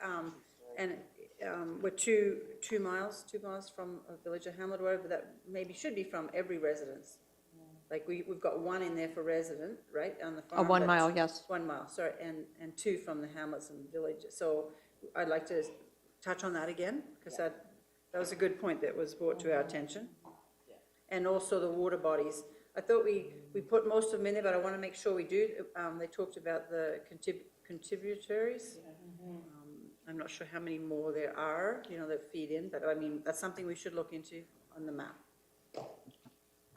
Sorry, and if we're looking into livestock, I just want to address the question about on us as people as well. Because one of the residents is surrounded by it, and I want to make sure that we're addressing that concern for them as well. Okay. Go ahead, Mr. Gannon. Thank you, and through the chair, those are going to be complicated questions to answer, and levels of authority of who's prevalent to make those decisions or who has that information. So we will do our best to present everything that we can that's factual coming from known bodies. But at the end of the day, I'm not sure what level of success we're going to have, but we will do our best to bring this forward. As far as the tributaries, you know, there are many different sizes of tributaries, different impacts to tributaries. If we say that every tributary in the Kneehill County area is going to have this form of setback, it might be perceived as being unreasonable. And I can understand the extent of what we're trying to do and accomplish, but I also want to set council up for success and understand the potential view that may be coming. We're not sure where any of this is going to go. The process is new as well. We're more than happy to go down that path, but if we're looking at including the tributaries, are we looking at certain tributaries? Are we looking at all tributaries? It's going to create a significant amount of work. And then are we looking at tributaries that are still there or that have potential of reactivating? Some dry up within a certain amount of time, some come back into, depending on the conditions out there. So we're really crossing into an area that we want to provide the proper product, but unsure of, you know, to what extent, you know, it's council's wish to explore and give that information forward. My thoughts are tributaries, anything downhill is a tributary. And we're not gonna go there, in my view. I mean, there are some named water bodies, but they're seasonal also. And I think if it's seasonal, what is the point of naming it as a tributary if it's not flowing? We have named creeks and rivers through the county, and those are the ones that generally flow year-round. And again, going back to tributaries, I don't know how the heck you would determine what a tributary is, because anything downhill from a hill could be saying, well, it's a tributary to that slough that goes to that slough. It's just, we're getting too deep in this, as far as I'm concerned, because birds don't sit in those tributaries when there's no water, not even fish. Well, and we did work hard on that with making sure we identified our bodies and our streams and added numerous to them. So we did work, you know, on that. So I'm happy with what we have in place right now, but I just want to make sure that there is no major tributaries that should have been identified, which I don't think there is, but we better make sure. Okay, yeah, we can do that. Councillor Cunningham. So I think, and yeah, this maybe isn't in our realm, as you mentioned, but I do know they noted Scott Sear, and he is an MLA in the Bonnyville area, and he's the one that's come out very publicly, and I think it's quite a large document that he's presented about the 15-kilometer from humans and livestock. So I think that's where some of that information was coming from today. I have seen that. One thing that I kept hearing every time someone got up was they want the town hall type of meeting, and I hear that time and time again from people. Do we have the ability, I think it's in somewhere where we are asking them to show proof that they've held a public participation. Do we have the ability to ask them to host it as a town hall forum? So the challenge for us is if they haven't walked in our door yet, it's like walking in and saying, you have to have a town hall. So once they come in our door, we have a little bit more ability. AUC does require them to do a certain percent of that.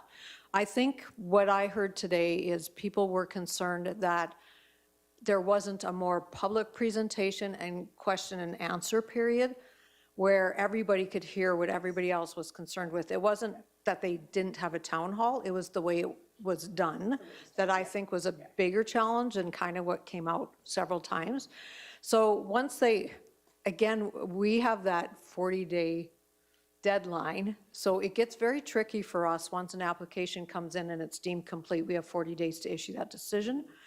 And so to get somebody to do something in that window of time we are very limited in that time. Not to say we can't make them have some, or our expectation is you will have an open house prior to coming to the Planning Commission. But it's tricky with how we put that in. That's all I want to clarify, because typically these things are happening before it walks in our door. Mr. Gannon. Thank you. Through the chair, I also want to, stipulate that our advisement notice of who gets informed may not be as broad as the expectation is out there as far as that process is. So if that's an expectation to move forward in that way, we want to ensure that we're respecting all development under the same mainframe and understanding. So if we're willing to do it for these said projects, we're expecting that from all projects to show that we're not being bipartisan in any way, that we're really putting the same expectations on all businesses or all potential developers that want to come to the county. So if there's some other mechanisms like that, they can be incorporated. But as our planner has mentioned, there are some difficulties with these files, as we're very aware of, that we're not the approving authority. We're the adjacent owners of moving through the file. So how we want to participate and how we want to send that information upstream so it can be listened to, or can be doing that, if that's where we're going to go and we feel that it's reasonable, I think that we will be heard under the current mainframe or understanding of what we're trying to get across here. And as we come to obstacles, this is a working document. If we require to come back, we will come back. We will work at it again, and we will make corrections as the environment changes and as council sees fit. Councillor Forbes. When we do decommissioning, do we have to have a road use agreement when they're taking this stuff down? If they're going to be hauling, I would say, you want to answer, if they haul, they would have to have I just something. know that that's not under decommissioning, that they would have to have a road use agreement. So that's why I'm just asking that question. Go ahead, Mr. Zerr. Yeah, thank you. So with our current process, any intensive hauls require that level of road use agreement. It's basically the assessment of the road condition, potential securities to protect that roads, and then pre and post inspection, that sort of thing. Councillor Cunningham. So yeah, I think I've said this before, but I'll reiterate again. I'm with that way with all projects. I don't care what you're building. I'm across the board with that. I have no problem with that. I think the confusion a little bit today is some of them believe that an application has come forward, when really there's no application, to my knowledge, that's come to the county or to the AUC. And when I speak at town hall, that's kind of, I think what they call it, is that where you have a speaker in the front and everybody sits and someone comes up to a mic. The open house, I think, is more of the way, just the mingling and mixing kind of. And so I guess just hearing from the people, again, that's the forum that they want to do. I understand that's a little bit tricky for the company. That's the cost of doing business. So I guess if they're interested in doing a project, you got to do her within that time frame. And like you said, who knows, in 2 months, 3 months, this could all change. This whole process could change and none of us know that, so, yeah. Correct. Councillor Penner.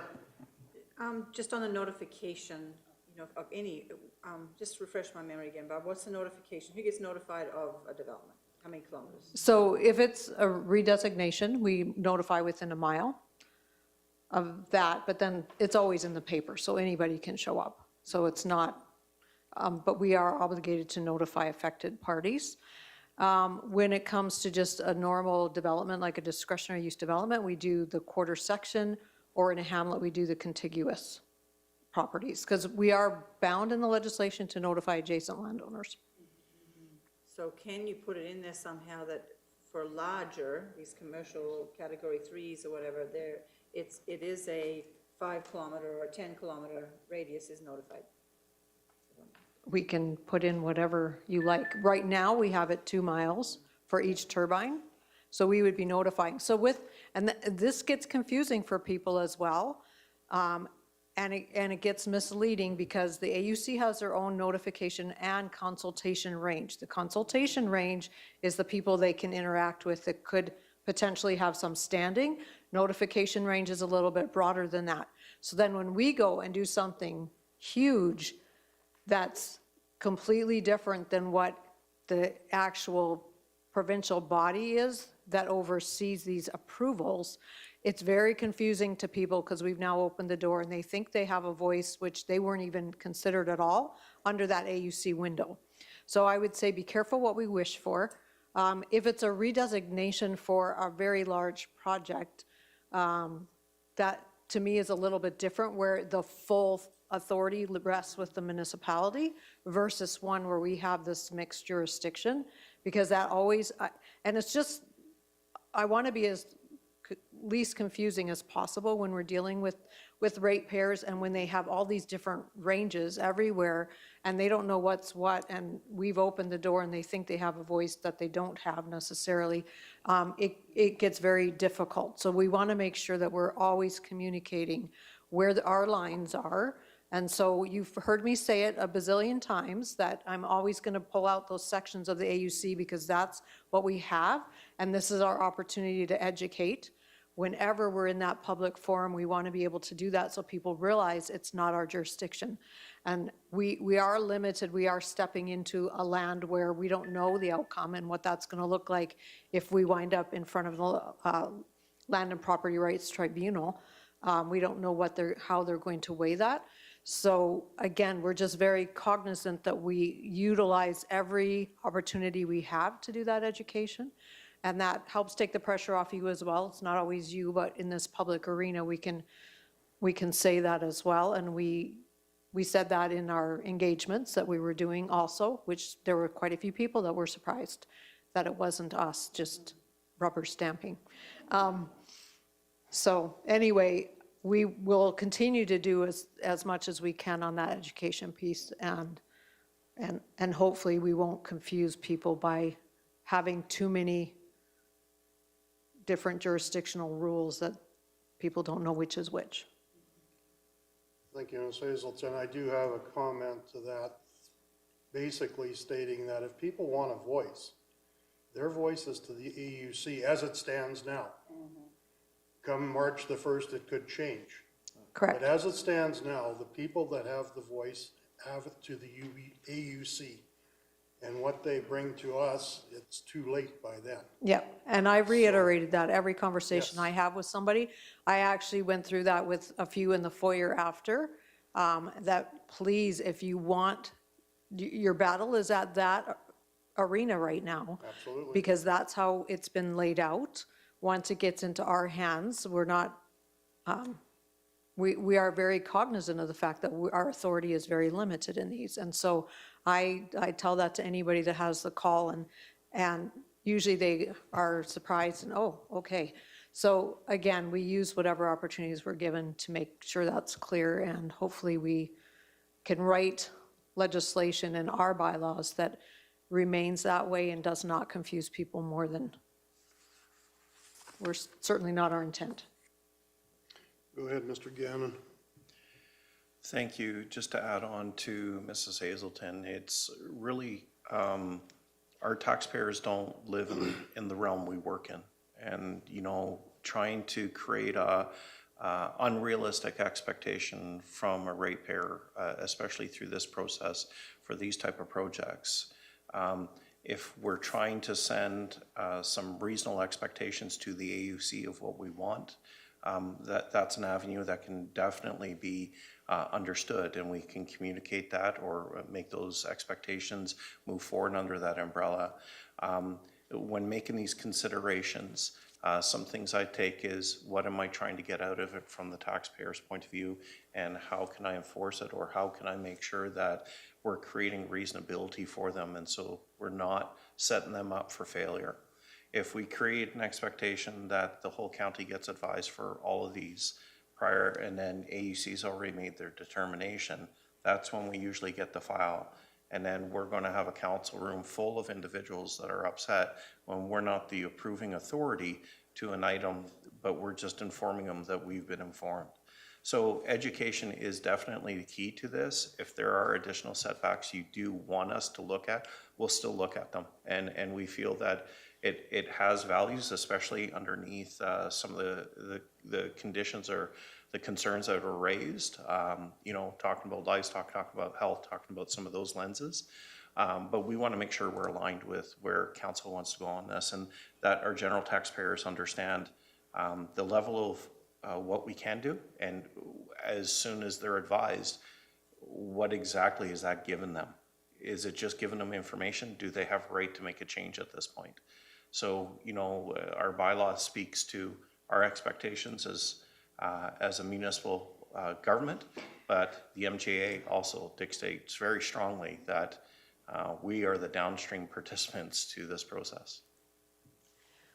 Councillor Forbes? And those are all really great comments, but I think the thing is with people, they just want to know that they're being heard. And so I'm sure a lot of people didn't understand that our land use bylaw didn't really address any of that, and that's why council made the choice to make it a little more robust, so that when the AUC looks at our land use, it says, oh, actually, they have a couple of concerns, and this is where they would like to see things go. If that's not in there, they think we're good to go with whatever happens to roll in that they can approve. We're speaking on behalf of the residents that we've spoken with before we started doing this that made me want to walk this path. So I just am saying this for information.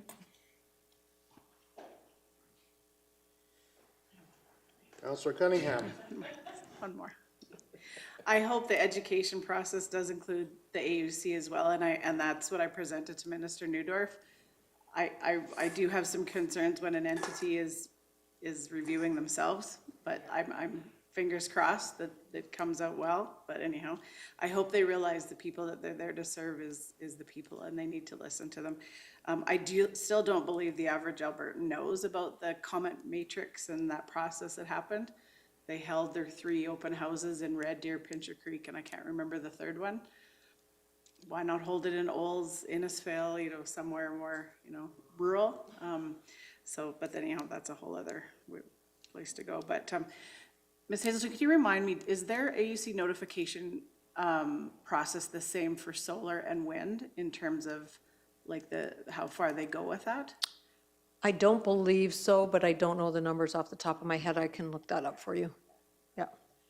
Because I think maybe Councillor Penner kind of sort of alluded to it. One solar site is very different to 70 turbines, potentially the size of the Calgary Tower, to the effect that I'm not going to lessen the effect that's going to have on somebody that's beside a solar, but I mean the whole cumulative effect of 70 turbines, massive turbines, is going to have a far-reaching effect. And so I understand that notification process, because even like we said, the people that live in the town of Three Hills will be somewhat affected by those. So, but again, I guess we wait and see what they're going to do or not do with their process. And I agree, and I'll look that up for you, and we'll bring that information back. One of the things that I would say that for municipalities to be taken really serious in these public interests is to really be very thoughtful, and reasonable isn't the best word to use, but if we're going to create a bylaw that you want to be taken seriously, then it needs to be about the lands that we have here and the reasons that we want to protect these lands, and it needs to be based on something well justified. If we get crazy and we wind up saying, you know, prohibiting it, we're pretty much everywhere except, oh, there's a square piece up there, I don't think it's going to be taken as serious. So it's better off to do something that's really reasonable and justifiable from your perspective as council, because I do think that will be held in higher esteem than municipalities that just want to, and I'm just saying that from other government agencies that have dealt with this public interest piece for a long time. If a municipality is over restrictive, they're like, yeah, too bad. And then they're not considered very highly when those are coming. So again, it's a interesting line to walk, but it's just one that I think there's value in doing that on that provincial level.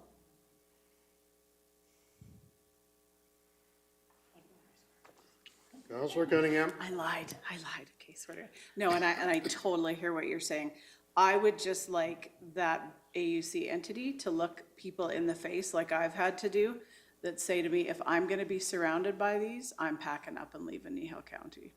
And that's what I wish, in the public interest, they would have those conversations with people.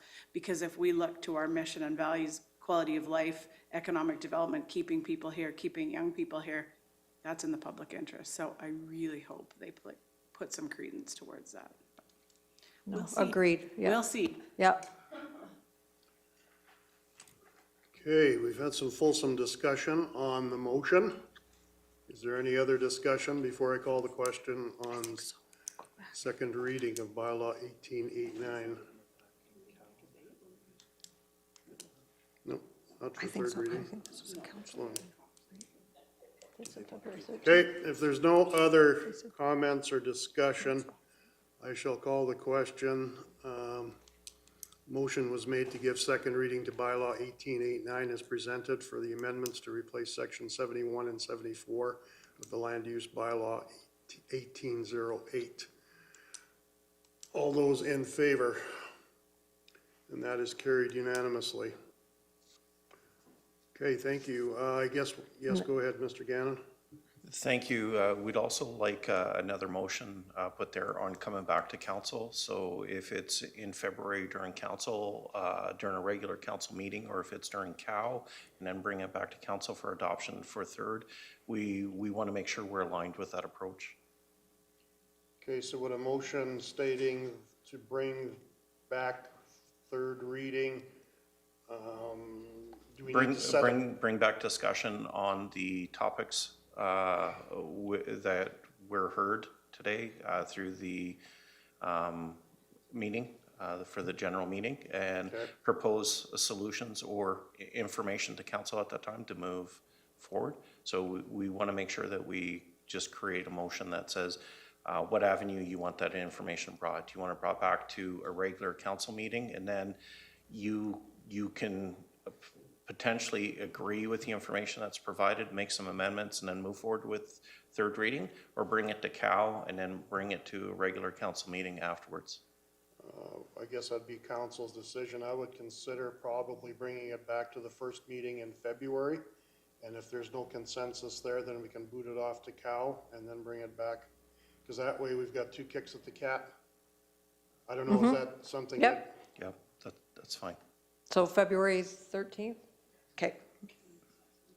Go ahead, Councillor Cunningham. Is it too much to ask to do like the cow on January 16th and not like to have the whole thing like figured out, but like there is some information like with like the municipalities and stuff, like so maybe just to bring some of that back so that for when we meet in discussion. February it's not a. Thank you. The hard thing that we're getting through now is having the Christmas season and being able to get any of that information before people leave on holidays and are able to pull it. So we can do our best, and if we're able to pull something together and we feel we have the opportunity to do that, we will bring it earlier. But I don't want to bring something that's not fruitful in front of council at that time. So if you can provide some leniency for us to see if we can find the information, and if we do, we'll definitely speed up the process and bring it in January. But if we can't, we can also inform council at that time that the information is just, it's not becoming easy to find. I think that cow is sandwiched in between the two public engagements too, right? Oh. That's the only, Good point. Good point. Yeah. because I think we have a Wednesday, then it's next Tuesday, and then the Wednesday You're after, right, cow? I was just thinking, because, you know, sometimes when you folks bring us this boatload of information, which is amazing, then it's kind of so much for us, but if we kind of had a piece of it on January 16th and kind of digest that and then carry on in February. I think if you want a more casual discussion on the January, we can certainly do that. We just may Right. not have enough data. Absolutely. But it Yeah. might direct us a little bit differently. Right. That we can collect some more of that. But in the middle of all that public stuff, it might be tricky. Councillor McGee? So yeah, I would like to suggest an update on that so that we have a chance to discuss part of it or whatever. So just an updated cow and then a more wholesome Okay. piece on February 13th. So to bring back an update on bylaw 1889 to the cow. To January's cow. Yeah. Yeah.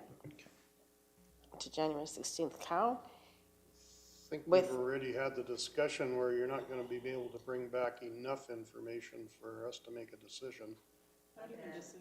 Wholesome discussion for February 13th. So we're doing a two-part. Because, so it would be an informative meeting for the planning staff to know what to bring for the 13th?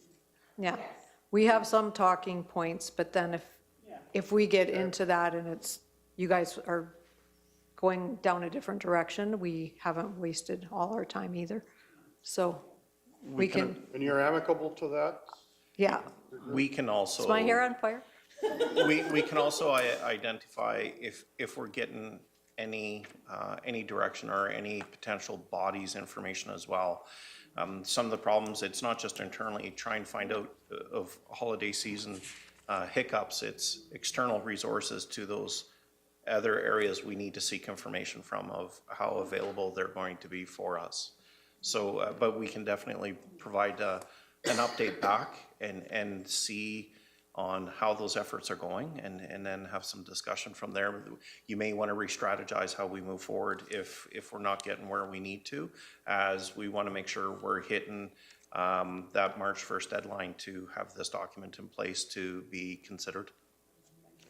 Okay, so the way the motion is on screen right now, do we need the second half of that motion? Or are we just gonna be good with bringing an update to the January 16th meeting? Go ahead, Mr. I believe the motion as it stands would be good because we can't make a motion in committee of the whole, so it gives us direction for future days. We do have another meeting at the end of January, am I correct? No? No, we don't? No. Hot damn, another holiday. No. Oh, right, we're in Lethbridge. All right, okay, Yeah. okay. Okay, so we will leave the motion the way it stands. Councillor McGee? And I'm willing to say that I made that motion. Because no one's made a motion yet, right? We've just discussed what it should look like. You're making it. So I'll make the motion. All right. Okay, so the motion reads that council direct administration to bring back an update on bylaw 1819 to the January 16th, 2024 committee of the whole meeting, and to bring back a further discussion to the January 13th, 2024 council meeting. Is that the way you would like that motion to read? Okay, is there any discussion to that motion? Seeing as not, all those in favor? That is carried unanimously. Boy, beat that one to hell. Okay, so we are now to, let's go to council follow-up action list. Seeing as how there are a couple of council and committee reports, what? Yes. 7.1. Oh, sorry. Boy. I know we've been all over today. It's true. It's just a number. Okay, so the next one we're bringing up is 7.1 Subdivision and Development Appeal Board Members at Large. And who is taking this one, Ms. Vanderkool?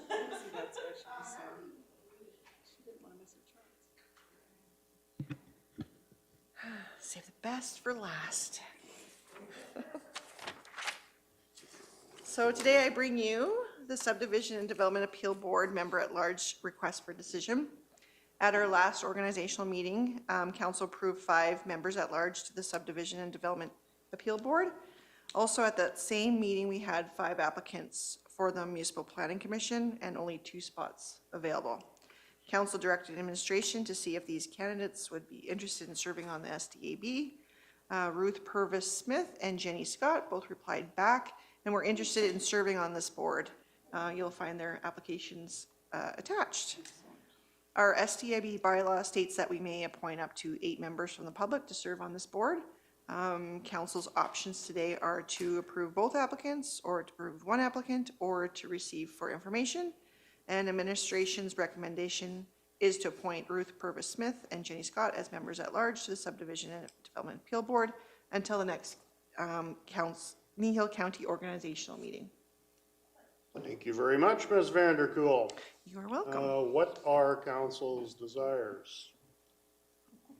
Councillor Penner. I think it's awesome that they've let their name stand, and so I'll make the motion that council appoint Ruth Purvis-Smith and Jenny Scott as members of large to the Subdivision and Development Appeal Board until the next Kneehill County organizational meeting. Okay, we have a motion before us. Is there any discussion to that motion? I shall call the question. All those in favor? And that's carried unanimously. Okay, where do you want me to bounce around to now?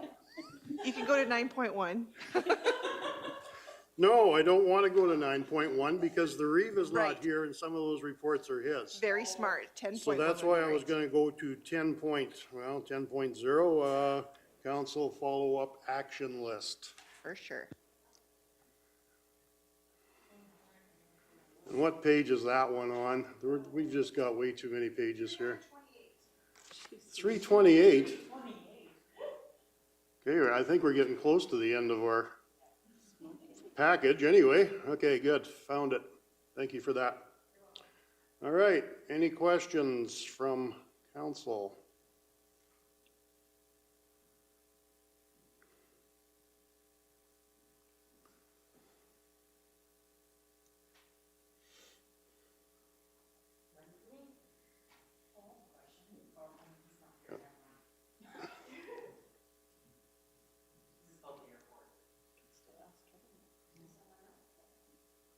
Ask the question.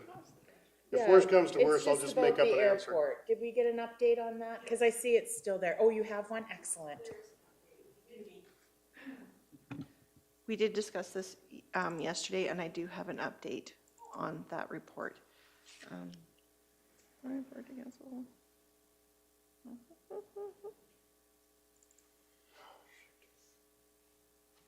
And I should have printed this out for you today. I apologize.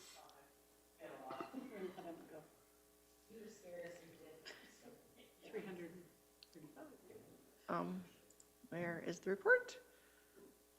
Hello. I don't know why it's not coming up. It's okay, we got lots of time. We're not going any place until everybody else gets back. Oh, look at that. It's like right in this little corner here. Okay. Airport.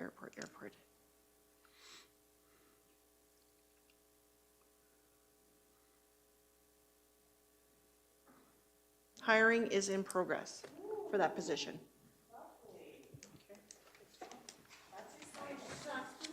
Okay, at this point in time, I relinquish the chair to the Reeve. Merry Christmas. So I'm not sure where you are in your process, so. Council action list, and then we're gonna go back to correspondence. We've been everywhere. We've been everywhere and you haven't taken a break? No. All right, we're in recess for 10 minutes. Because I need a break. No, I didn't speed read. I thought Ken was tough, but it's actually Jared. I even had 2 minutes and some seconds left. Did you? Good job. What was that, Ken?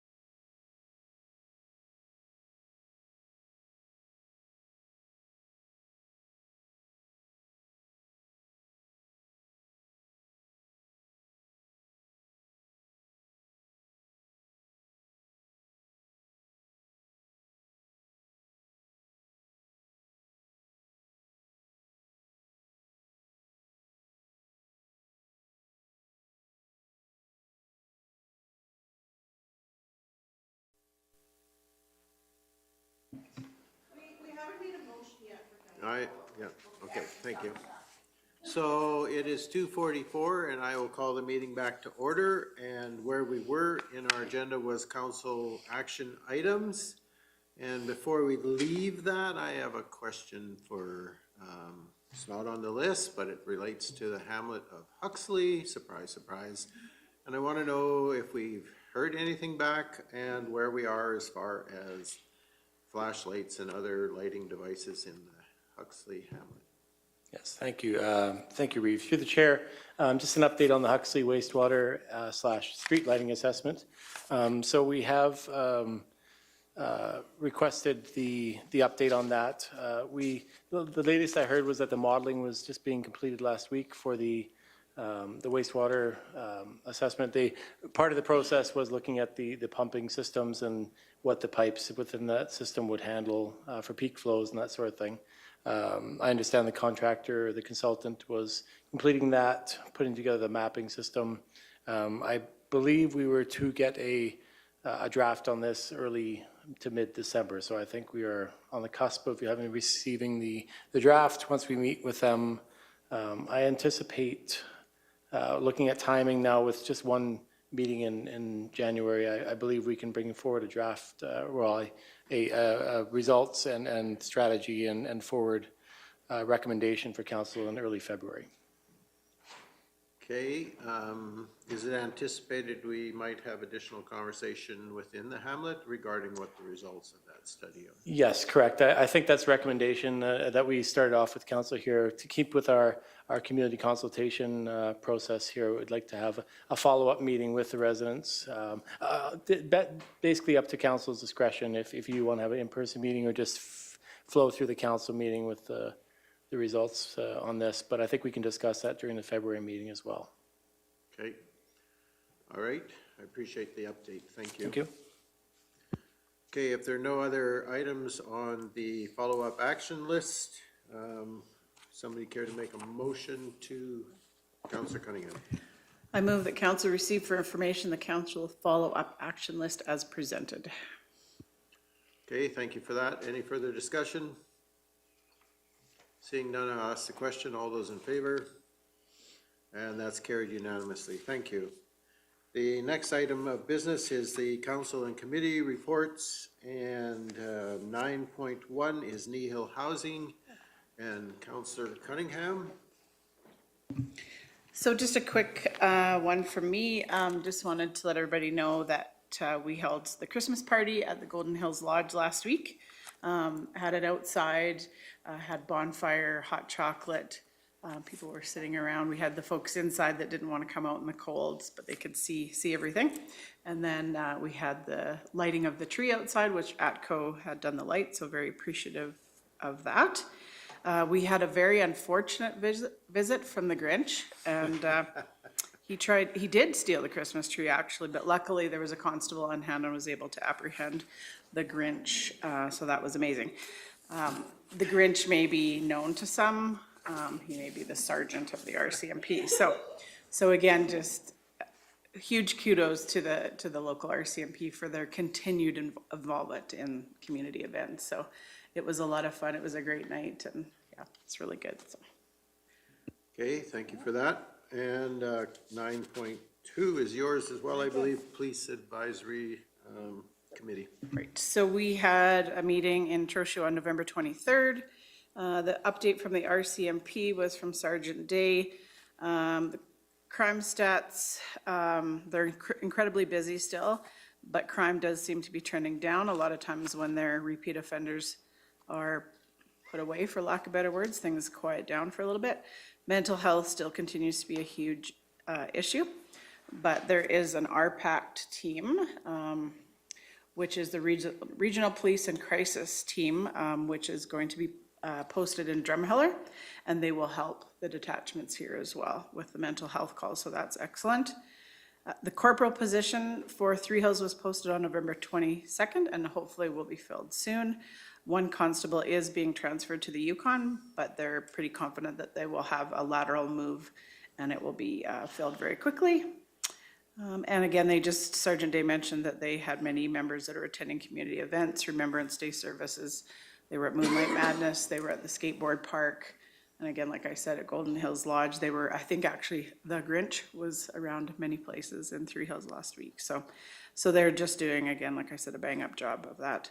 And then I just spoke to the fact that Councillor Phobes and I met with K Division at RMA, and yeah, that was pretty much it. Okay, thank you for that. Are there any questions with regard to either of those two reports? Okay, seeing none, I guess that leaves it to me. It's my turn. So just a number of things. I think that to be aware that our doctor medical clinic and the Attraction and Retention Task Force individuals are continuing to try to recruit new doctors to serve residents within our area. It is an ongoing struggle to try to recruit doctors, and oftentimes they're right on the cusp of coming, and then boom, they're gone to another area. So there was a doctor, though, who was physically here on the 30th of November, and I have to give thanks to Councillor Cunningham and to Councillor Kirk from Three Hills, who took that prospective doctor on a tour through the community, had lunch with her, and so we'll see what happens. Acquiring doctors to cover locums is becoming an increasingly difficult task as well, and we are facing real possibility of emergency room closures if we don't have enough doctors to cover the shifts that are required. And it's coming to a hospital near us possibly really soon, unless some of that difficulty as far as the locums is concerned is addressed. I did have a meeting with the Reeves from Starland, Wheatland, and of course myself, and then the special areas were involved, and the town of Drumheller. And it was just a preliminary discussion with Mayor Kohlberg from Drumheller to discuss possible recreation funding and the operating shortfalls that they are experiencing in Drumheller. As you are all aware, we have a overarching ICF with Drumheller, but none of the supporting other agreements are attached, and so I'm sure we'll be hearing from Drumheller soon. Additionally, I participated in a relatively long conversation with David Thompson and Yellowhead East Health Regions regarding seniors and long-term care. And the discussion was varied and covered a number of topics, and I've attached a bunch of links if you want further information on the different topics that were covered. It all related to just how seniors are placed, how they're cared for within communities, and the different provincial programs for their care. I make a comment about the Three Hills Health Initiative's Winter Wonderland Gala, and I have to say I enjoyed the evening. They did an amazing job, and the community support for our local hospital, its staff and doctors was very evident throughout the entire evening. And so if there are people in our community that say we don't need the hospital or we don't need the doctors, sorry to tell you, you are wrong. And it was quite evident on the weekend that the support in the community is huge for that group. Ruth and I attended, and we were happy to be there, and my congratulations to the Three Hills Health Initiative volunteers for a job extremely well done. And then last evening I had the, again, I was in another discussion related to healthcare, and it's around the Central Zone Community Attraction and Retention Committees. And so one person pretty much from every attraction and retention committee, either the chair of that committee or the mayor or reeve of the community, was participating in that discussion. Dr. Bestard from AHS chaired that meeting, and they're looking for our input on especially things like retention. And a really startling statistic for me is that AHS hires these doctors to serve in our communities, and they sign a 5-year contract. With us, they sign a 3-year contract, and the retention rate after that 5 years is 15%. The Central Zone region recruited since March this year 70 doctors for Central Alberta. So if you think about that, 70 doctors, it costs approximately $70,000 per doctor to get them qualified and in a clinic. And then we're only hanging on to them for 5 years at the most. That's huge investment, and we're not holding them in our rural communities. And the focus of the discussion was rural communities. Lots of talk about how we can hang on to them, and the answer is nobody has a good answer, although it sounds like Rocky Mountain House has some things that they've put in place, and so I'm going to be having a conversation very shortly with Rocky Mountain House to see what they're doing and how they're making it work. But I think, again, that just emphasizes the importance of us recognizing how important doctors are to our communities, and how important, even more so, how important that hospital is in terms of economic development, community security, and attracting people to live in our area. So that just brings you up to speed with what I've been up to. And no, I haven't started my Christmas shopping. Councillor Cunningham. Yeah, we better get on that, but that's not our department. But so that is very concerning about the potential shortfall for doctors at the hospital. So could you tell me who not controls, but is there anything we can do to help advocate for locums to come here, or is that through AHS, or how does the locum program work? Okay, so the locums are arranged through our local clinic. And so generally speaking, what they do is they have so many shifts that need to be covered. The doctors in the clinic indicate what interests they have. And oftentimes they have set timeframes where the local doctors don't have to. And so they try to recruit locums to cover that. The problem is you can't always get a locum. And so it's often difficult. And we are very fortunate in the fact that we have doctors here who comes here and covers. I think he provides 8 weeks a year to the clinic here as a locum. And he does hospital and clinic work. I was going to check my notes to make sure it's 8 weeks, but I believe that's correct. And the locums are paid for by what they do when they're seeing patients or they're in emergencies, but often they're subsidized, like they've provided housing and a number of other things in order to make it possible for them to come and stay. So there is perhaps something that we could do maybe to help as far as making it more attractive for those locums to come here, but as far as being able to find and recruit them, I don't think there's anything there for us.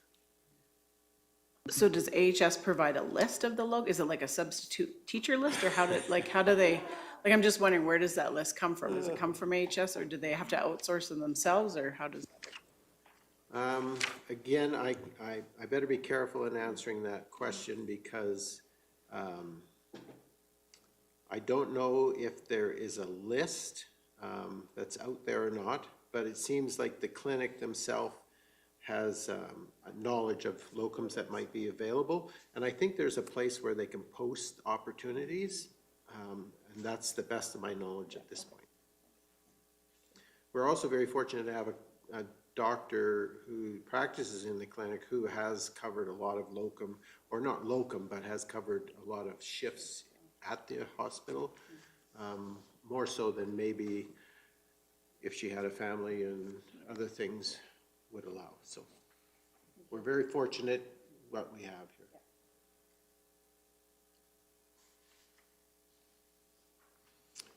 Okay, if there's no other questions, I'd be looking for a motion to accept the council and committee reports. Councilor McGee? So moved. Okay, thank you for that. We have a motion to approve council and committee reports.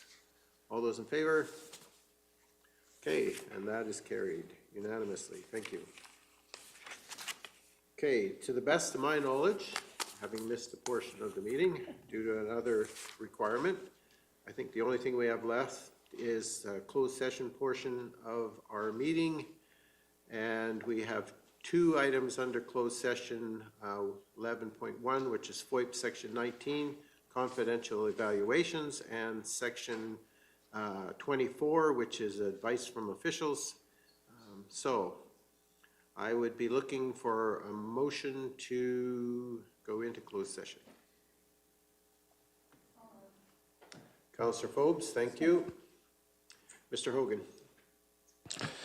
Just as a clarification, the advice from officials was just regarding the AUC presentation, which council opted to do in open session. Okay. All right, so then we just have one item under the closed session, which is Section 19, which is confidential evaluations. And so we have a motion to go into closed session. All those in favor? And that's carried unanimously. Thank you.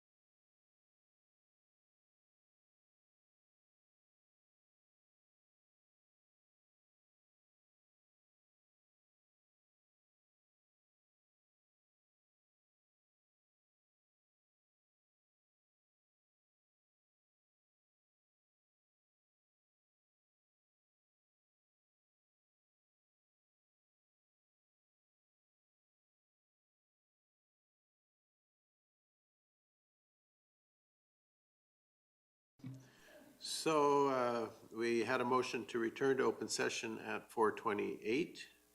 We recessed to allow the return of the public, and at 4:31, our meeting resumed. And there are no motions coming out of the closed session, so there are no motions to be made there. It's now still 4:31, but we are going to adjourn our meeting at 4:31. And my thanks to you as council and administration for your patience and long suffering through the day today. So we are adjourned. Thank you.